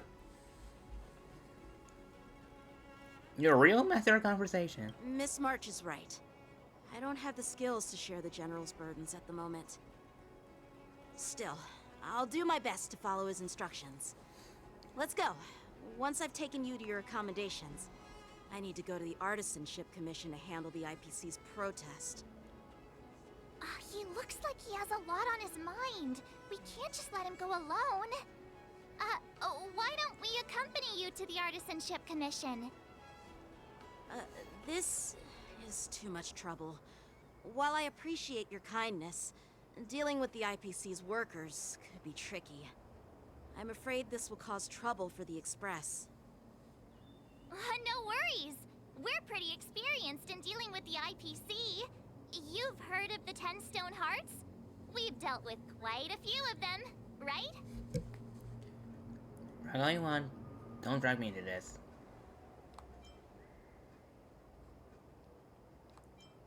Stop, I don't want to end up in an IPC lawsuit.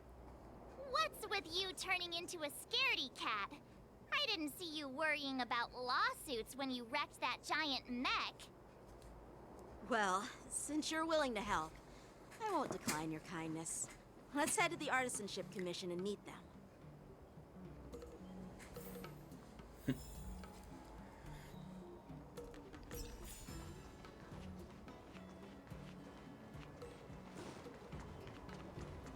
That's a hefty battleship there.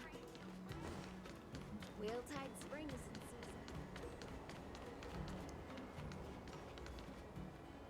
season. Oh, I can just do this. Work!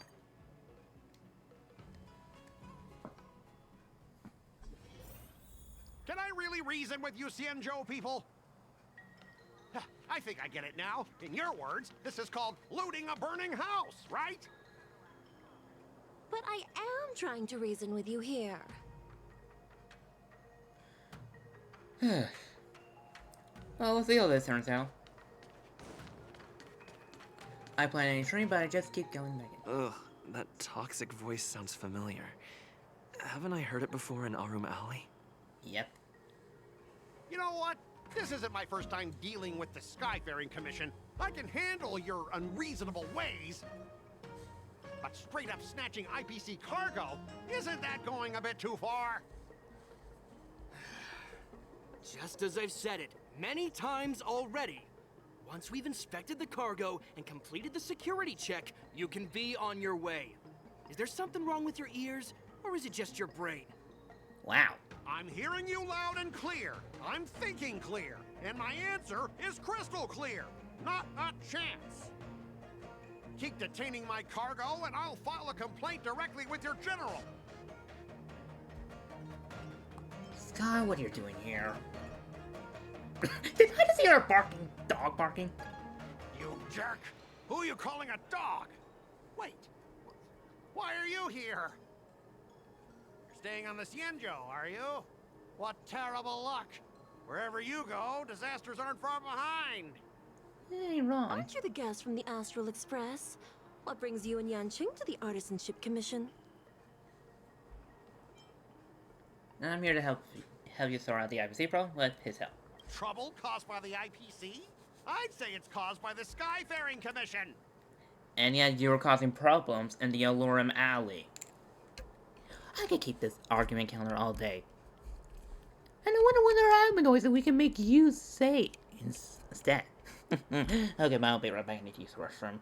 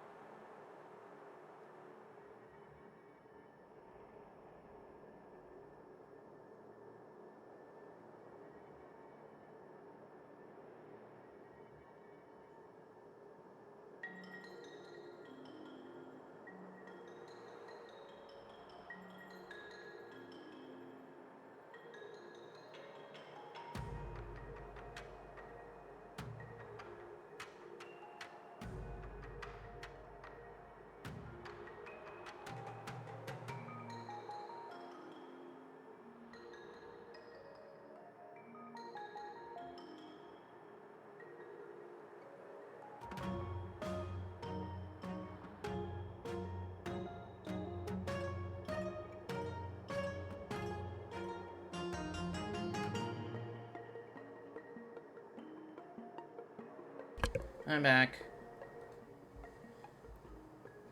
Looks like you've met this IPC worker before. I'm not sure if that's a good or a bad thing. I was sent here to deal with the IPC protests, Nishikwe. What's going on here? As you know, this IPC transport ship was attacked by the Borison and rescued by the Juming's diplomatic ship. Then the Cloud Knights were instructed to bring it back to the dock for repairs and inspections. And this is Mr. Scott, the person in charge of this transport ship. So, you're Scott. I've heard him mention you. Weren't you kicked off the Lafu before? Why did you come back? Like I wanted to come back. I thought I'd just dock at the harbor for repairs and leave this forsaken place for good. Little did I know, as soon as the ship entered the harbor, a bunch of Cloud Knights showed up and snatched all our cargo from the hold. What do you mean by snatched? I've told you 1,000,000 times. It's a security check. Then why did you bring the cargo to the Artisanship Commission? You even brought in some shady craftsmen. It's obvious you're trying to steal the IPC's patented technology! Listen here. Firstly, the Skyfaring Commission detected dangerous items that could possibly be weapons in your cargo hold. That's why they called me here, to double-check. Secondly, where the heck did you get the idea that I'm a shady craftsman? Even if there are dangerous items, what do they have to do with you? It's not even being shipped to the Lafu. We'll just fix the ship and be on our way. We won't unload our cargo here. But you'll have to stay in the port for several days before your ship is repaired and you can take off again. How can we just leave unchecked items sitting here? I understand, but we don't need to disassemble the cargo if it's just a security check, right? In most cases, we don't. However, our scans discovered that the cargo doesn't only contain machinery, but also some substance that resembles biological tissue. Biological tissue? Does this crate contain living things? I'm afraid we'll need to wait for the Alchemy Commission for further confirmation. In any case, according to our regulations, we need to unseal one of the crates for further examination. But this IPC specialist has been hindering us on the grounds of patent secrecy. The Alliance's regulations on biological products are very strict. Without further inspection, there is no way for the Skyfaring Commission to release the cargo. Oh, really? Fine! If anyone lays a finger on that shipment, they'll have me to deal with. It doesn't matter if it's mechanical or biological. It's none of your business. I'm filing a complaint against the Skyfaring Commission's ridiculous regulations. This Mr. Scott seems stubborn and difficult to persuade. Indeed he is. Honestly, I really don't want to have a vicious confrontation with the IPC. Well, then that's all about to deal with him.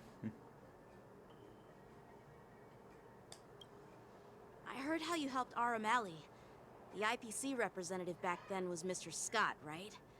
Since you've dealt with him before, it looks like I'll have to rely on you again. What are you guys whispering about over there? Just hurry up and give us back our cargo.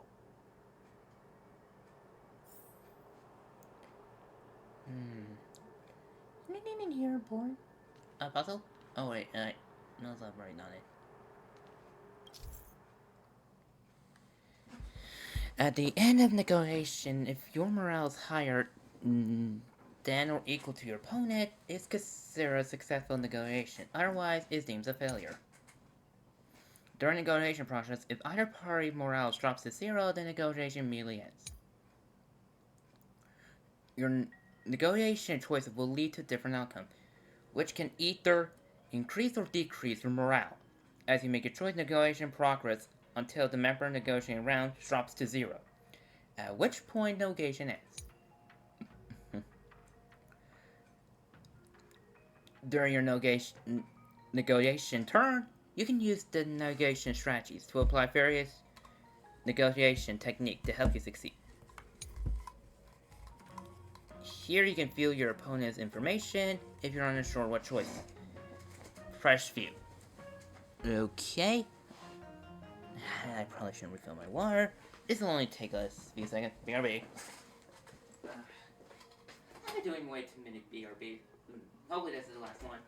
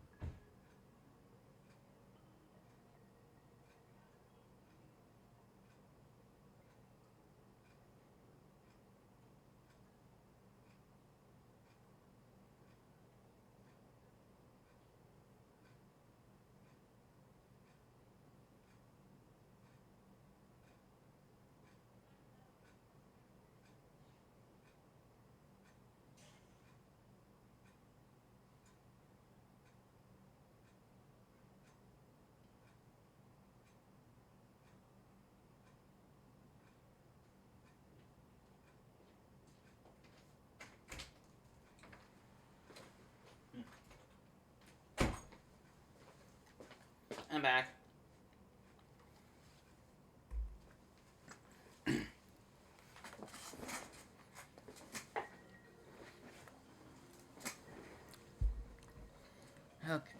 Okay, I'm back.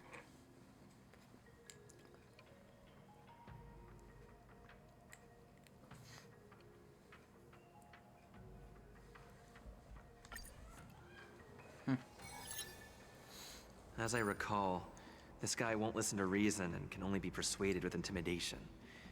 But he does seem to follow rules to some extent. Let's use that against him. Speaking of regulations, we have our own laws and regulations too.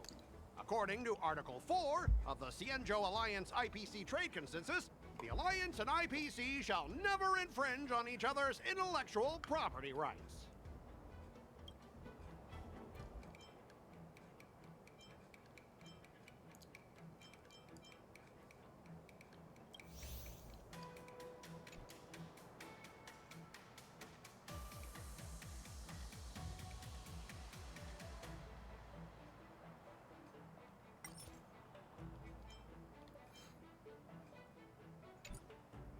The Alliance can sign a non-disclosure agreement with you. That way, you won't have to worry about any infringements, right? We can sign a mutually acceptable non-disclosure agreement in accordance with the IPC's rules. Well, that makes sense, but how can we trust you to honor the terms? Even if we set aside the secrecy of intellectual property, these prototypes built by the Intelligentsia Guild are incredibly valuable, beyond your wildest imagination. If anything goes wrong, you won't be able to pay for it even with your lives.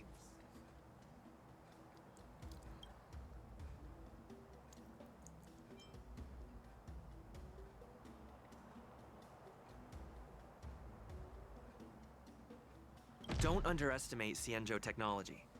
Even if they need to dismantle your cargo, the Artisanship Commission can easily put it back together. Yeah, go ahead and brag about their skills. After all, you're just a negotiator they hired.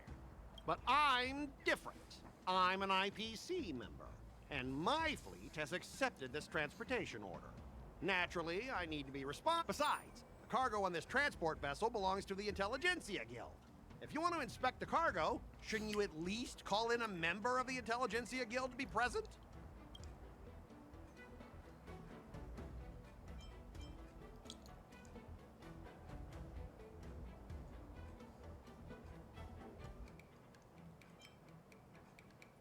Since the Intelligentsia Guild entrusted the cargo to the IPC for transportation... Let me tell you something. As stated in our... Well, only protect the integrity of the goods and prevent anyone. As for whether the cargo itself poses a security threat to the destination, we both need to follow the regulations, because that's how... Yeah.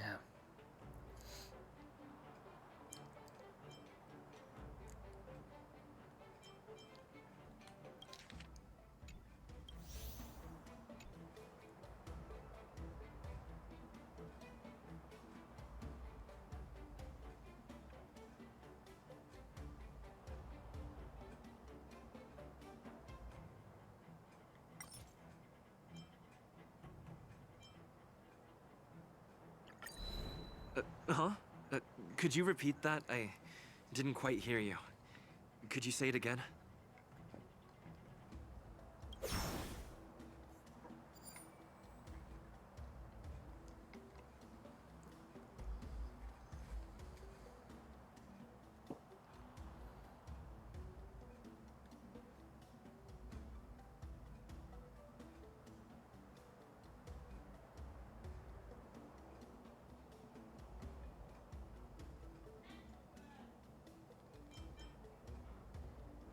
According to the principle of territoriality, since your vessel is stranded on the Xianzhou, the Skyfaring Commission has the right to inspect it.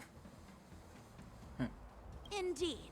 According to Article 27 of the Xianzhou Legal Code, all official and private goods upon entering the port shall be subject to inspection.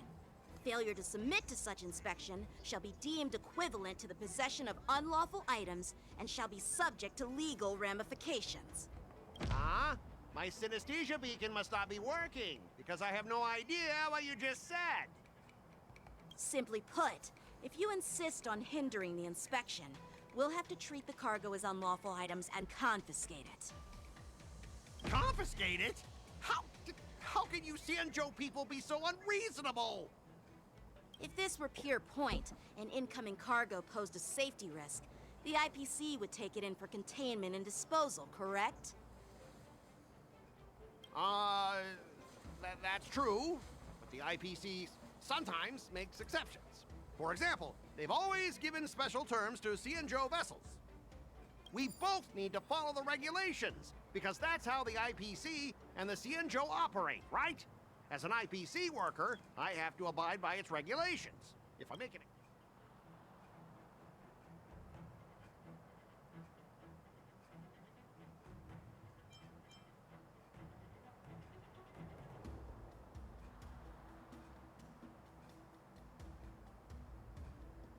I understand that you're trying to stick to the IPC regulations, and that's commendable, Mr. Scott.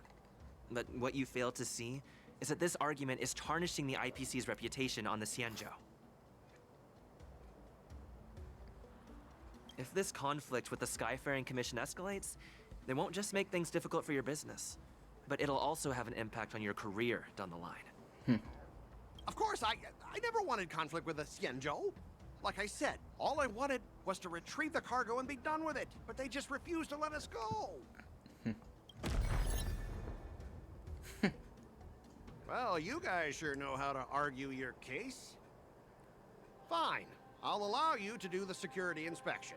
It's just that, I need some time to sort things out. This is a big deal. Let me talk to headquarters first. So, Mr. Scott, are you just stalling for time and planning to leave the Xianzhou as soon as your ship is repaired? To avoid the Skyfaring Commission's inspection? Well, IPC staff are free to come and go, as long as they don't break any laws. Yeah, you've got some insight there. Who are you again?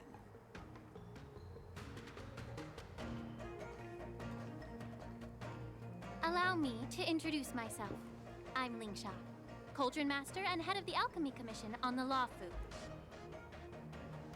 Could she be? Yeah, she's the new Cauldron Master assigned here from the Xianzhou Zhuming.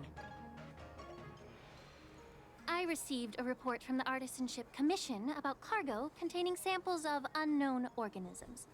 It said they needed help from the Alchemy Commission. I had nothing better to do, so I came myself. It's fine, Mr. Scott. If you really don't want your cargo to be inspected, it doesn't matter. It doesn't matter? How can you say that? Why are you being so nice all of a sudden? Well, since you're not going to check it, I'll take this crate and be on my way. Is that okay with everyone? Yeah, sure. Why should I object? Not only this sample, but all the goods on the transport ship are yours to keep. Like I said, we won't inspect them. Wait a minute!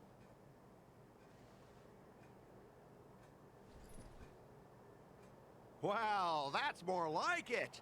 If only the young displayed a more reasonable attitude, we could have sidestepped that altercation just now. Oh boy.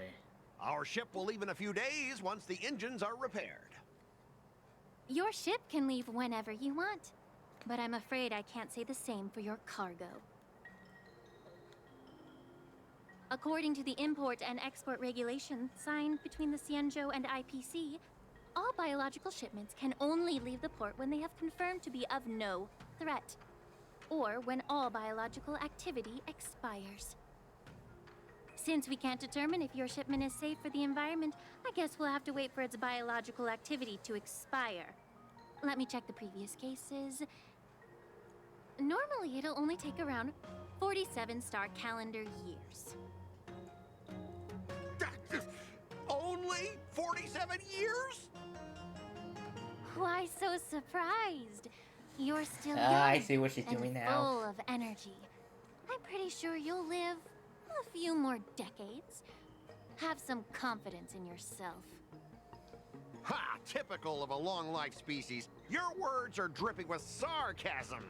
While you may not care about time, I do. I'll be demanding double compensation from the Skyfaring Commission for every minute wasted. Sure thing, Mr. Scott. You seem pretty confident that your career and life will last long enough to witness this victory unfold.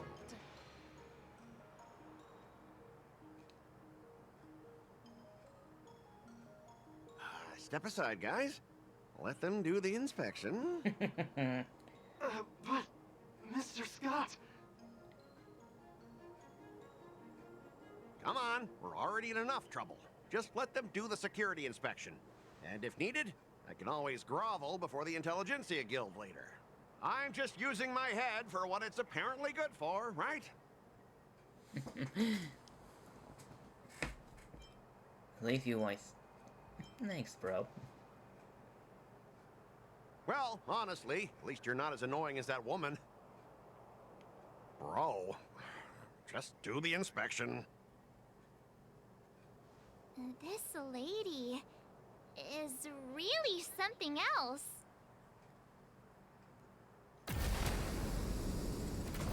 Is this the IPC product? Listen up. Any damages caused by inspections will be filed with the IPC.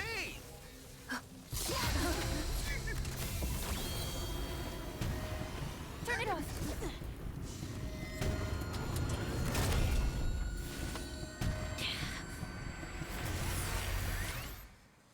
Whoa. When ally affected with the Terror Grip, attacking the caster of Terror Grip, once it once can dispel. Terror Grip ends if its caster Terror Grip is not attacked. To dispel Terror Grip, then the afflicted attacker will fall into terrorist state, which unable to. Oh, how unexpected. That was a surprise. I think something bit me. Target sighted. All units on executing. Attack! Take your positions. Let's improvise.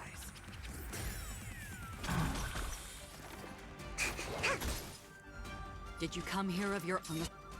Still waters of oblivion I guide the wandering souls. Like fireflies to a flame, I will fight for my son until everything burns to ashes! Live to fight! Fight to live!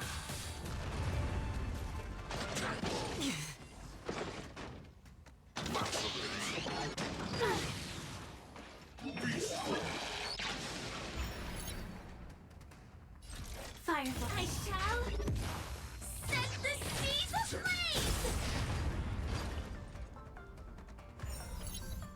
No worse. Wouldn't get messed up? Excuse me, coming through. Another existence as fleeting as the dawn's dew, destined for oblivion. This is more than a battle. Live to fight! Fight to live!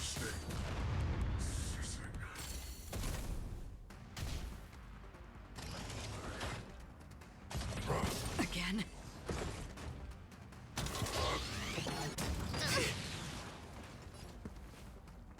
Detecting damage. Relax. Deep breaths. Don't worry, it's just a scrape. I weep for the departed.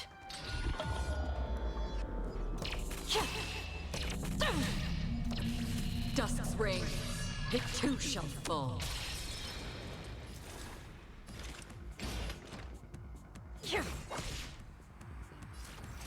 Prime.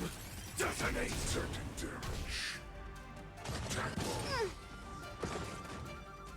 Lacerate.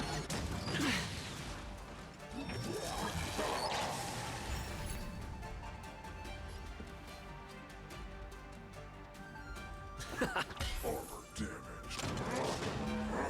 Still the same. To travel far away. For a tough case like yours, we're gonna try them all. Stand of you to this bounty. Don't worry, it's just The a mood is scrape. set just right. Let the show begin! Wait, not the spell damage. That wasn't deep. Joining the bat. Unremovable.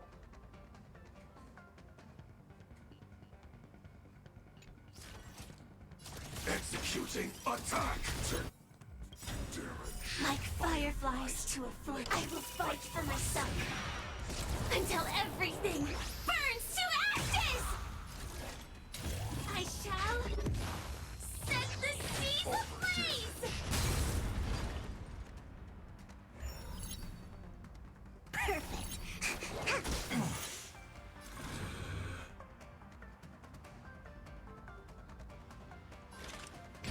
Where are you going? Data abnormal. Live to fight! Fight to live! Damage sustained. Stay in step. Dreams do come true.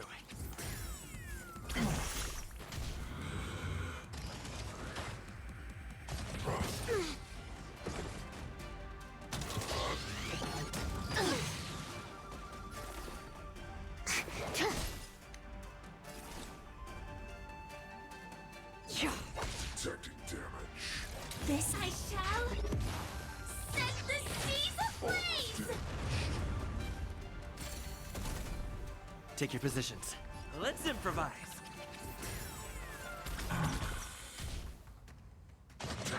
Attack detected.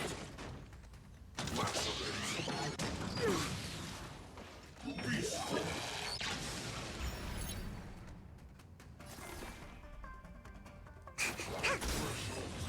Shutting down.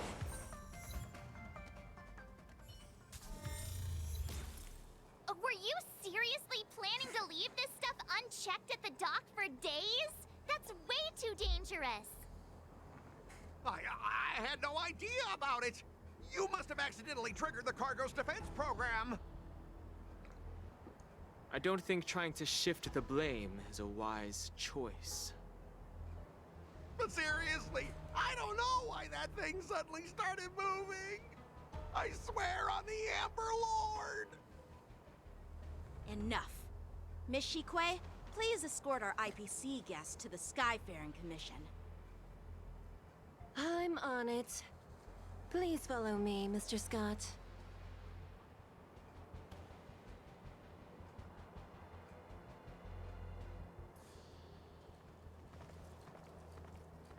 Gentlemen, our preliminary inspection shows that there is indeed hidden biological tissues inside.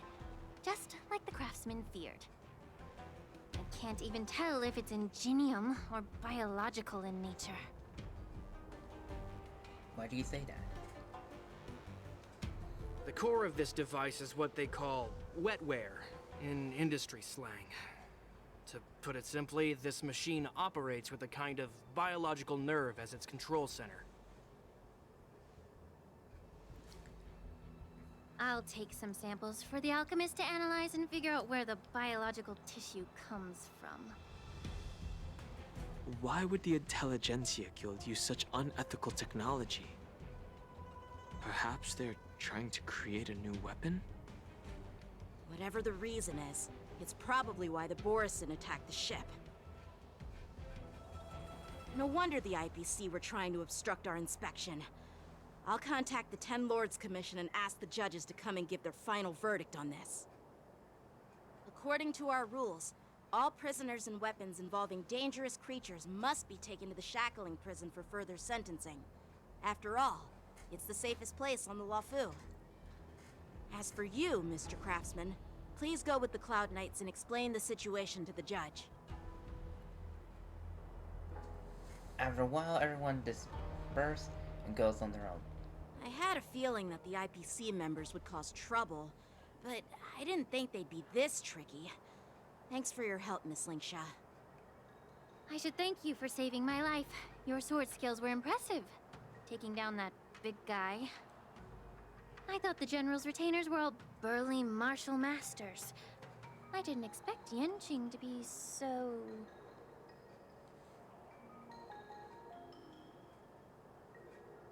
Cute. Can't argue with that.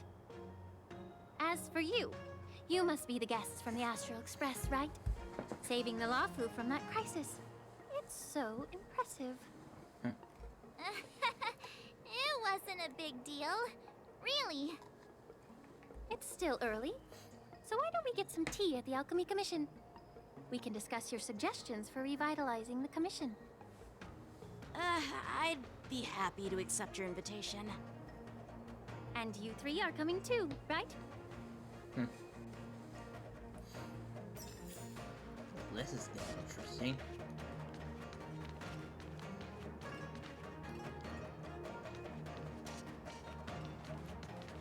Nothing to see here. These machines are to be shut down. Keep your distance until then.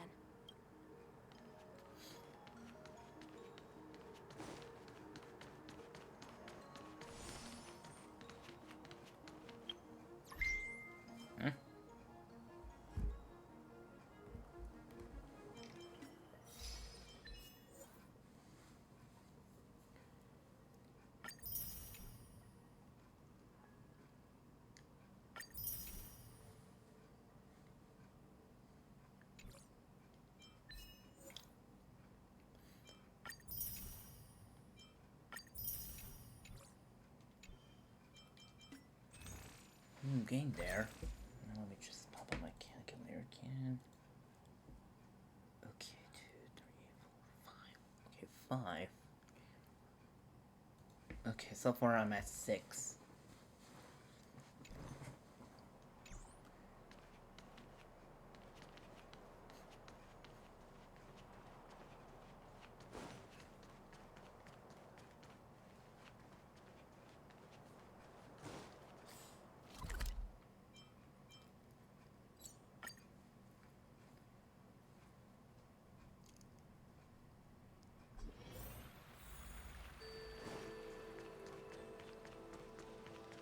I'm here to pay my respects. All these years, and the view at the Alchemy Commission hasn't changed a bit. The tides come and go, but the ancient sea remains the same. For us Vidyadhara, there's nothing more nostalgic than our homeland. You're a Luofu native, Miss Lingsha? Yes, I grew up here, listening to the sound of waves while researching prescriptions with my mentors and peers at the Alchemy Commission. It's kind of sad, isn't it? Everything changes, but somehow remains familiar.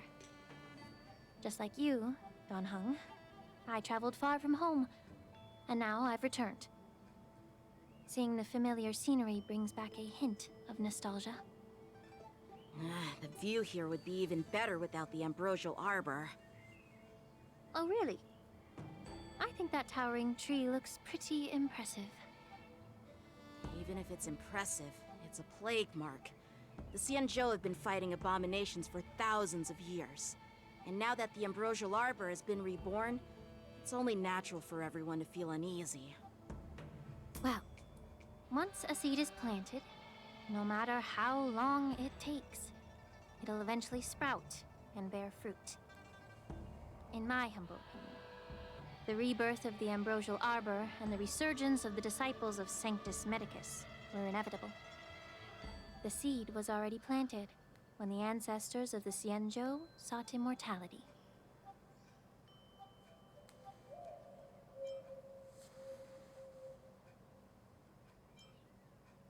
I thought we'd be here to have some tea, but where's the tea? My bad. Well, since you went through the entire Ambrosial Arbor crisis firsthand, Dan Heng and Lieutenant Yan Qing, I'd like to discuss something with you. What would you like to discuss, Miss Linksha? I was lucky enough to be chosen by the Alliance to come in and clean up all the old grime in the Alchemy Commission. Honestly, the Alchemy Commission is riddled with problems and has reached a point where fixing it seems impossible. I'm looking to remedy this problem, but was wondering if you could provide any insights. Well, even though I'm a Vidyadharan like you, I'm an outsider, just like my companions here. I can't really say much about a remedy, but I do have a piece of advice, Miss Lingsha. The Vidyadhara and the Alchemy Commission on the Luofu have always been intricately connected. If you cannot distance yourself from these ties, Miss Lingsha, changing the situation within the Alchemy Commission may be quite challenging. I may not know about politics, but I do know that the disciples of Sanctus Medicus have been operating within the Alchemy Commission for years. If you're determined to root them out, maybe you should discuss it with the General. I see. Thank you for your valuable insights. While the Lux Arrow from the Rainbow possesses unparalleled power to sever the Ambrosial Arbor, it can't sever mortals' desire to prolong their existence. Just like how the Cloud Knights can eliminate the remnants of the disciples of Sanctus Medicus, but are unable to calm the hearts and minds of the people within the Alchemy Commission. Our Xianzhou forebears knew this well, and that's why they entrusted the duty of guarding the roots of the Arbor to the Vidyadhara. However, the Vidyadhara are still only mortal beings. 30 years ago, my mentor served as Alchemy Commission's Cauldron Master. She recognized the emerging undercurrents and sought to cleanse the source of the disturbance. Unfortunately, even though she was skilled in the art of healing, she didn't understand the human heart or how to eliminate the sickness lurking within the depths of the Alchemy Commission. In the end, she was framed and exiled to the Juming. I was also implicated and had to leave the Luofu. And guess who arbitrated the case and handed down the sentence? None other than General Jing Yuan himself. What? You heard it right. The ones responsible for the corruption in the Alchemy Commission are not just the remnants of the disciples of Sanctus Medicus, but even the Divine Foresight himself.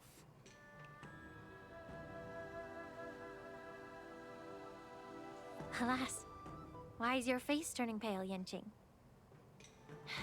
Don't worry about it. I understand that when someone holds a position of power, they may sometimes have to make tough decisions. I won't hold any personal grudges against him.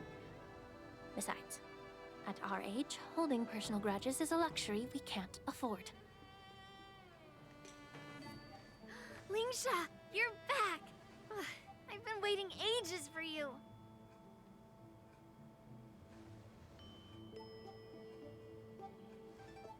Yunli! Why aren't you with your grandpa? What brings you to the Alchemy Commission? Well, let me take this opportunity to introduce you to Yanqing. They already met. What a small world. You stole my sword! Give it back! I see. Let's skip the introduction part then. Why do I keep bumping into you? Are you stalking me or something? Of course not. Unlike you, Miss Yunli, I have important things to take care of. You, on the other hand, seem to have all the time in the world to wander around without returning my sword. Grandpa used to say that a sword reflects its master. I talked to your sword, and it told me that you've been distracted. You hesitate when you should strike, and you struggle to stay calm when your sword is unsheathed. Now that I see you again, I realize your sword was right. It wasn't me who took your sword. It was you who lost focus. Do you really expect me to believe that nonsense? I've been taking it easy on you because you're a guest from the Juming, but you're not taking the hint. Don't people from the Juming know you're supposed to return what you've borrowed? Just look at this flying sword. Even if I gave it back to you now, it'd just be taken away again in a few hours. You know the Cloud Knight saying, a Cloud Knight must never let slip their weapon, yes? Well, sure, I can give it back to you now, but on the battlefield, that's a whole different story. Poor flying sword. Fine! You don't have to give it back, because I'll take it back myself!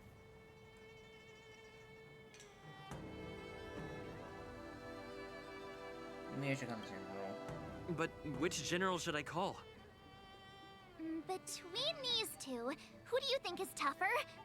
Don't get me wrong, I'm just curious. It is my first day at the Alchemy Commission. A brawl is definitely not how I imagined celebrating it. Well, since you don't approve, I won't draw my sword here. I didn't mean it in that way. Since you've already drawn your swords, you'd be disappointed if you didn't get to test one another, right? I've received reports that the delves near the Alchemy Commission are still infested with abominations.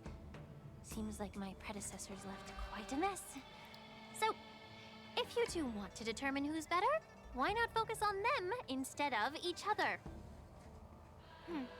Clearing out some abominations? Sounds boring. It's the Cloud Knight's duty to eliminate those abominations. You don't have to ask me twice, Miss Lingsha. I'll help you get rid of them. Oh, you think you're the only one who knows how to behave? If Lingsha needs anything, I'll gladly draw my sword and help her out. It's so heartwarming to see both of you being so sweet and caring. So then, shall we get going? Let's go. Ever since the disciples of Sanctus Medicus were eradicated, their experimental abominations have been festering here. If you want a contest, I'll be the referee. The one who kills the most abominations within an hour wins. Lingsha, as always, you're still an expert in making unpaid work sound so noble and grand. It's for your own good, little Yunli. While you desire to compete against each other, I don't want to see either of you getting hurt. That's really thoughtful of you, Cauldron Master. So, are you both ready?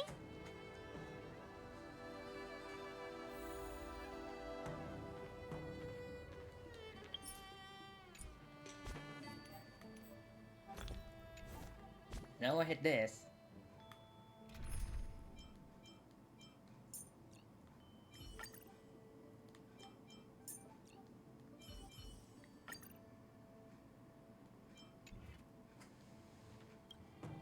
Ugh. Looks like my predecessors left quite a mess. Let me say it again. The one who kills the most abominations within an hour wins. Be careful when you draw your swords, and make sure you don't hurt each other. Can we start now, Lingsha?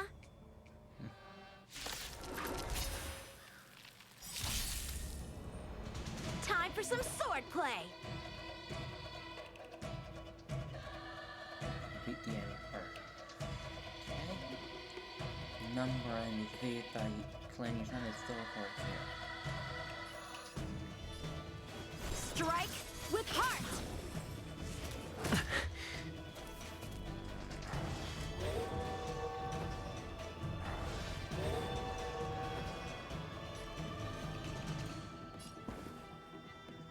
Dreams do come true. Target specimen. Half the work is already done. On the still waters of oblivion, I guide the wandering souls. So, how many of my moves can you block? Blade in flight! I didn't expect someone who can't even hold on to his sword to actually have some skill. To Earth! It descends with might! You've got style with those moves, but you're not striking where it counts. It's such a shame to see you misuse your sword like that. It's my turn.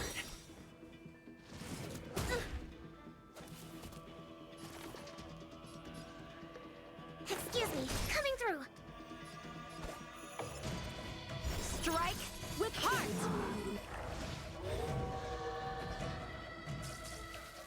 Another journey begins.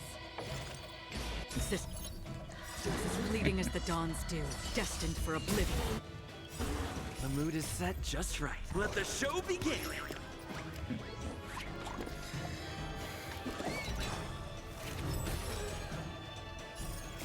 I weep for the departed.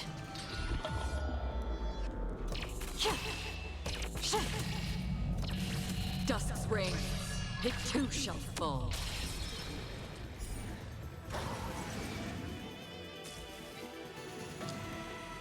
Manages decent damage.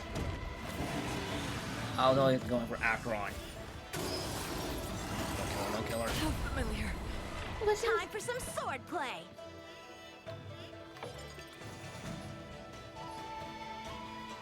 Blade in flight! Practice is over. Swords descend!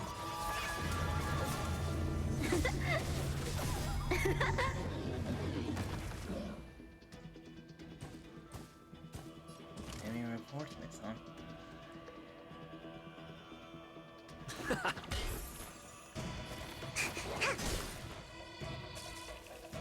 Did you come here of your own volition?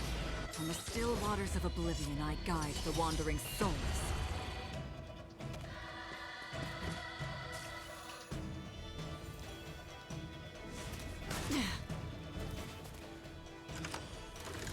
Still the same one. To Earth! It descends with might!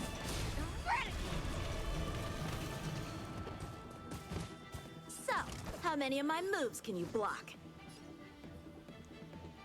Strike with heart!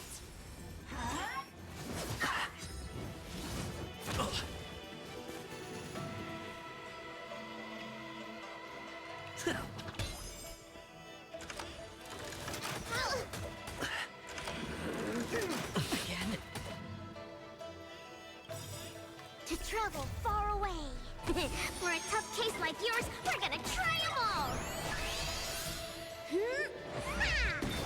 You can breathe easy The again. mood is set just right. Let the show begin!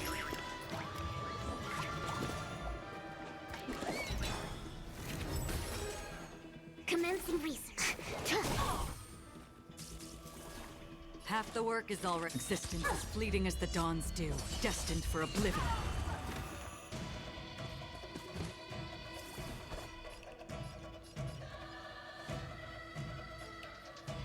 Blade in flight! I'll catch up. Strike with heart! Practice is over. Swords descend!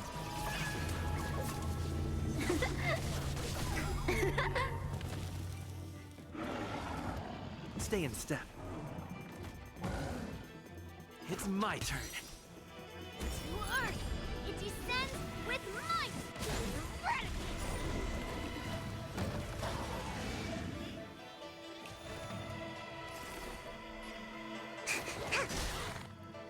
Another journey begins. From the still waters of oblivion, I guide the wandering souls. A one-time enemy. Blade in flight!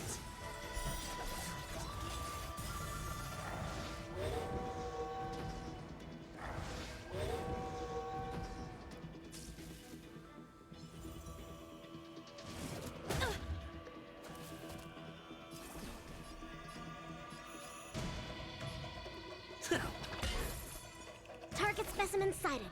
Excuse me, coming through. Strike with heart! Again?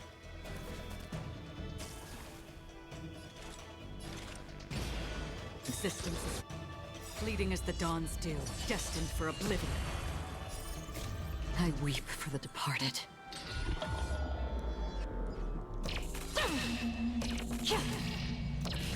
Dusk's reign, it too shall fall.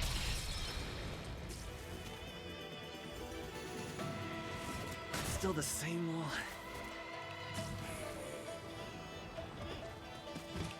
To Earth, it descends with might! Eradicate!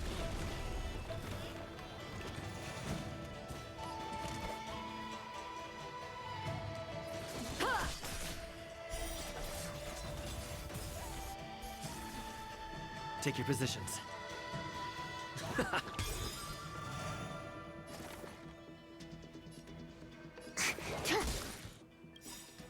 The mood is set just right. Let the show begin!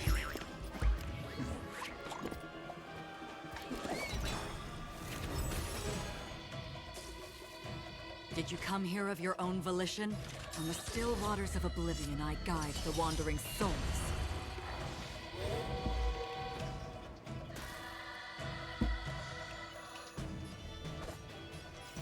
Blade in flight!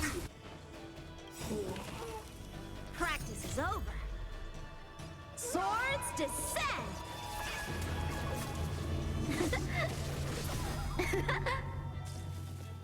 Stay in step. Let's improvise.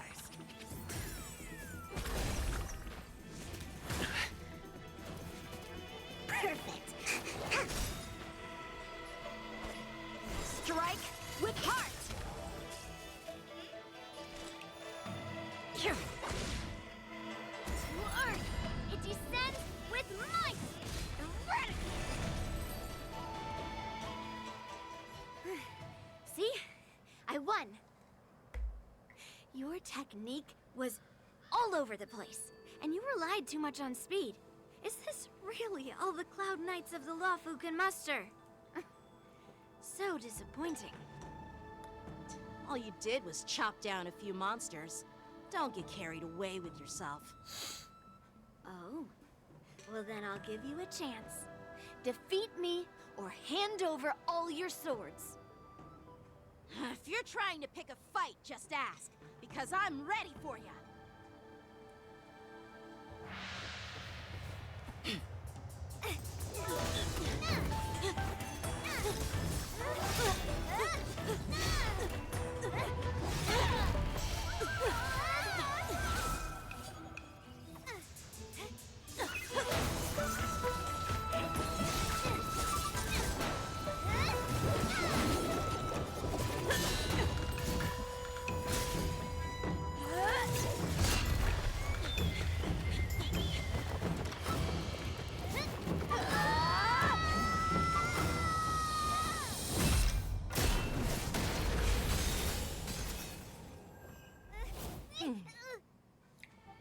Dang. Well fought, my young friends. However, both of you have shortcomings. One of you focuses on dodging and weaving, while the other relies on brute strength, trying to take down targets with a single strike. Who are you? Me? I'm just a patient seeking medicine from the Alchemy Commission. A passerby, if you will. I thought I'd see my fill of impressive fights during the war dance. Yet here I am, able to witness a remarkable fight at the Alchemy Commission, of all places. Well, the Lawfu is never short of surprises. She's the general from the other However, Shion show. I have a small suggestion for you. Why don't you settle this dispute fair and square in the War Dances ring? That way, you can resolve your differences with a proper duel and put your grudges behind you. Grudges? No, not at all. Yunli and I, we were just sparring. Sparring? You summoned your flying swords, and she swung her sword with full strength. No grudges between you. I don't believe it. Aha! What brings you here, Lady Fei Xiao? Have you finished your health consultation with the Dragon Lady? Fei Xiao? Grandpa always talks about you. Could it be that you are... The other general. The Merlin's Claw of the Xianzhou Yaoqing? Looks like I'm quite famous on the Xianzhou Lawfu, too. Of course. Everyone has heard of the great general. Known to all, and unbeknown to none. Great General? Isn't that title a bit too narcissistic? I don't like it. Ooh, I heard there's a dozing general on the Lawfu, so I came up with a humble nickname for myself. The Lacking General. Lacking in worries, regrets, and rivals. Sounds much better, right? Yeah, that's a befitting title that sounds both humble and impressive. Now that the sparring session is over, Yanqing and Yunli, shouldn't you politely thank General Fei Xiao for her guidance and bury the hatchet? Here's your sword. Keep it safe. Or it might get taken away again. By the way, we haven't settled the score yet. I'll defeat you fair and square next time we fight. If I had... This is how she apologizes? Now that I finally got my sword back, I should report to the seat of divine foresight. I'll take my leave, General Fei Xiao.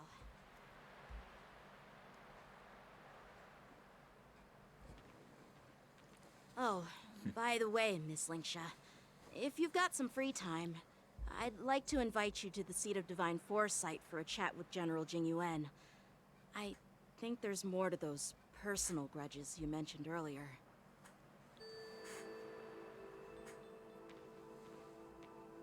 Thanks for stepping in, General Fei Xiao. Otherwise, I'd have had to knock them out with my incense. Not at all. Just doing what you asked. How about we call it even as payment for the healer lady's consultation? Sorry, but even a general needs to pay their bills. We don't do credit here. And let's not forget, you'd have been waiting decades for a chance to see the Dragon Lady if it weren't for me. Well, you can always send the bill to the seat of divine foresight and say it's for mentoring those kids. After all, it was quite the effort splitting them up. I nearly had to get tough. Now, if you'll excuse me, I need to find a spot and get some fresh air.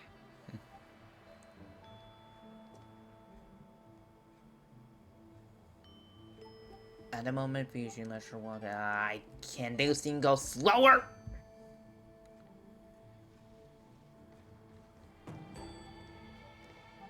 Back already? You've met with Jingyuan and wandered around for a few hours. So, what do you think? It appears that the Divine Foresight is using this war dance as a show of strength to convince everyone that the Lawfu is prospering after the Ambrosial Arbor crisis. But... I know you're going to say but, right? But the influx of people attending the war dance is like a breeding ground for disorder and rumors. One wrong move, and the Lawfu could be in a world of chaos. The Cloud Knights on the streets remain vigilant, so at the very least, General Jingyuan is aware of this. As for other matters, I'm unable to say. I'd prefer to be excused from future meetings with generals. I'm just a military healer. And now all of a sudden I'm thrust onto the center stage having cordial chats with two generals? My work doesn't lend itself to being in the limelight either.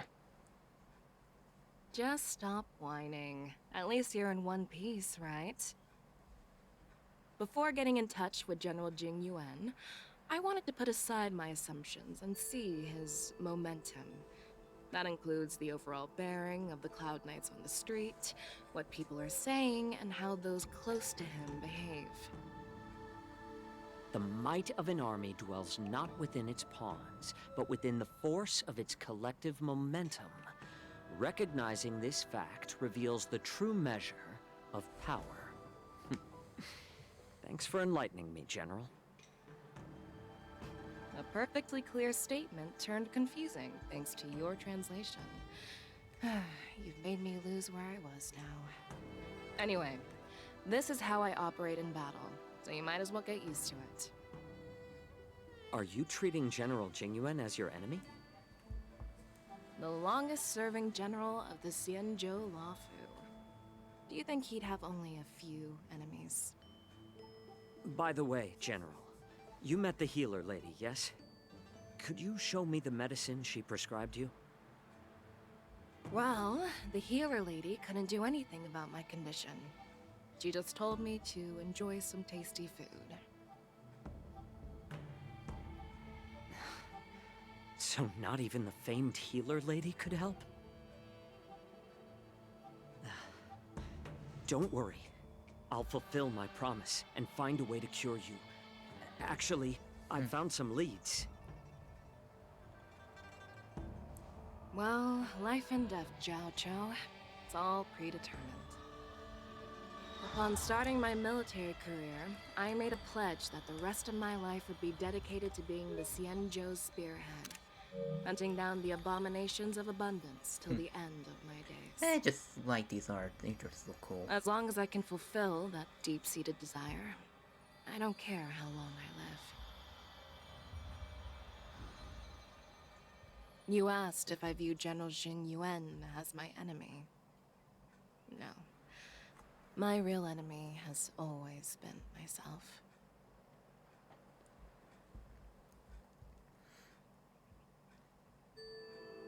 Enjoy some tasty food. So, what's for dinner tonight? Jeez. You really know how to read the room, don't you? You guys figure it out for yourselves. I'm due to catch up with an old war friend I've not seen for quite a long time. Meanwhile, you can now return to Exile Sectum. Hey! Was that the Yaoqing general who just dropped in out of nowhere? Oh, she's so awesome! I mean, when Yun Li swung that massive sword, she just casually blocked her attack with ease. Mine too. Yeah. But to go up against Yun Li is quite impressive, you know? That aura of heroism and grace. It almost makes me want to learn Xianzhou swordplay. You think so too, right?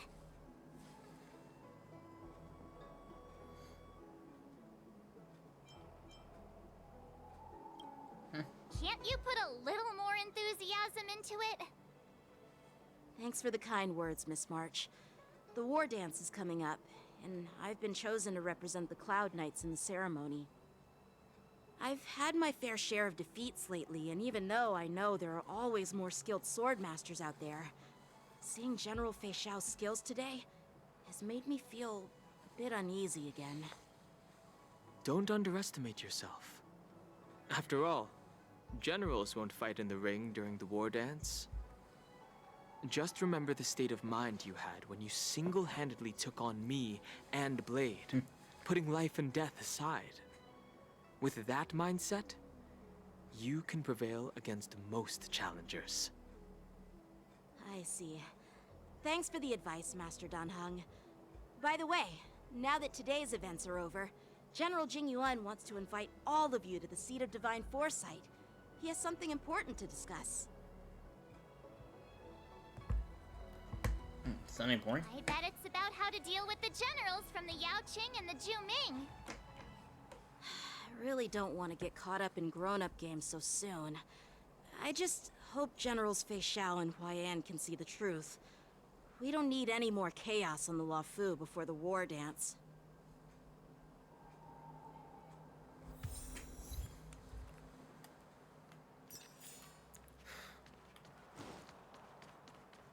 Need your extractor cleaned or your star skip? I don't believe in ghosts.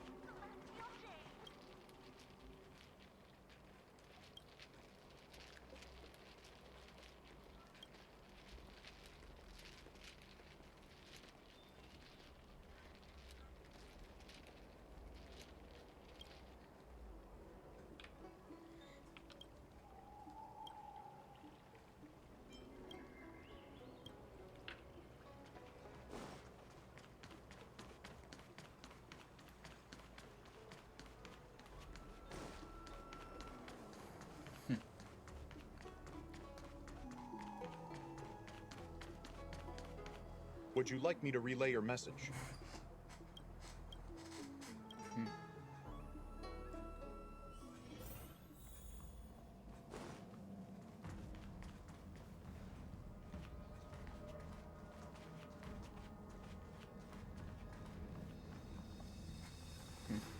Earlier at the Palace of Astrum, I introduced these guests from the Astral Express to you, Elder Huai. But with all the people around, we only exchanged pleasantries. Now, I'd like to officially introduce them to you. These three braved great dangers, accompanying me to perilous places, defeating the chief culprit Vantilia, and uncovering the conspiracies of the disciples of Sanctus Medicus. If you wish to know more, please, feel free to ask us. Well, I skimmed through the reports about the Arbor's rebirth from the Master Diviner Hu Xuan. She's been summoned to the Yu Chui for questioning. There are a lot of doubts within the Alliance about this whole situation. But despite all that, I believe in you. Since you joined the ranks, you have repeatedly achieved remarkable feats. After the High Cloud Quintet each went their separate ways, despite the many criticisms within the Alliance, the Marshal still stood firm against the dissenting voices and entrusted the Luofu to you. I'll be back again. Family matter. I'll be back.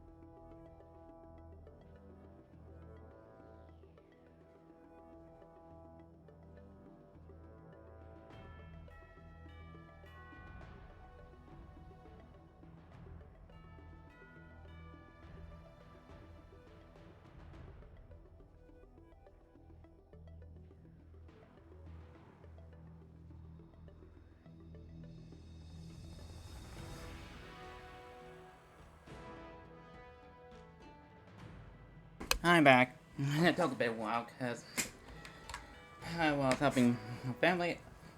Also, thank you for following.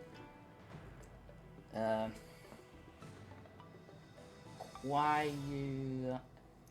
I'm not sure I'm gonna say that first part right, but I'm gonna say Yum152. Thank you for following me. As I was saying, I had to shake out some, had the ruts that are in the bathroom and put in the washer so they get clean. And vacuum the bathroom, I'm gonna do more clean. Sorry, my apology. oh yeah, and I'm gonna do more clean in the bathroom tomorrow. So let me just get back to this. Over the years, you've served the Alliance with loyalty and wisdom. You've taken down abominations in Thalassa, rescued the Xianzhou Yuchue from a siege, and destroyed the demonic planet summoned by the denizens of abundance. I still remember those battles vividly. Oh, the elves are on. There are fools who doubt your loyalty. They're happy to see the divine foresight fail because it gives them some kind of sick satisfaction. They haven't achieved anything of their own, so they feed off the failures of others. But I've seen enough failures in my time, and I want to believe that your loyalty has never wavered.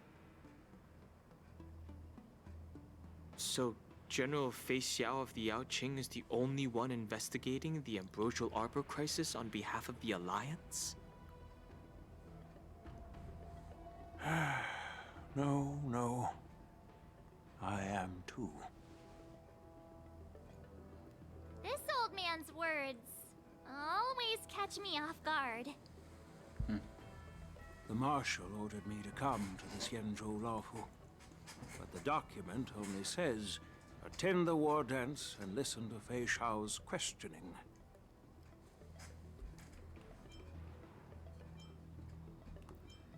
What does that mean? The Marshal is well aware of Jing Yuan's purpose in holding the ceremony and understands the situation he is facing. She mentioned it because she believes both issues are important. Thanks for your kindness and sincerity, Elder Huayan. But is it appropriate to tell everyone here about the Marshal's orders? By introducing the Express's witnesses to me alone, aren't you aiming to discern the intentions behind both my actions and Fei Xiao's? And whether there's any discord between us? Well, since I'm being open and honest with you, I encourage you young folk to do the same. As for the Ambrosial Arbor crisis, all I need to do is listen. General Fei Xiao will be the one asking the questions. To be honest, I'm more concerned about the timely start of the war dance. Oh, by the way, I've prepared a gift for the war dance.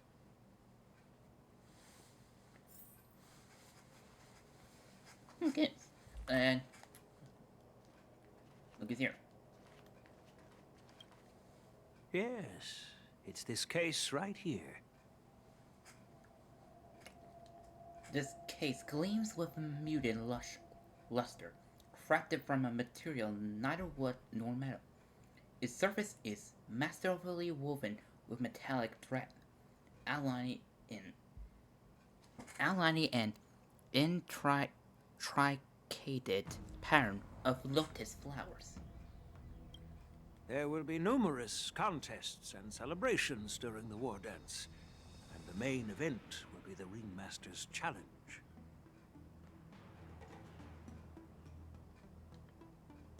The host will dispatch a skilled warrior to take on challengers from all over the cosmos, showcasing the excellent martial arts of the Xianzhou Laofu.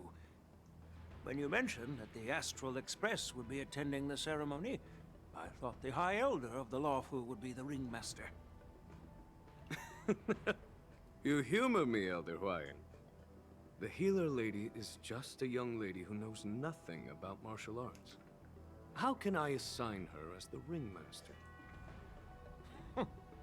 I'm no match to you when it comes to joking. What's this box for? Why don't you open it, General Huayan? This sword case is intended for the War Dance's award. It's empty now, but in a few days, a precious sword will be delivered and stored inside. I don't mean to boast about our skills, but this sword represents the pinnacle of the Zhuming's craftsmanship. It has a legendary history, full of heroic tales from foreign lands. Tales that are too detailed to be summarized in just a few words. Since the delegation delivering the sword hasn't arrived yet, I'll just leave the case here for now. I've been wondering who would be worthy of such a sword. And then it hit me. I can award it to the champion of the Ringmaster's Challenge. The ceremony's champion is sure to be a perfect match for the sword. Moreover, I hear that Yenqing is an excellent swordmaster, and that he will be representing the Lawfu as the Ringmaster. So it seems like a perfect gift for him. Thank you for your generosity, Elder Huayan. If you want to give me a sword, just say the word, Grandpa. No need to beat around the bush. You've got confidence, my girl, but I don't think you can best Yenqing. I know you're all about swords, Miss Yunli. It's just a shame that it's the sword that ultimately chooses its rightful master. Yeah, and even if someone gets their hands on such a precious sword, it'll probably end up in someone else's. Oy vey. The outcome of our duel at the Alchemy Commission is still up in the air. Since you're interested, why don't you represent the Xianzhou Juming and challenge me in the ring? That's exactly what I had in mind. Nobody knows who's gonna come out on top. It could be me, could be someone else. It'll probably be me. But whatever happens, it won't be him.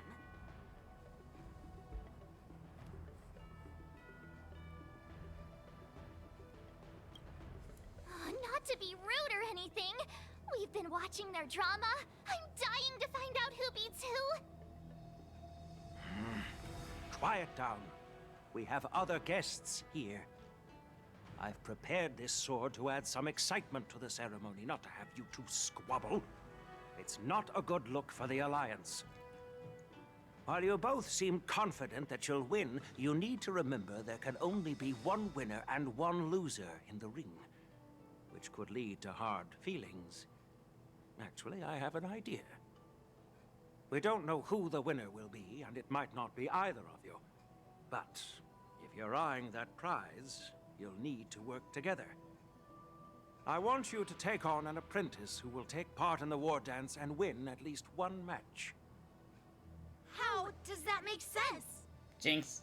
In my humble opinion, while a Cloud Knight is commendable by securing victories, it's even more so to pass on your skills and spread the way of swordplay. I'd be greatly pleased if this apprentice could represent the Express in the war dance by displaying their Cloud Knight flair and prowess. Well, Elder Huayan's idea is quite interesting.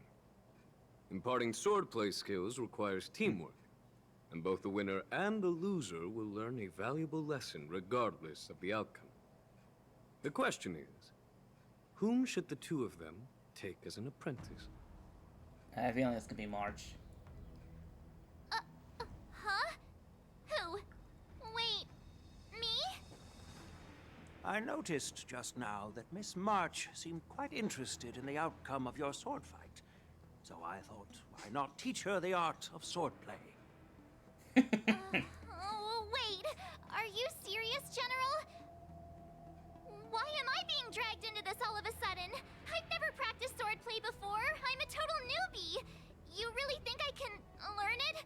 Well, you'll probably realize I have no hope and give up on me. And that'd be so embarrassing. Just accept your fate, Mark. Isn't this a perfect chance for you? I remember you mentioning that you wanted to learn some sword moves. Yeah, I did say that. But this is all happening so quickly, don't you think? Miss March is like a piece of jade in the rough, just waiting to be shaped. The The war dance is the perfect opportunity to see what heights she can reach.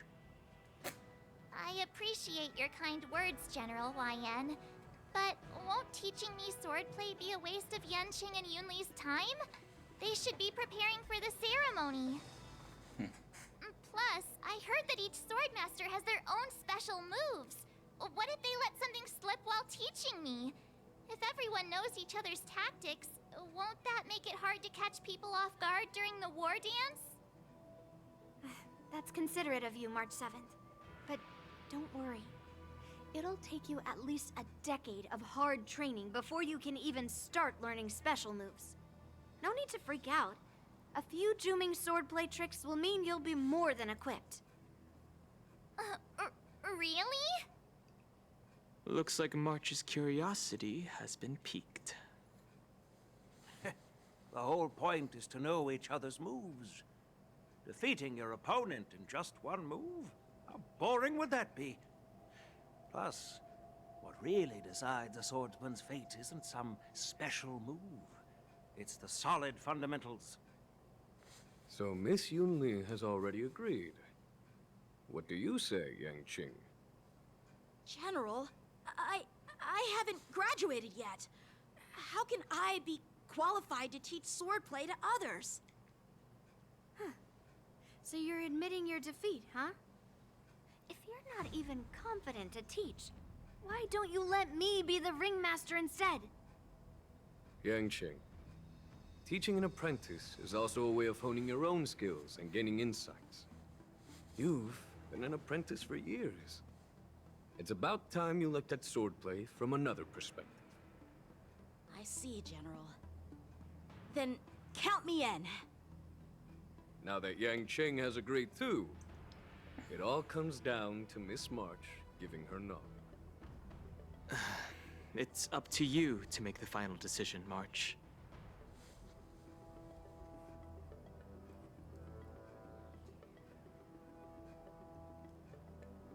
At least that way, I won't have to worry about you accidentally shooting me in the butt all the time. Hey, I've never missed my target. Then I'm on board. Thank you for your kindness, General YN. Great! Starting tomorrow, Yanqing and Yunli will teach you the basics of the Cloud Knight's swordplay. Yunli and I will head out and purchase some sword practice equipment for Miss March. Think of it as a little initiation gift. You're too kind. Wait, you're giving me a gift? Shouldn't it be the other way around? And you smile silently, soon depart to see Foresight with in tow. General YN's gone. Wait, why does something feel off about what we talked about? I think we strayed off topic. How did things even get to this point? Yeah, I brought you here because the General said he had some important matters to discuss. But how in the world did Yun Li and I suddenly become Miss March's swordplay mentors? Because General Huaiyan wants us to stick around on the Luofu for some time. But aren't we here to attend the sword ceremony anyway? But from his point of view, we're no different from all the other tourists who may leave at any time. Since the crew's actions were mentioned in the Luofu's operations log were given to the Alliance, he probably wants to see firsthand if we're as capable as the report claims, or if we're just some made-up excuse to save face. And he wants to see it for himself during the war dance, which is why he even dragged Yun Li into this. What began as a simple contest between two sword masters has now evolved into you two collaborating to mentor March. Elder Huaiyan is still that tricky general. Because I was a bit Who saucy. likes to give everyone a headache. Well, then again, I just had to shake something off the rugs in the bathroom, which keeps hitting my face. And keeps getting in my mouth. I was just playing this game just to get that off my mind. And I'm ready to say, but glad you're enjoying the game. I enjoyed this game as well. I really like the story. Penacony really was a good story. Though, really, really long. Well, 2.2 was really long, but it was still a good game. Also got $69 now. As the memes goes, with that particular number, nice. Now let's put the My on. apologies.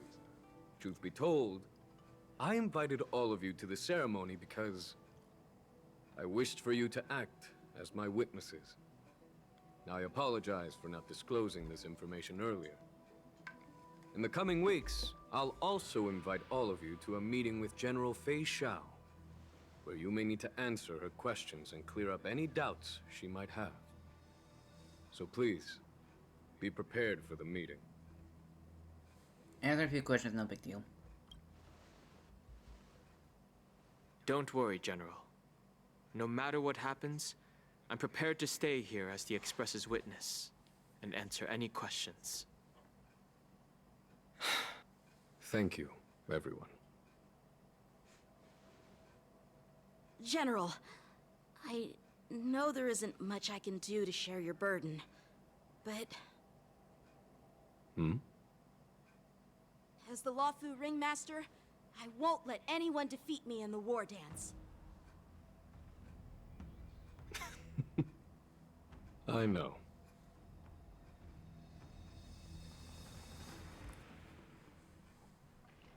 Dueler Mally, Fuxio, making her old comrade, or can these things fall down? Illustrious Merlin's claw waiting for me? And for so long, too? It's quite an honor. It's been a while, General Fei Xiao. It's been 30 years since we last saw each other. Right, Yukong? Yes. Back then, you were the vanguard of the Yao Qing's Verdant Knights, and I was a pilot of the Law Fu's Rainbow Orbit Fleet. Who would have thought that upon meeting again, you'd be a general, and I'd have given up flying? It really does feel like a lifetime ago. Well, I wouldn't say I haven't seen you in 30 years. After all, your great victories are announced through the Yellow Bell resonance system every day. So I'm well aware of your great feats. How's your health holding up? Still stable, I suppose. Do you still remember the medic who saved me in battle? That healer with the odd name and peculiar temperament. What was his name again? Was it Pichu? Katio? Jiao Chou. He's been my retainer and personal healer, delegated by the Alchemy Commission from the Xianzhou Yao Hello, Qing. Zach. How's life treating you? Over the years, he's dedicated himself to managing my condition. It's thanks to him that I'm still in good health today. Given my background, I'm happy to have made it this far. I'm relieved to know that you're safe and sound. Well then, since you and Elder Huayan are here, I imagine you must have received orders from the Marshal? As your friend, may I ask how the Alliance intends to punish the General of the Lawfu? The Arbor's rebirth has frightened the Elders who lurk behind the scenes. They fear the resurgence of abominations, much like what happened 30 years ago. Although the reports from the Lawfu explained all the details, we don't know if the Ruin Legion really invaded, or how exactly the Stellaron Hunters and the Astral Express became involved. This puzzle has many missing pieces. Thank you for following. By the way, I played this game like a few days before New Year's. I took a bit of break and then get back on around February. And I played a few on during stream, forgot when. And do for some more.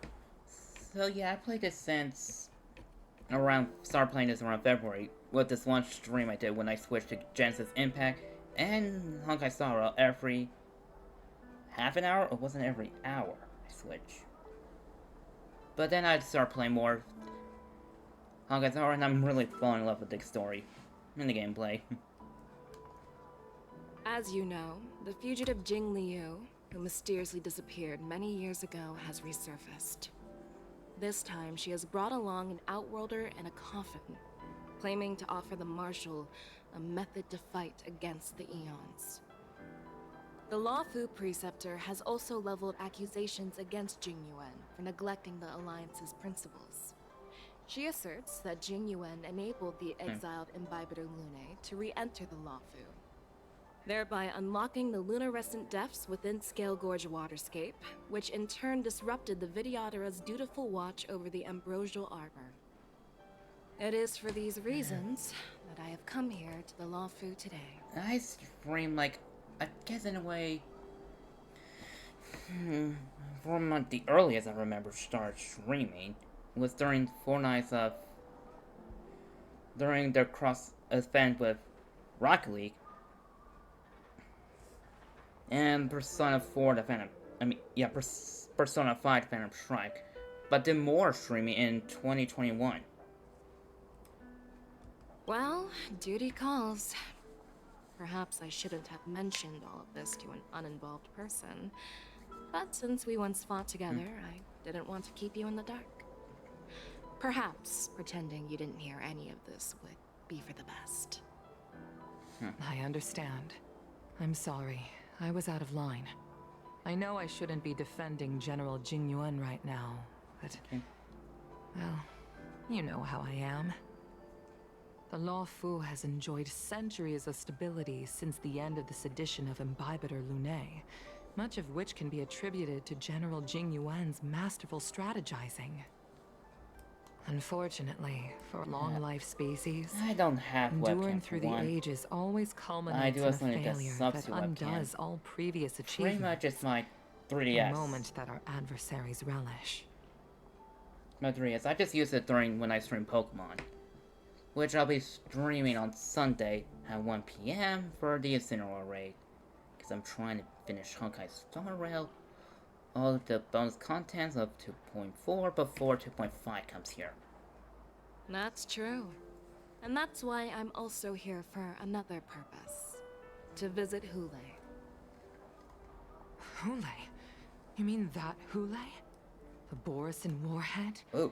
The same Hule who has been imprisoned in the shackling prison for over 7 centuries? That was cool.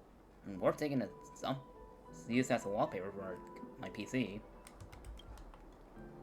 The nemesis of the Foxians who will never be forgiven and shall be imprisoned until the end of the cosmos. I can't quite remember the exact wording, but What yes, do you suggest? the very same Hule.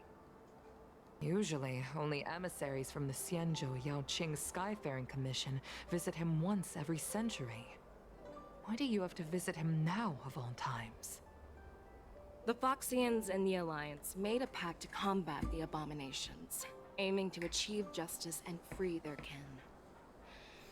That werewolf monster is to be forever imprisoned in the dark recesses of the shackling prison, facing unending retribution.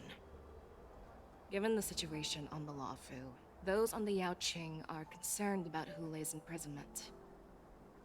I'm afraid that the routine visit every century is no longer sufficient to ease their concerns.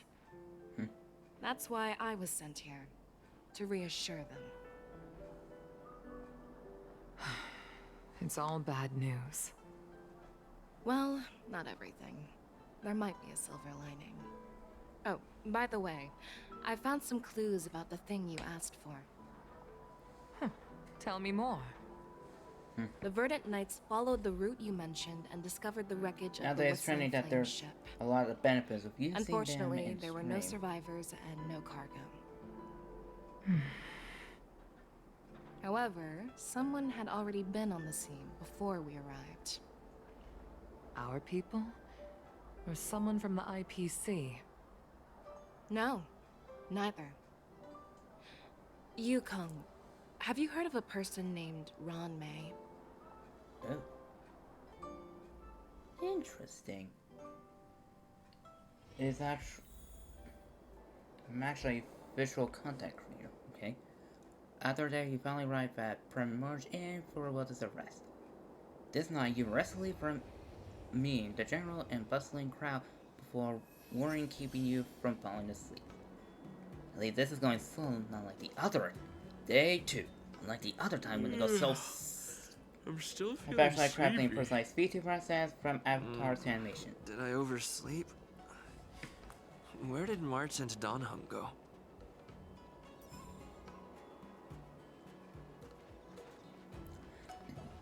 Okay, here's the March of Mastery, A Star is Born.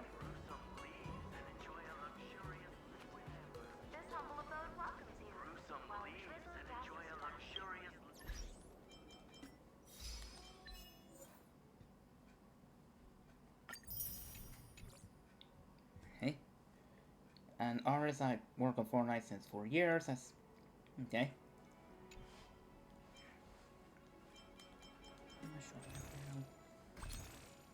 $960.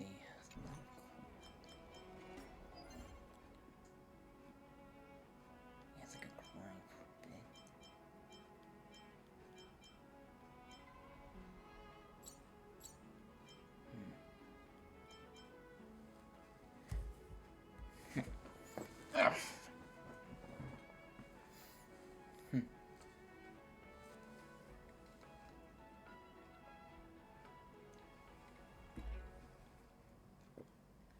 Would you like to see some of my work sample? I'm good. Right now, thanks though. I am working on my logo. I just need to know how to come effective.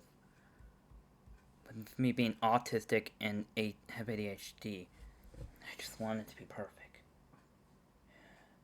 Just need to figure out how I'm gonna do it.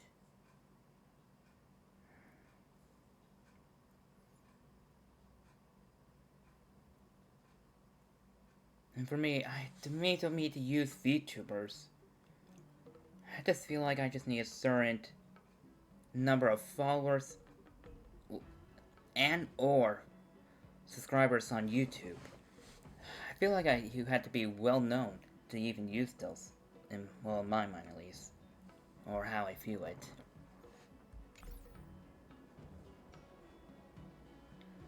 I'll put some thought to it. Thanks though. I'm good right now.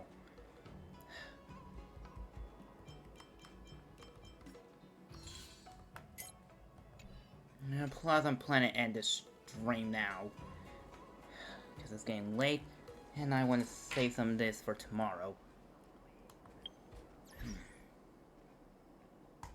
And all that I do is click on this any stream, this... that. I'm just working with I can at the moment. Thanks, I'm good.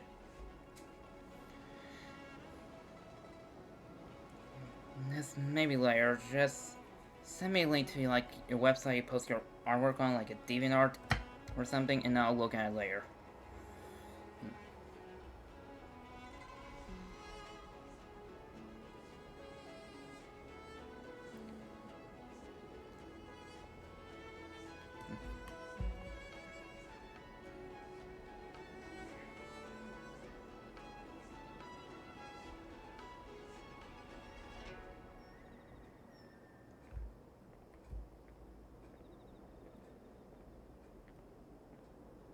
Okay.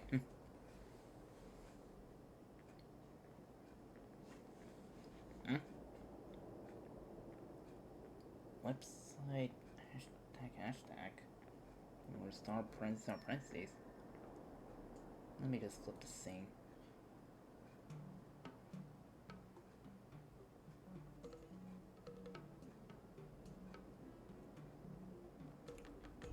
Here's my Discord.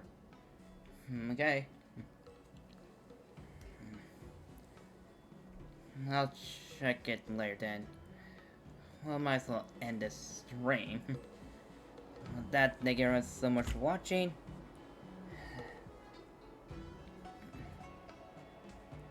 I'll take a pic of it. I'm really just tired at the moment.